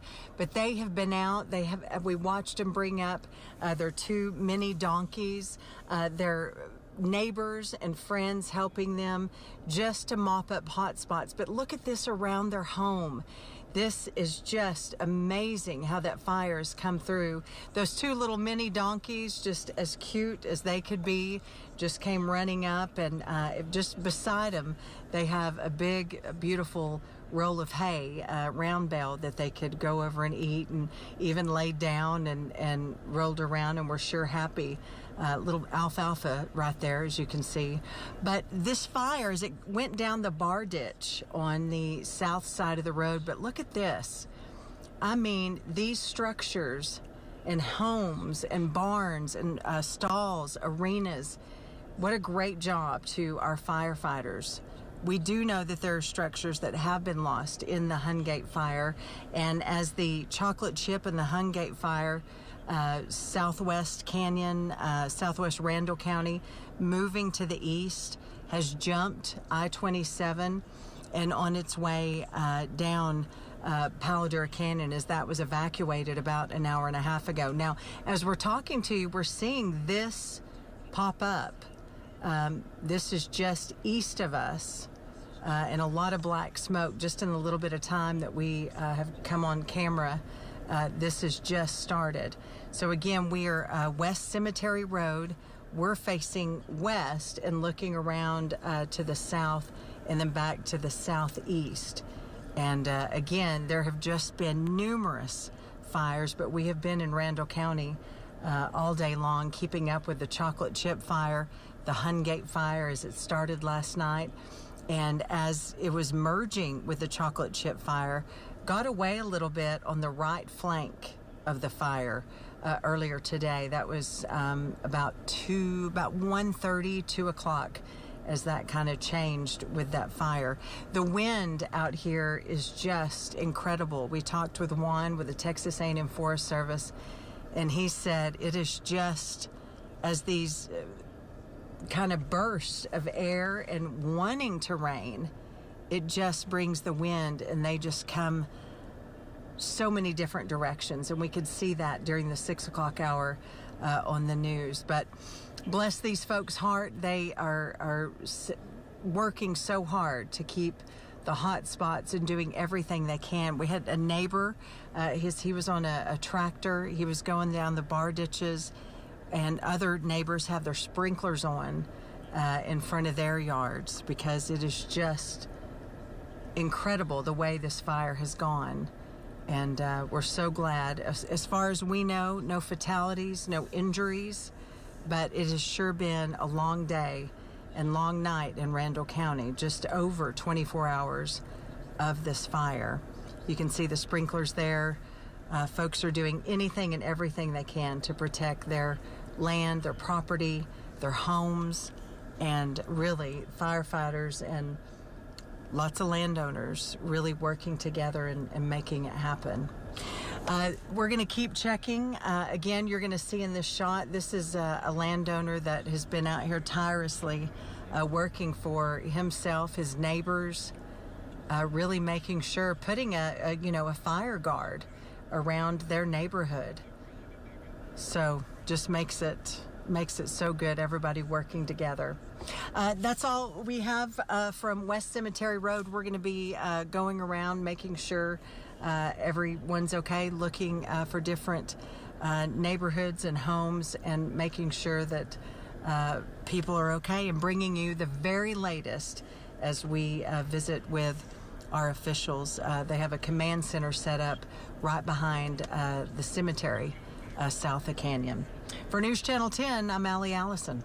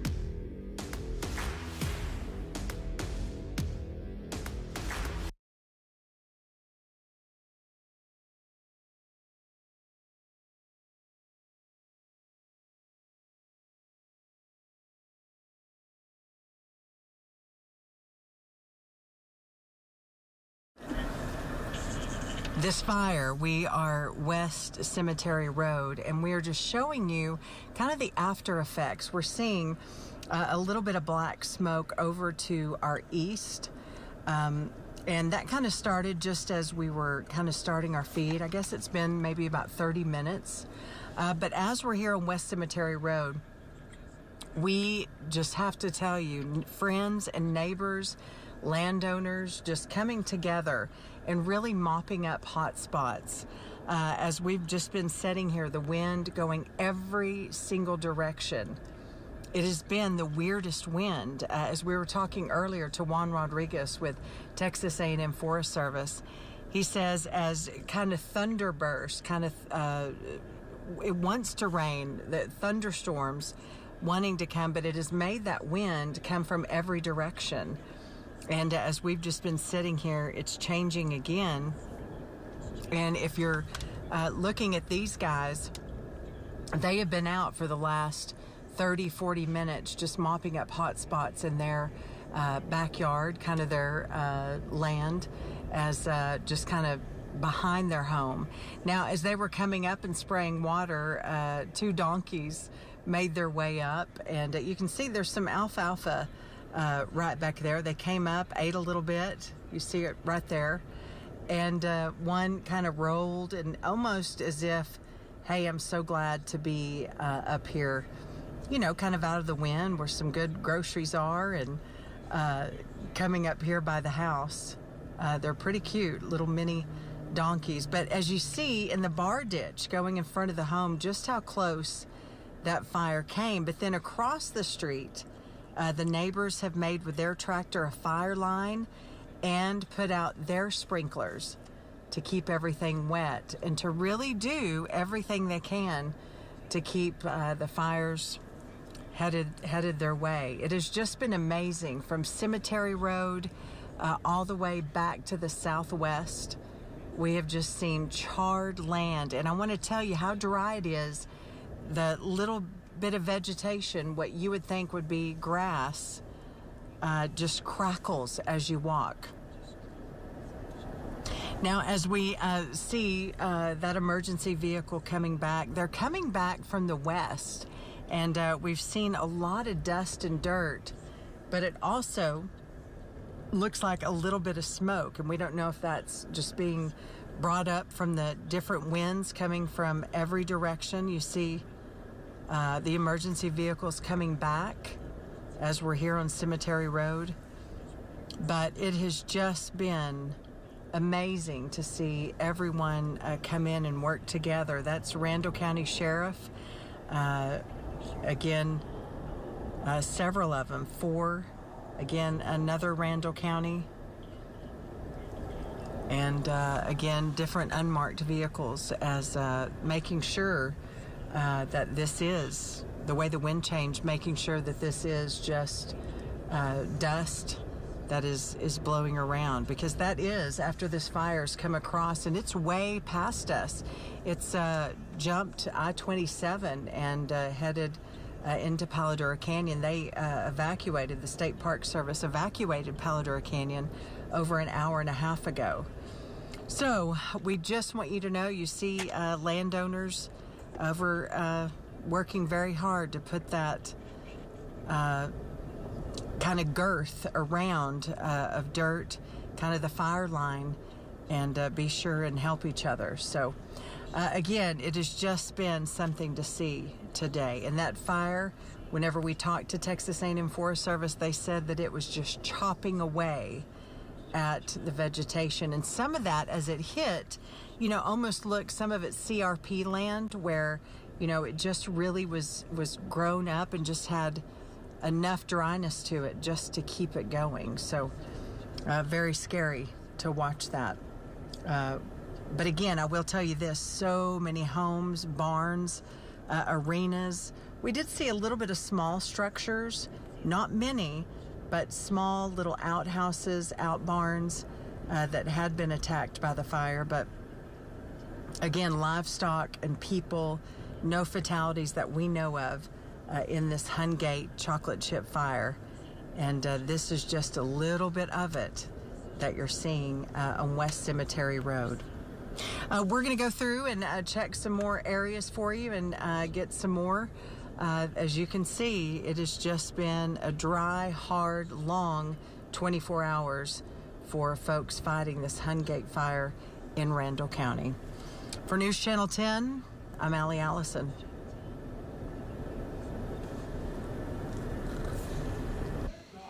All right, so there we go. You've been seeing our full team coverage on everything that's been going on here today. We're going to be kind of wrapping things up here, at least on our live stream, but do know our News Channel 10 crews, we're still staying on top of things. We're going to be giving you updates. So before we even jump into everything, I want to let y'all know, of course, newschannel10.com, our social media channel, is still going to be a great resource for information here as we go throughout this evening. But let's talk about those winds out there right now, because this is where things start to get a little bit of interesting for us, as we are still seeing technically southwesterly winds at about 26 miles an hour here in Amarillo. But you'll notice, look at Dumas and Borger, where you're seeing currently winds out of the northwest, only 8 and 9 miles an hour. Now, Delhart, those are outflow winds kicking upwards of 30 miles an hour. So here's what's happening on satellite and radar. As you can see, there's a string of severe thunderstorms off towards our southeast, and then you're seeing up in the northwest, we're seeing some storms up that way as well. Lots of lightning in this. We're going to be seeing gusts over 50 miles an hour, but you're going to notice generally trending downwards in activity. That bright red is starting to turn into yellows and oranges. Still lots of lightning, but the overall intensity is dying down there to our northwest.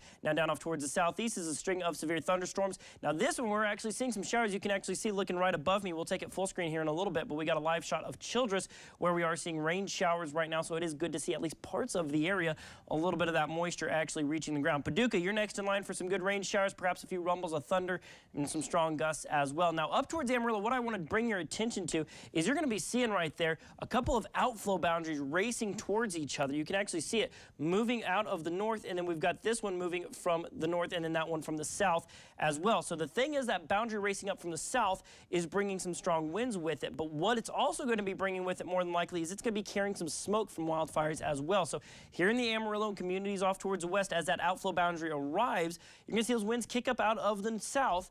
And it's also going to bring a little bit of smoke with it as well. So it might be a little alarming, but do know that's probably what's carrying it into our region. It's not necessarily a fire blowing into town, but you might smell some smoke. Of course, that will cause some air quality issues as well. Unfortunately, that southerly boundary seems to be a little bit stronger than that northerly boundary. Now, if we could get that northerly boundary to move in, that could start to bring hopefully some calmer winds with it. Here at our News Channel 10 studios, we're on the north side of Amarillo. Winds have actually calmed for us where we're at, so we're going to have to watch to see what those boundaries are going to do. Unfortunately, the south boundary probably a little bit stronger, but calmer winds are behind that northerly boundary. There is that live look at what we're seeing there. Childress, Texas, we're seeing some of those rain showers right now. Always love to see that. Looking at those winds, we are seeing model data does start to support, though, that winds will start to calm a little bit as we go into tonight. Outflow winds, they're down off in the southeastern parts of the region. That's going to be some of those storms blowing in from the southeast. That's going to be some storms dying off, pushing those winds out, but you'll see most of the area,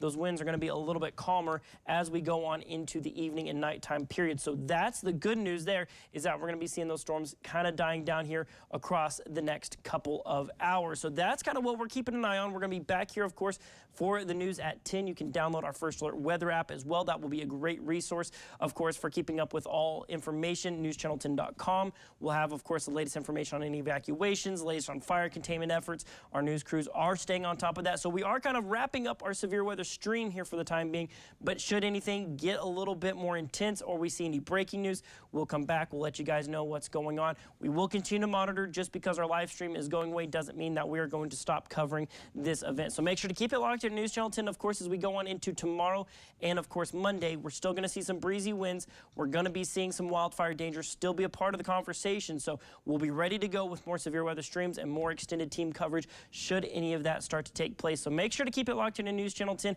We appreciate y'all tagging along with us here for the day today.